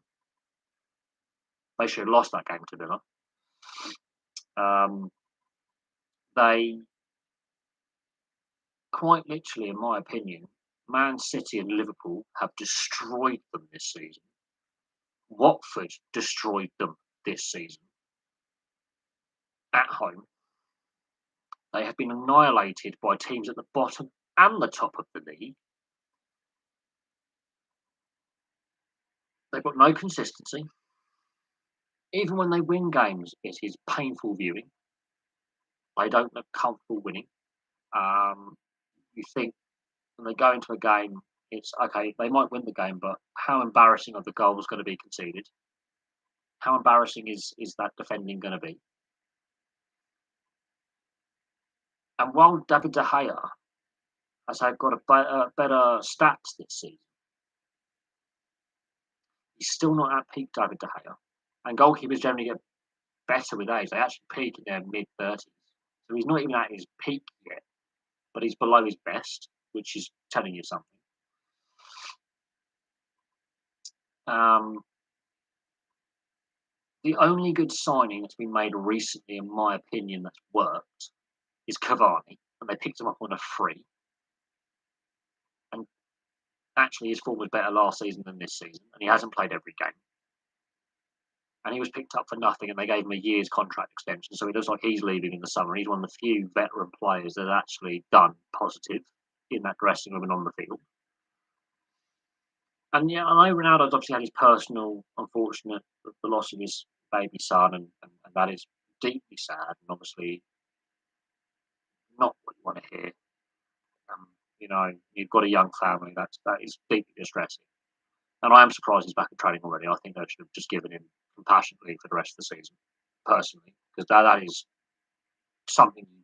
Doesn't matter what job you're doing, you just cannot focus on your job. Your mind is elsewhere. He should be given that compassionate leave for the rest of the year, personally. There's not that much left in the season anyway. Only a few weeks left, so why play him? Let him grieve with his partner and his family. Um, but yeah, if you look at his form in the Euros in his last season at Juventus, it was terrible. His form has now nosedived. It's gone off a cliff. So finally, he's on his last legs. I think he's gone a season or two too long. He should have retired possibly at the end of the Euros. He's decided to, come back to United for one last payday. Same with Messi at PSG. Right, they should have retired in the last season. So the Copa America for Messi and there's the Copa Libertadores or the Copa America. Messi should have retired last summer. Ronaldo should have retired last summer. They decided to go for one more year, and it's painful, absolutely painful. And the money they're getting paid, they're just stealing a wage now. And they're great players. They are some of the greatest players of all time. They are legends. Should have retired. They've gone. I think both of them have gone on a season too long, and they have no intention of retiring. I think Messi wants to go for one more year. I think Ronaldo wants to go for one more year. What club wants to justify paying them the wages is another thing. And yeah, Ronaldo is definitely undermining. He undermines Solskjaer. He's undermining Ranić. But Ranić, the players know he's not going to be the permanent manager next year. They know they can't get him sacked because he's already been guaranteed a position at the club next year as a consultant. So the players are going through the motions. It's the American style. It doesn't. It's painful viewing because they're not giving 100%. They're not working together. But then after every bad result, Maguire's the one getting all the abuse on social media when it should be the whole fucking team. Pogba wants a contract extension and an extra 350 grand a week. No, thank you. He doesn't even deserve 350 quid a week. He deserves 50 million a week because he doesn't do anything apart from change his haircut once a week and he's on Instagram constantly. So I don't know what he actually contributes at all. Fernandez spends half the time rolling around the floor, being petulant, swearing at and sulking and abusing officials and abusing opposition players, abusing his teammates, and doesn't actually contribute anything. Unfortunately, players like Shaw, their confidence is gone, and again, fitness concerns have come back. Luke Shaw last season was brilliant. He was absolutely brilliant last year. It's just not happened for him this season. He's not a bad player, as Luke Shaw, but it's gone a little bit off the boil for him this season, and that's unfortunate. And a few fitness concerns have crept back into his game. And a few of the issues where aerially he's not the best defender, that's crept back into his game, but he's not a bad player. But there's a few more fitness concerns with Luke Shaw again, which is concerning because undoubtedly he's a talented wing back. Obviously, Maguire his confidence is gone completely. Um, yeah, he's having the screws removed, so he's having another operation. So that's an ongoing concern is his health, which is unfortunate. But Luke Shaw, his career's been destroyed by injuries. He's a real nice guy. He's a down to earth guy. He's a good player, but he's still having recurrences of the injury problem, health problems in relation to this broken leg. He's got to have another operation. He's going to be in so much pain when he's in his 40s and 50s. It's painful. I think his career is going to be shortened significantly, which is a shame because he has got the talent. It's just his fitness is really. Trippier will be able to fill in left back, and Trent Alexander-Arnold will be able to fill in that role. Um, Lindelof, he's had some injuries as well. Wan-Bissaka, oh God, he's all over the place. Henderson was showing good signs last season as possibly being Man United's number one and outseek De Gea. He's gone off a cliff. His confidence has gone completely. But the team in front of him is allowing him to face a firing squad every night. Midfield, Van der Beek's obviously on loan at Everton with the possibility he might be signed for permanently on a reduced fee.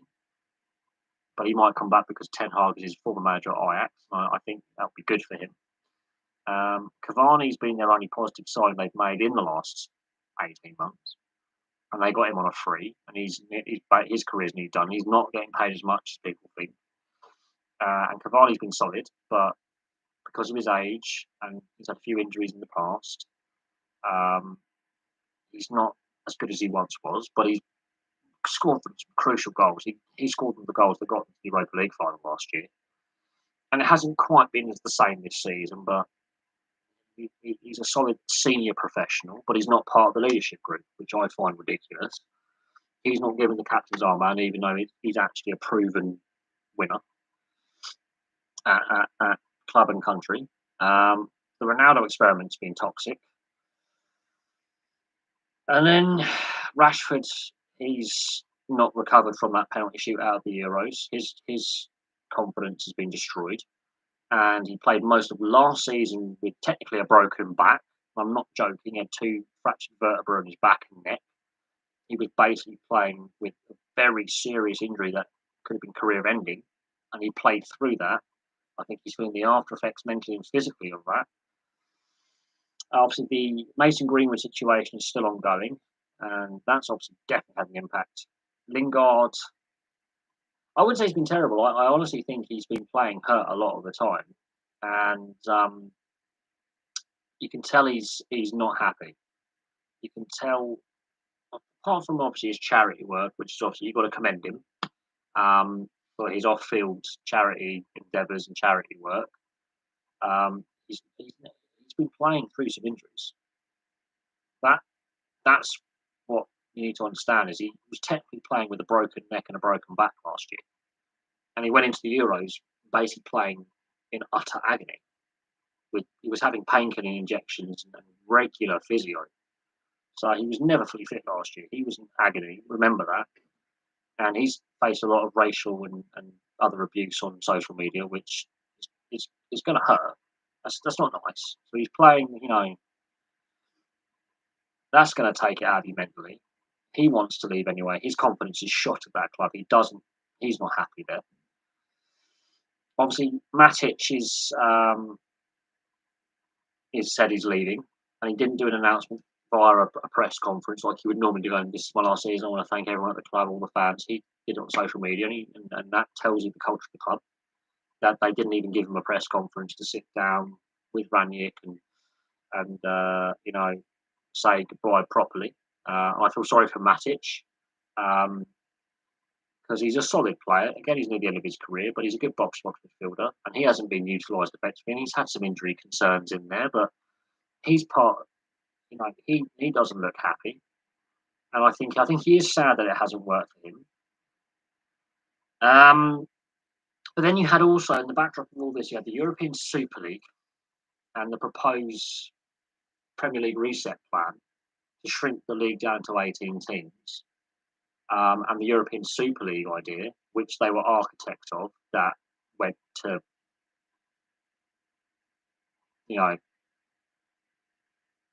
absolute shit. And then you got the ongoing um, then you've got the ongoing issues where a lot of the fan base aren't um, enamoured with the Glazer ownership, and of course you've got a FC United of Manchester being set up in protest. So some fans have gone, we're never supporting this club ever again. So there's fan unrest with the ownership. There's been multiple protests against the ownership since 2004. The club structures shocking, and when you've got ex-players and managers going, yeah, this club is badly run, regardless of the success the club has had, or in recent years the lack of, tells you all you need to know about the club. You'd have to watch the pub for Fury White because look, I want to see that fight, I do, but if I go to the pub, BT Sport are still technically getting my money because when I purchase food and drink, non-alcoholic for me, I don't drink alcohol, but BT with that pub paying the BT Sport fee, they're still making money out of me. So guess what? I am watching it. Plain and simple, I am watching it. I will not give any of my money.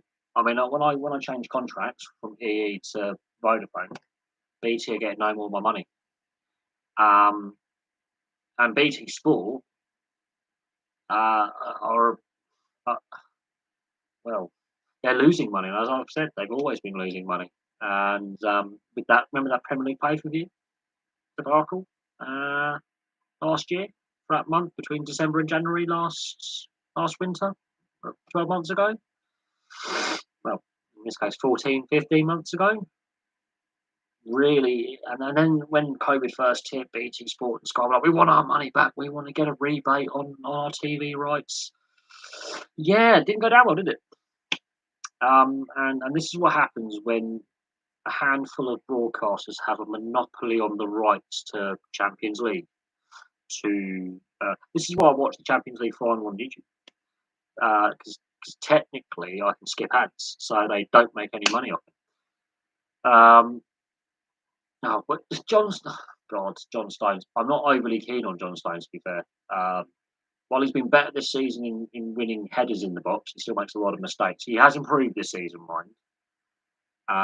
But Man City aren't being challenged defensively enough. Liverpool really destroyed them at the weekend, and he did not look world class, to say that. But hamstrings, it depends how bad the pull or the tear is. If it's to do with the ligament, it's actually a longer recovery process. If it's actually a hamstring pull, couple of weeks. If it's a serious one, depends if he's actually torn the muscle off the bone. If he's done a Latrell Mitchell, which happened last year or the year before, actually 2 years ago in the NRL, he tore the hamstring off, which was 6 months. He had to do the whole rehab. Now he's done his ligaments. That's 8 weeks. So it depends on the severity of the tear or the pull. The Hearns must be making an absolute killing with boxing, darts, snooker, and fishing. Well, they destroyed Leyton Orient, which led to all the financial problems Leyton Orient had, because that's what they used to own Orient, and they ended up in the National League, and fans still don't forgive them for that. Every sport they touch, there's always match fixing allegations and corruption allegations. Snooker's had loads since they've taken over the running of snooker. Absolutely loads of corruption allegations of match fixing and spot fixing in snooker. So many. Every time I do a snooker video on my channel, it's always to do with some kind of player or players alleged to or been found guilty of match fixing. Boxing, wherever boxing goes, there's always that sniff of crime. So the Kinahan, the MTK Global Boxing. Guess what? A lot of the fights they've been promoting, a lot of boxers come from MTK Boxing and David Kinahan, who claim he's not a criminal, even though the FBI have now put out a most wanted poster for him worth $5 million for information. Darts, don't watch darts anymore. Stop watching darts since they've got, they destroyed the BDO for me at Lakeside because Lakeside couldn't afford the contract they were asking. They wanted to host it. I used to do the waste disposal at Lakeside. I used to do the bins up there. But the main honcho who runs Lakeside, I used to do his property. I used to clear his rubbish for him as a job. And they um, they basically were charging too much, and Lakeside just could not afford the contract. Basically, almost put them out. If they were to pay the contract fee, it would put them out of business. But they're struggling for business now because they've lost. You know, Lakeside is no longer a BDO. No longer, it's now Ali Pally now. So Herds have basically destroyed a beautiful venue financially. Fishing, yeah, no, you can, yeah, it's their favourite hobby, but who gives a fuck about professional fishing unless you really are a middle-aged man who's hiding from the wife for the weekend and you're drinking beer in a deck chair with your mates, which you can do around a barbecue with your wife. But no, every sport that they've been involved with, they try to Americanise snooker. Boxing's gone down the toilet, in my opinion. I'm not a massive fan of boxing anymore because every time the Hearns get involved with a promotion, there's sleaze about it. There is ultimately sleaze. When I say sleaze, I mean dodginess, dodgy people, in the background with a bit of crime. Secret ingredients crime. Being a boxing promoter, the secret ingredient is crime. Every time that MTK Global, the Kinahan drug cartel who actually own that, a lot of the fighters that the Hearns and who's the other boxing promoter, English boxing promoter, a lot of their fighters that they are signed up to promote train at MTK Global gyms or have done in the past. There's just that hint of, and it's not just the Kinnans, there's other dodgy characters as well, and there's just that hint of sleaze. Frank Warren, that's the one. Yeah, Frank Warren and the Hearns. Anything they get involved with promotion wise, I'm not. I don't want to. I don't want to watch it. I don't give a fuck. I don't care. Just pure sleaze, pure sleaze, in my opinion. That's my opinion. Like, obviously, you guys can have your own opinion on that. Don't get me wrong. I used to love boxing as a kid, as a teenager. I love the sport. I've got mates who have their own boxing gyms, who've got professional fighters on the books. I know a couple of professional boxers in the lower ranks. There's a boxing gym down the road from me where a couple of professional fighters train. Admittedly, they are actually related to Tyson Fury and they're from the traveller community, but they train down there. My mate Darren's got a boxing gym up the road from where I live as well. He's got 3 or 4 professional fighters on his books. My mate Mo, he's got a mixed gym for mixed martial arts, boxing, kickboxing, Muay Thai. He's got a few professional fighters that he does training with. A friend of mine in London, he's now turned professional on the boxing. So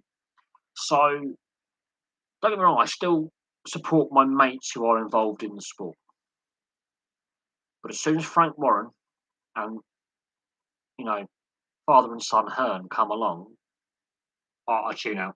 I'm sorry, it doesn't matter how great the fighters are and how good they are, and if they're going for world championships, the various weight divisions and the various belts. As soon as their names come up, I don't want to watch it because I'm not sure on the integrity of what I'm watching, and then I'm not sure on who's making money out of this. That's my personal opinion. Like, if you love your boxing and will watch regardless, fair play to you. I have nothing against that, but that's my personal opinion. Anything that has to do with the Hearns and Warren, bye bye, not interested. Don't watch it anymore. There's snooker on right now. Not for me. I haven't really liked snooker for a very, very long time. And I used to play it. I love it to bits. I did. And then the match fixing allegations against Maguire, Higgins, Stuart Bingham, obviously was betting breaches, Stephen Lee getting banned for life. 10 years basically, which is basically life. Um, some lower ranking players getting investigated and banned. When a sport like snooker that used to have that professional integrity, as I say, where the players would be gentlemen in their conduct, you know, upstanding in their conduct and respect for each other and the sport. Um,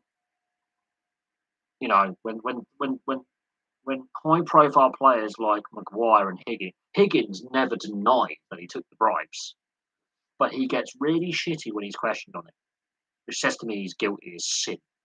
John Higgins he basically admitted to taking the bribes and he didn't get banned for it, but his reputation's gone down the toilet, in my opinion. John Higgins, I just can't stand him anymore. You just know he's a slime ball. And Stephen Lee, um, getting his 10-year ban, and Stuart Bingham for his gambling breaches when he was actually betting on games, straight out. And then Ronnie O'Sullivan weighing in on the match fixing. And then you've got unnamed players being investigated and done. I'd rather play Red Dead Road, and Red Dead 2 is good gaming. I will admit, I'll agree with that. Advanced Warfare, man. Yes, my favourite Call of Duty. So already you're talking my language, but I was oh god, I was 2 off Master Prestige top level online on Advanced Warfare. We're going back to 2015 here. We're going back in time. Yeah, my 2 favourite games, Red Dead 2 and Advanced Warfare. Yeah, like when you would rather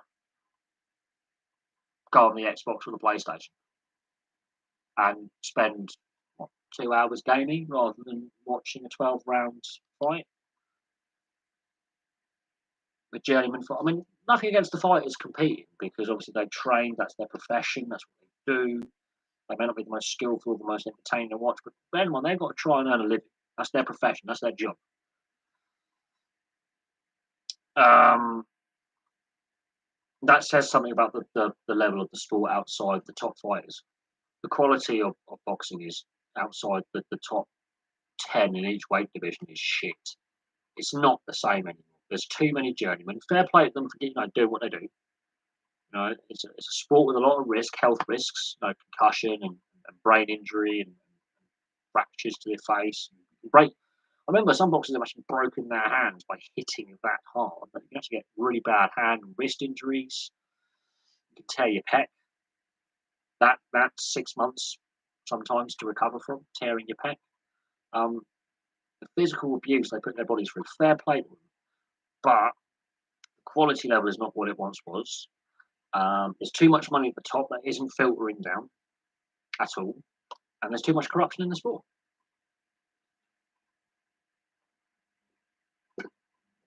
Far too much corruption in the sport, and too many rematch clauses. Once you're done, you're done.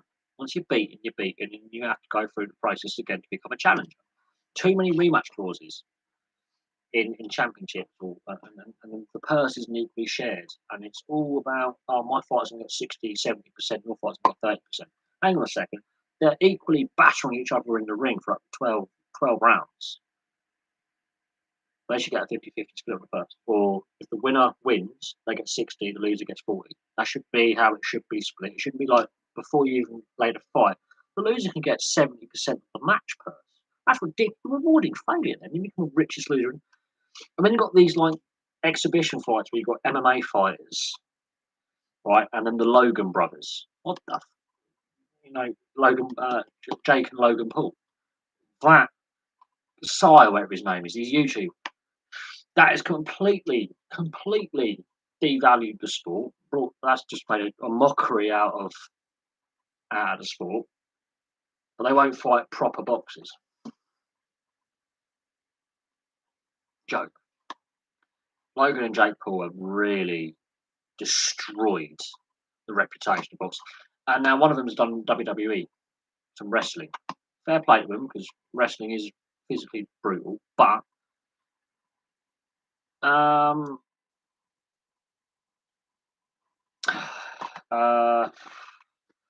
it doesn't make enough money, and the promoters aren't interested in having boxing on free-to-air TV anymore.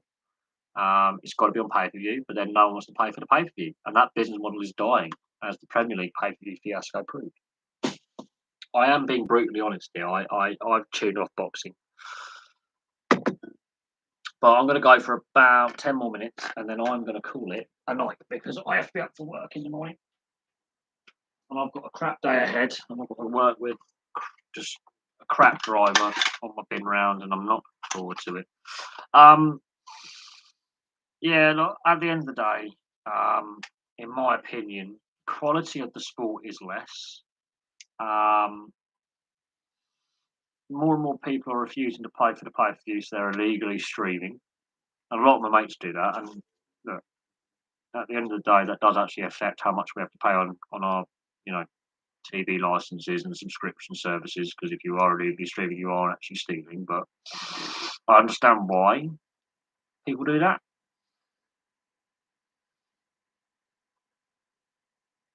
But I fell out of love with the sport a long time ago, and I don't intend to get back in love with it. Let's just say that. Don't get me wrong. I will do, you know, boxing videos for the channel. I will do content for the channel. I just rarely do it. But if and when Tyson Fury and Anthony Joshua are the undisputed heavyweight world champion, absolutely, I will definitely do a video on that. However, as long as Logan and Jake Paul and Conor McGregor are doing these stupid fights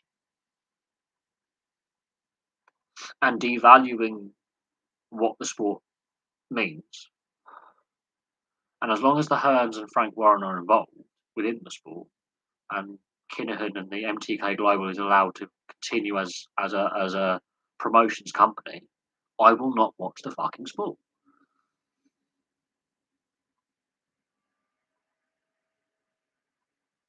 Simple as. I've got to a point now where it is a sport with too much sleaze around it. That's my personal opinion. There's too much sleaze around the sport. There's too much hint at corruption and criminality around the sport. There always has been, but now I think it's so blatant that an organised criminal who's involved in a current gangland feud that's killing people, at least 18 confirmed murders in relation to this predominantly Irish based gangland war that's spread into other countries and involving other criminal organisations, is still actively involved in making money off the sport to legitimately launder his earnings, even though the FBI are now saying, we want to nick this guy.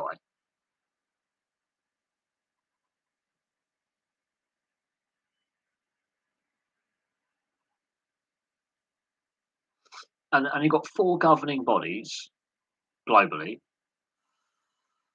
I'm going to call it an evening in a few minutes. I'm going to finish my cigarette and call it a night because I'm going for nearly 4.5 hours, and I've really got to get up for work in the morning. I've had a lot of caffeine now. I've had 2 energy drinks. It seems like only about 20 minutes ago I started the stream. I've had a whole bottle of Coke Zero, 2 super strength energy drinks. I'm wired. Oh, I've got an empty can, haven't I? I am wired. I'm surprised I haven't had to go to the toilet yet. But no, some really good to see you, Papa John. I know you don't often pop in. I really appreciate, obviously, bringing up boxing into the equation, discussing boxing, because that's something we don't do a lot of on the channel. Um, Simply because I just don't enjoy watching it anymore. And when I get asked, can I do a video on this sport? That's what I feel bad because obviously I'm a multi-sport forum, as in that's my niche, I suppose, is discussing everything. Even if I do just the one video on a sport, I will cover everything from Tour de France all the way through to Gaelic Amateur Association, like looking at the history of Gaelic football and hurling. I would happily do that. I've watched a bit of Gaelic Amateur Association sports, and actually they're really fun to watch. Um, and maybe I should do a video on them. You know,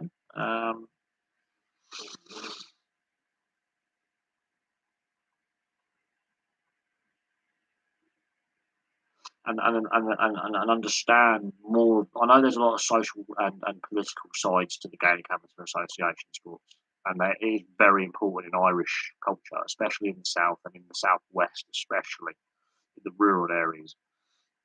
And the division between them remaining amateur, which I don't think stays forever. I think eventually they do turn professional because some of the best Gaelic football players are playing in the AFL now. They're transferring their skills that they learned playing Gaelic football to the AFL in Australia. There's quite a few of them actually making money in Australia at the top level. I understand the history behind it to a certain extent and the cultural significance behind the reason why they're amateurs still and what it means to the communities in Ireland where that is the predominant sport. And that's probably why Connacht took so long to get good at rugby in the professional sense when it comes to what is now the United Rugby Championship, formerly the Pro League, formerly the Celtic League. I'll be watching the British Touring Cars this weekend because it's the opening weekend of the British Touring Car Championship. So my focus will be on Donington and the British Touring Cars.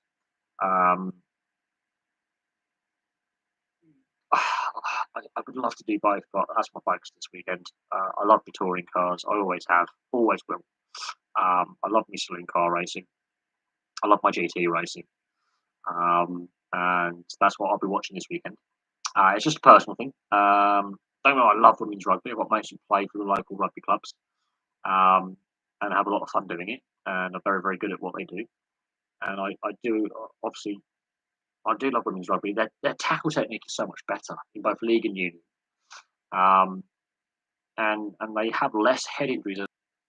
Uh, mm, I did hear about the leg break. Uh, again, not something that is pleasant to watch or talk about. And because a lot of the players are still amateur, not on centralised contracts, that is a massive problem for them. Yeah, no, they're quicker on the scrum resets. They're quicker on their tackle technique is better. It's like watching men's rugby 20 years ago. They're supreme athletes. The sevens programs are brilliant, which has obviously helped develop the 15-a-side game. They've tweaked the rules a little bit for the women in a sense that it's basically the same game, but there's some rule tweaks in there to suit their physicality and their skill set. It's the same in league as well, which I think is a very good idea. I think football should possibly consider tweaking the rules to suit women's fitness levels, physicality, technique, technical ability, and you'll get a better product as a result. But for some reason, FIFA are obsessed with the 45-minute halves and exactly the same rules for women's football, which I think actually, to a certain extent, makes the product worse. But don't get me wrong, I love watching women's football. I find it more refreshing to watch than the men's, but there's too many blowout games and too many one-sided games in women's football. Not all teams and international teams are on the same standard, and that obviously impacts the quality that you see as a result.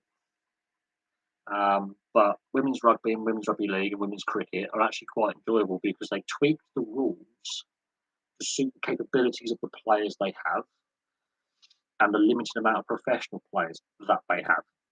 And football can learn a lot from other sports that have just tweaked the rules a little bit and have separate rules for the women's game that aren't in the men's game. Same with ice hockey as well, where it actually benefits their product to make it actually a very enjoyable watch. Yes, I did. But when it said about a blokes team, we got too emotional. We didn't control our emotion. We lost the game. No one says anything. But he says about his women. He basically threw his players under the bus, which you shouldn't do in management because then you lose the trust in your playing group, and then you worry more about making mistakes. I think the best coaches say, "I'm not angry when my players make a mistake. I'm angry when they don't try." The best coaches will say, "Mistakes happen. Don't be afraid about making mistakes. Keep trying. Keep putting the effort in. The results will come." And I was always told when I was at youth level playing at school, my first rugby coach, well, my best rugby coach, Mr. Liddell was his name. Mark Liddell was his name. He was an angry little man. You could tell he was a scrub half as well, passionate. He said to me, "Don't worry about making a mistake. Mistakes happen. I want to see commitment and effort and 100% every time. You're playing with like a crook knee. You're playing with a crook knee. Don't worry about making a mistake. Keep trying, and eventually that play you want to do will come off. So don't worry about making a mistake. As long as you keep trying and don't get scared of trying the miss pass or trying the back out of the hand pass or missing a tackle. As long as you're attempting to stop the guy, I don't care. You're putting your body on the line, and the guy breaks the tackle.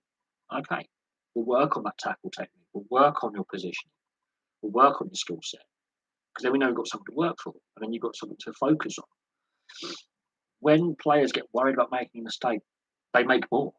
Ironically, when you're not worried about making a mistake, you ironically make less because you back yourself. If you don't back yourself, you're more likely to play nervously and cautiously, and then you're not playing to your natural strengths, and you're not playing, and you're not putting.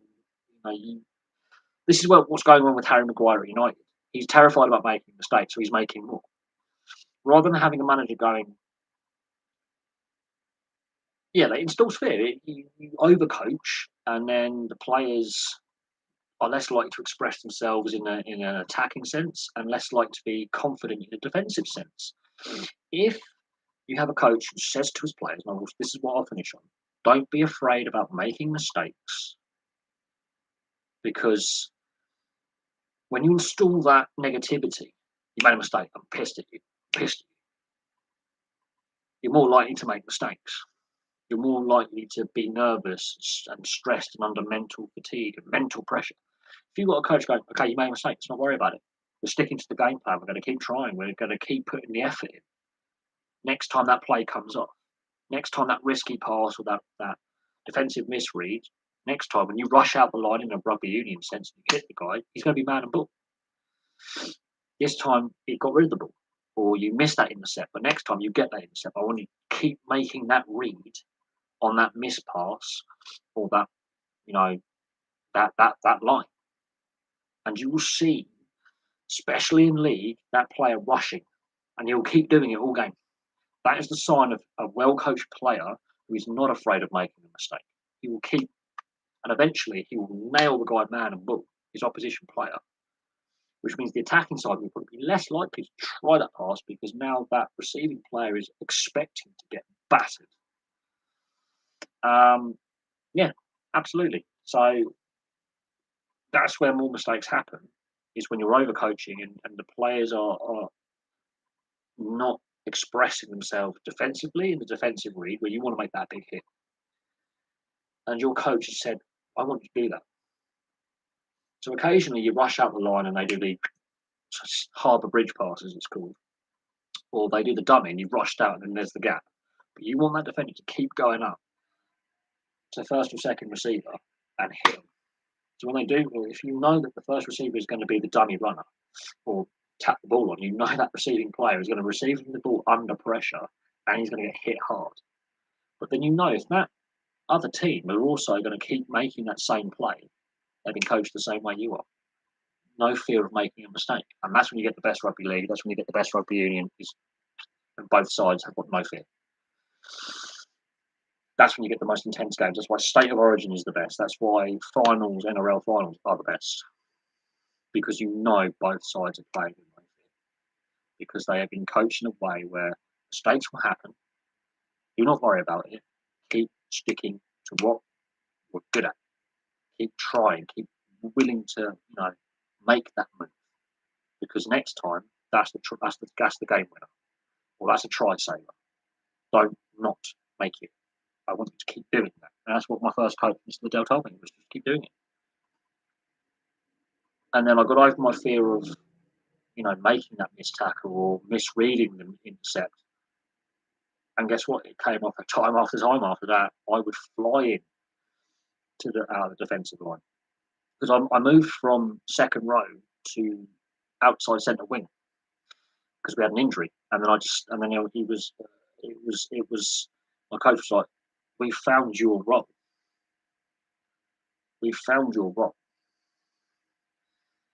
and we moved someone else into second row from number eight. We got a new number eight from the team below, and I moved out to outside centre and left wing.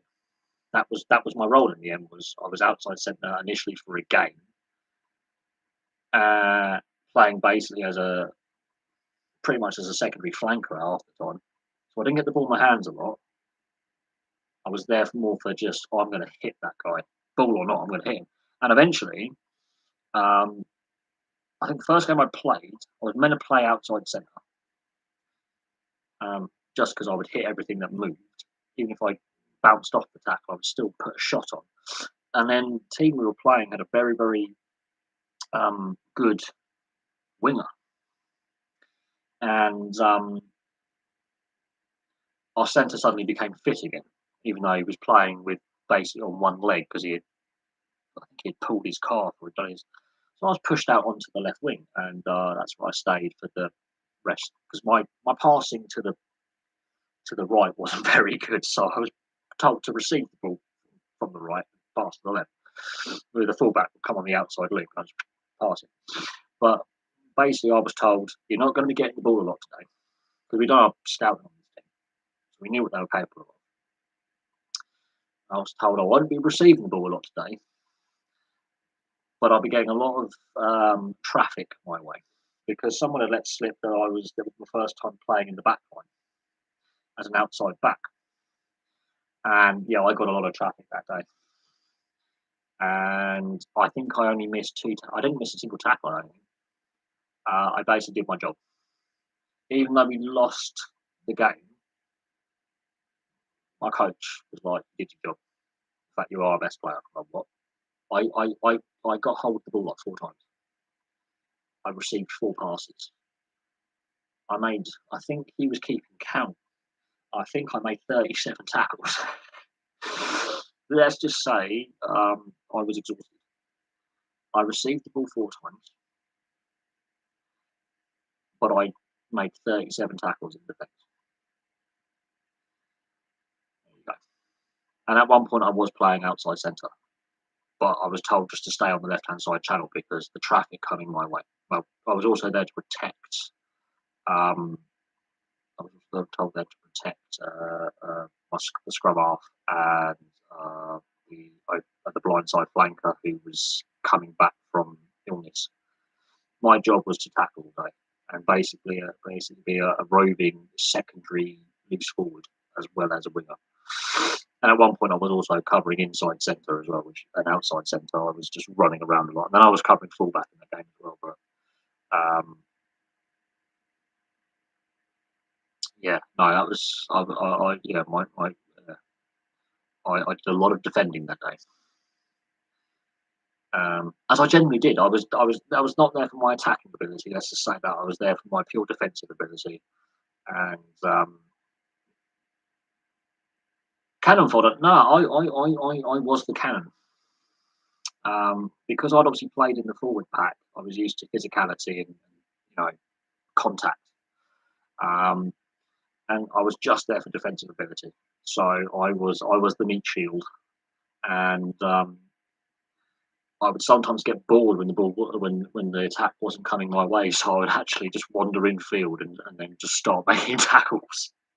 And that's when my coach got a little bit annoyed when I was leaving my defensive numbering up responsibility and coming in field a little bit because I was getting bored. I was expecting not to get the ball a lot. I knew that. I was there to be a decoy for attack. I was just there to make tackles. All our attack was coming down the right hand side and through the middle. So, in a sense, I was literally there just to tackle all day, which I did. And I did for a whole season. And I enjoyed it. I enjoyed transitioning from the forward pack, second row, number 8 role to and flanker. I played a few games at flanker as well to the wing, outside centre channel. I enjoyed it. Um, and occasionally, yes, I did get the ball, and occasionally I did make some nice brutal runs because I was used to the physicality, so I didn't mind getting tackled, and I didn't mind, getting stuck in. And I wasn't the biggest player, and I didn't mind that. I So when I did get the ball, I would happily go. And occasionally, the wingers I was coming up against were smaller than me, so if we knew that the opposition winger and outside centre were smaller than me, they would give me the ball on a crash ball. I was told never to pass the bloody thing under any circumstances and do the crash ball and then set up the play for the ruck, and then the fullback would pop into my position and do a blindside. Or the ball would go on the inside up the middle again, and I would get back on my wing. Um, I was literally, it was mostly right hand dominant attack for my seconds team. So I didn't get the ball as often as the other winger and the fullback, but my job was predominantly defensive or crash ball. And I wasn't the biggest, but I was used to.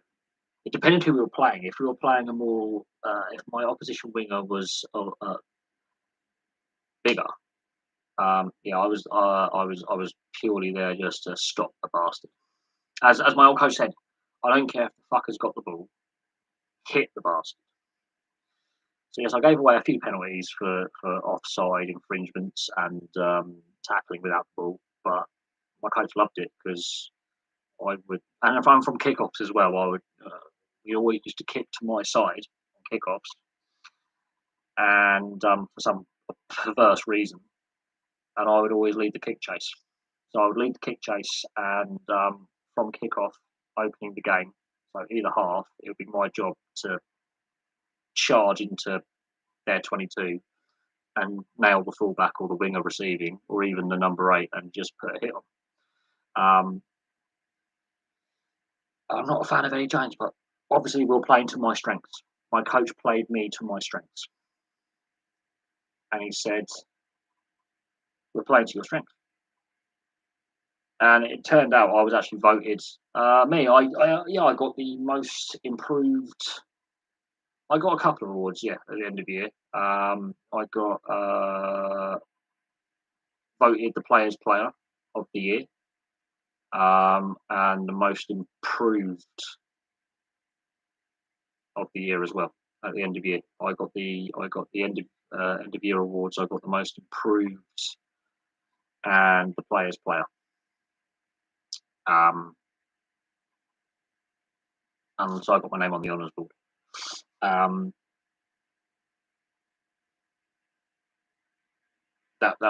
was and there was other things. I was getting badly bullied at school as well, so my coach realised this was a confidence thing for me as well, and that was positive character building, positive reinforcement. Going, I don't care if you make mistakes, just keep doing what you're doing, game day in day out game. Um, so that's what I did. I did it week in, week out, 2 games a week, Wednesday and Saturday. So we had Saturday games, and Tuesday and Thursday was training. And so, yeah, week in, week out, I would do what I was told to do. And so I did. And sometimes I would end up in odd positions where, for whatever reason, from a line out, I would have to get involved in the driving maul or defensive maul. But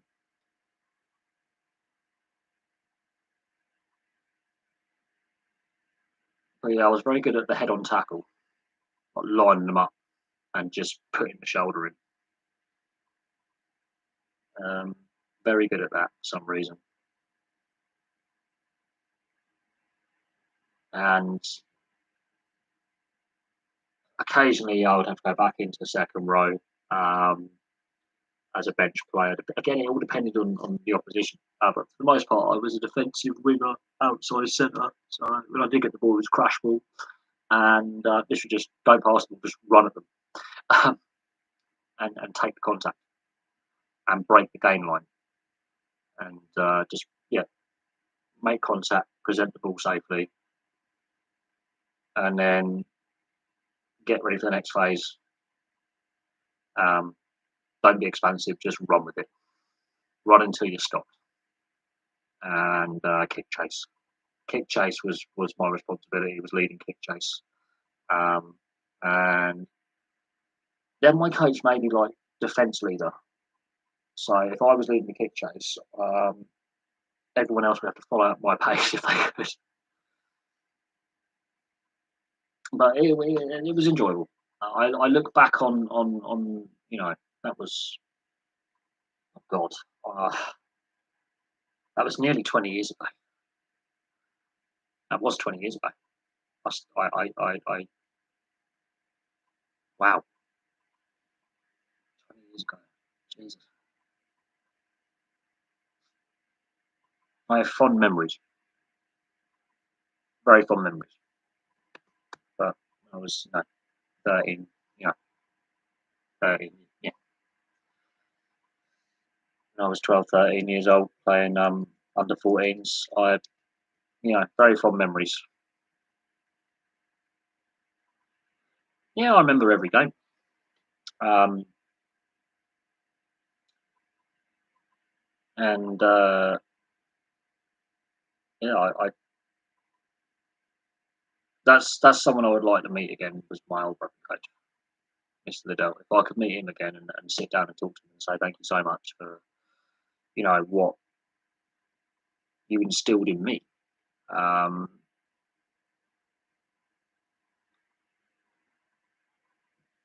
that was my release. Was I was getting bullied at school, and obviously I'd react and get in fights. And then when I started playing rugby and taking it seriously, I had less crap because these guys realised I could actually handle myself and wasn't afraid of taking the punishment basically. Oh, and I could dish it out. There was some. I did have some interesting tackles. This is back when dump tackles and tip tackles were still technically a thing where you can get the legs over the horizontal. Yeah, I might have been a bit aggressive with my tackle technique. Yeah, I do remember a lot. Fond memories. Fond memories. Um, but obviously a long time ago now. And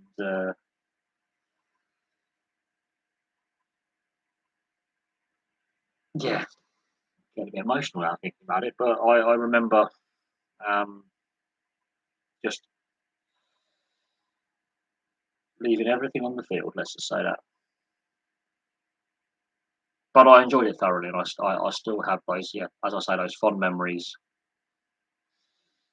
and they don't leave you.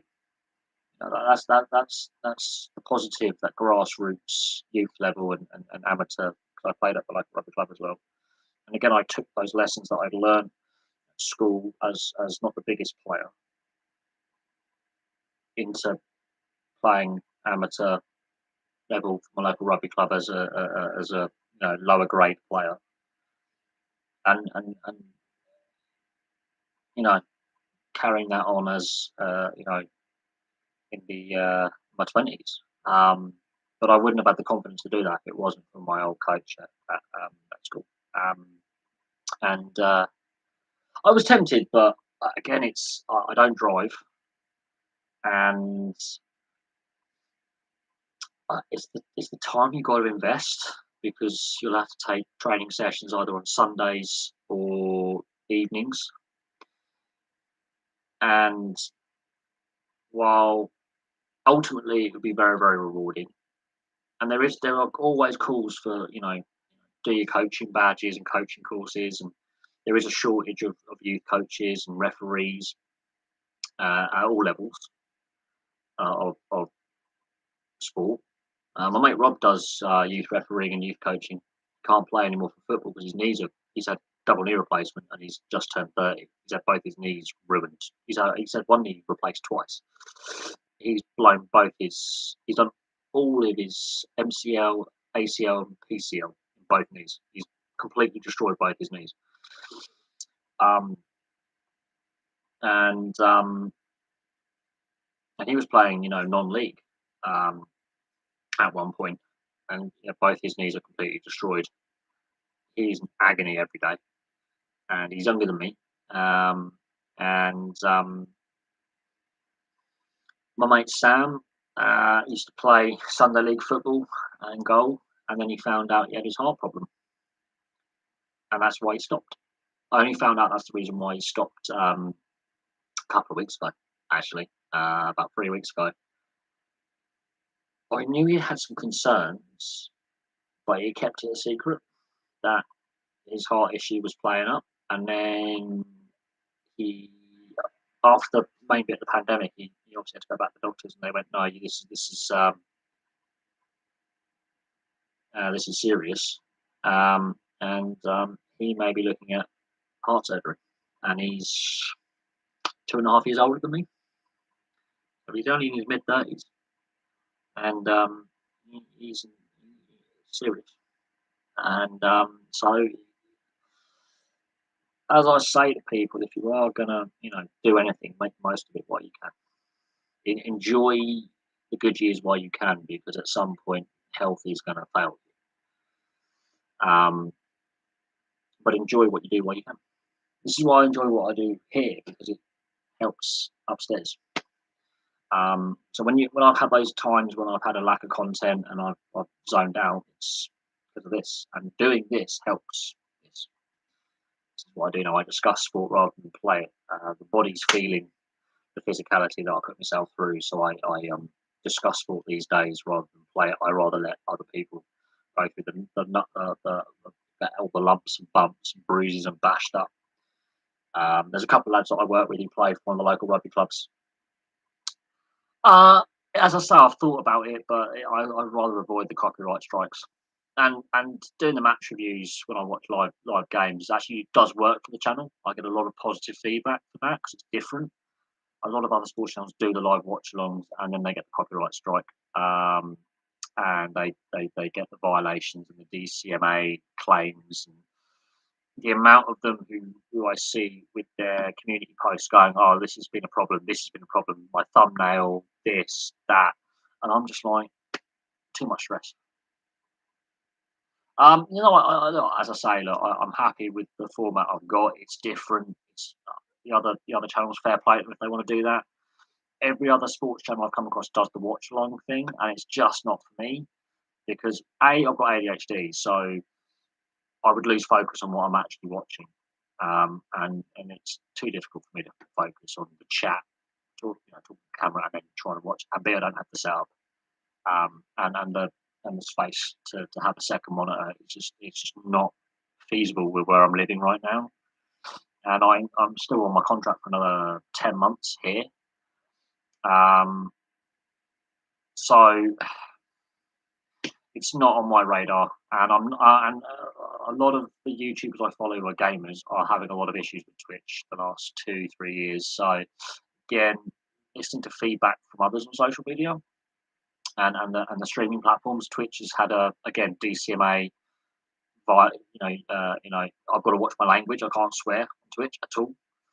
They get really certain words get you banned and have videos taken down, even if they're used in context. As an example of, let's say, this player received racist abuse or that player said something homophobic, they pick up on your verbals. They are going down because of esports. They are going down the sports avenue, but I've heard a lot of negative things from creators about Twitch. Where, as I say, they've got to be so careful with what you say because they have moderators who pick up on your speech, and context is everything. And I like effing and blinding in my live streams, not my regular content. And you've also got to be careful of copyright violations. And I'm the type of person who forget to turn the sound off the match. They'll pick up the commentary, and then automatic bang, you've got a violation and lost revenue. It's not my cup of tea. Just because of my ADHD, it's too much for me to focus on, and then it will be a disaster, and it won't be the same as this. It won't be on the true, but they probably have sponsorships, and they probably set up their settings. Probably like I've done, not suitable for kids, but so you kind of tailored ads. It is what it is, though. As I say, I try and keep it a little bit more PG. But I've noticed in my viewership percentages, everyone who's watching at the moment is in the age bracket of 24 to 35, or 18 to 35, predominantly. So my age bracket, which is very interesting. We'll see what happens. We'll see what happens with yeah growing the channel. So we'll see what happens. But for now, I'm going to have to call it a night because it is 25 past 10 our time, and I am shattered. And I've got to be up at 4 o'clock in the morning when my alarm goes off. So I've only got 5.5 hours before I have to wake up. So I'm going to call it a night. So much for all the questions. And yeah, knackered now. I'm having a sugar crash. So I'm going to call it a night. Thank you so much, obviously, for your comments and questions. We've had a good chat, and of course, discussing my playing days, which is not often done. And yeah, brought back some nice memories of 20 odd years ago. Um, and yeah, they were fond memories. Fond memories. Actually, no, 21 years ago, I got into rugby properly. Yeah, yes, that 21 years. Wow. My brother wasn't even born. My brother's only 19. My brother wasn't even born. That's just how long ago that was. But yeah, appreciate it all, and thanks a lot. And I'll see you guys soon. Keep your eyes peeled for content. I've got some video ideas for some discussion topics, and keep your eyes peeled for them. And there's two video ideas I've got in the pipeline. So keep your eyes peeled for recreational drug use in professional sports and the issues with that. Discussing, actually, I think discussing the use of recreational drugs in professional sport, and should the NRL be playing games, take games to the US and Canada, because that's a big discussion point actually in Australia right now. That is being discussed a lot in the Australian mainstream media right now. So there are two things to watch out for that I'll be doing over the weekend at some point. Thank you very much for watching. I'll have some more videos for you very, very soon.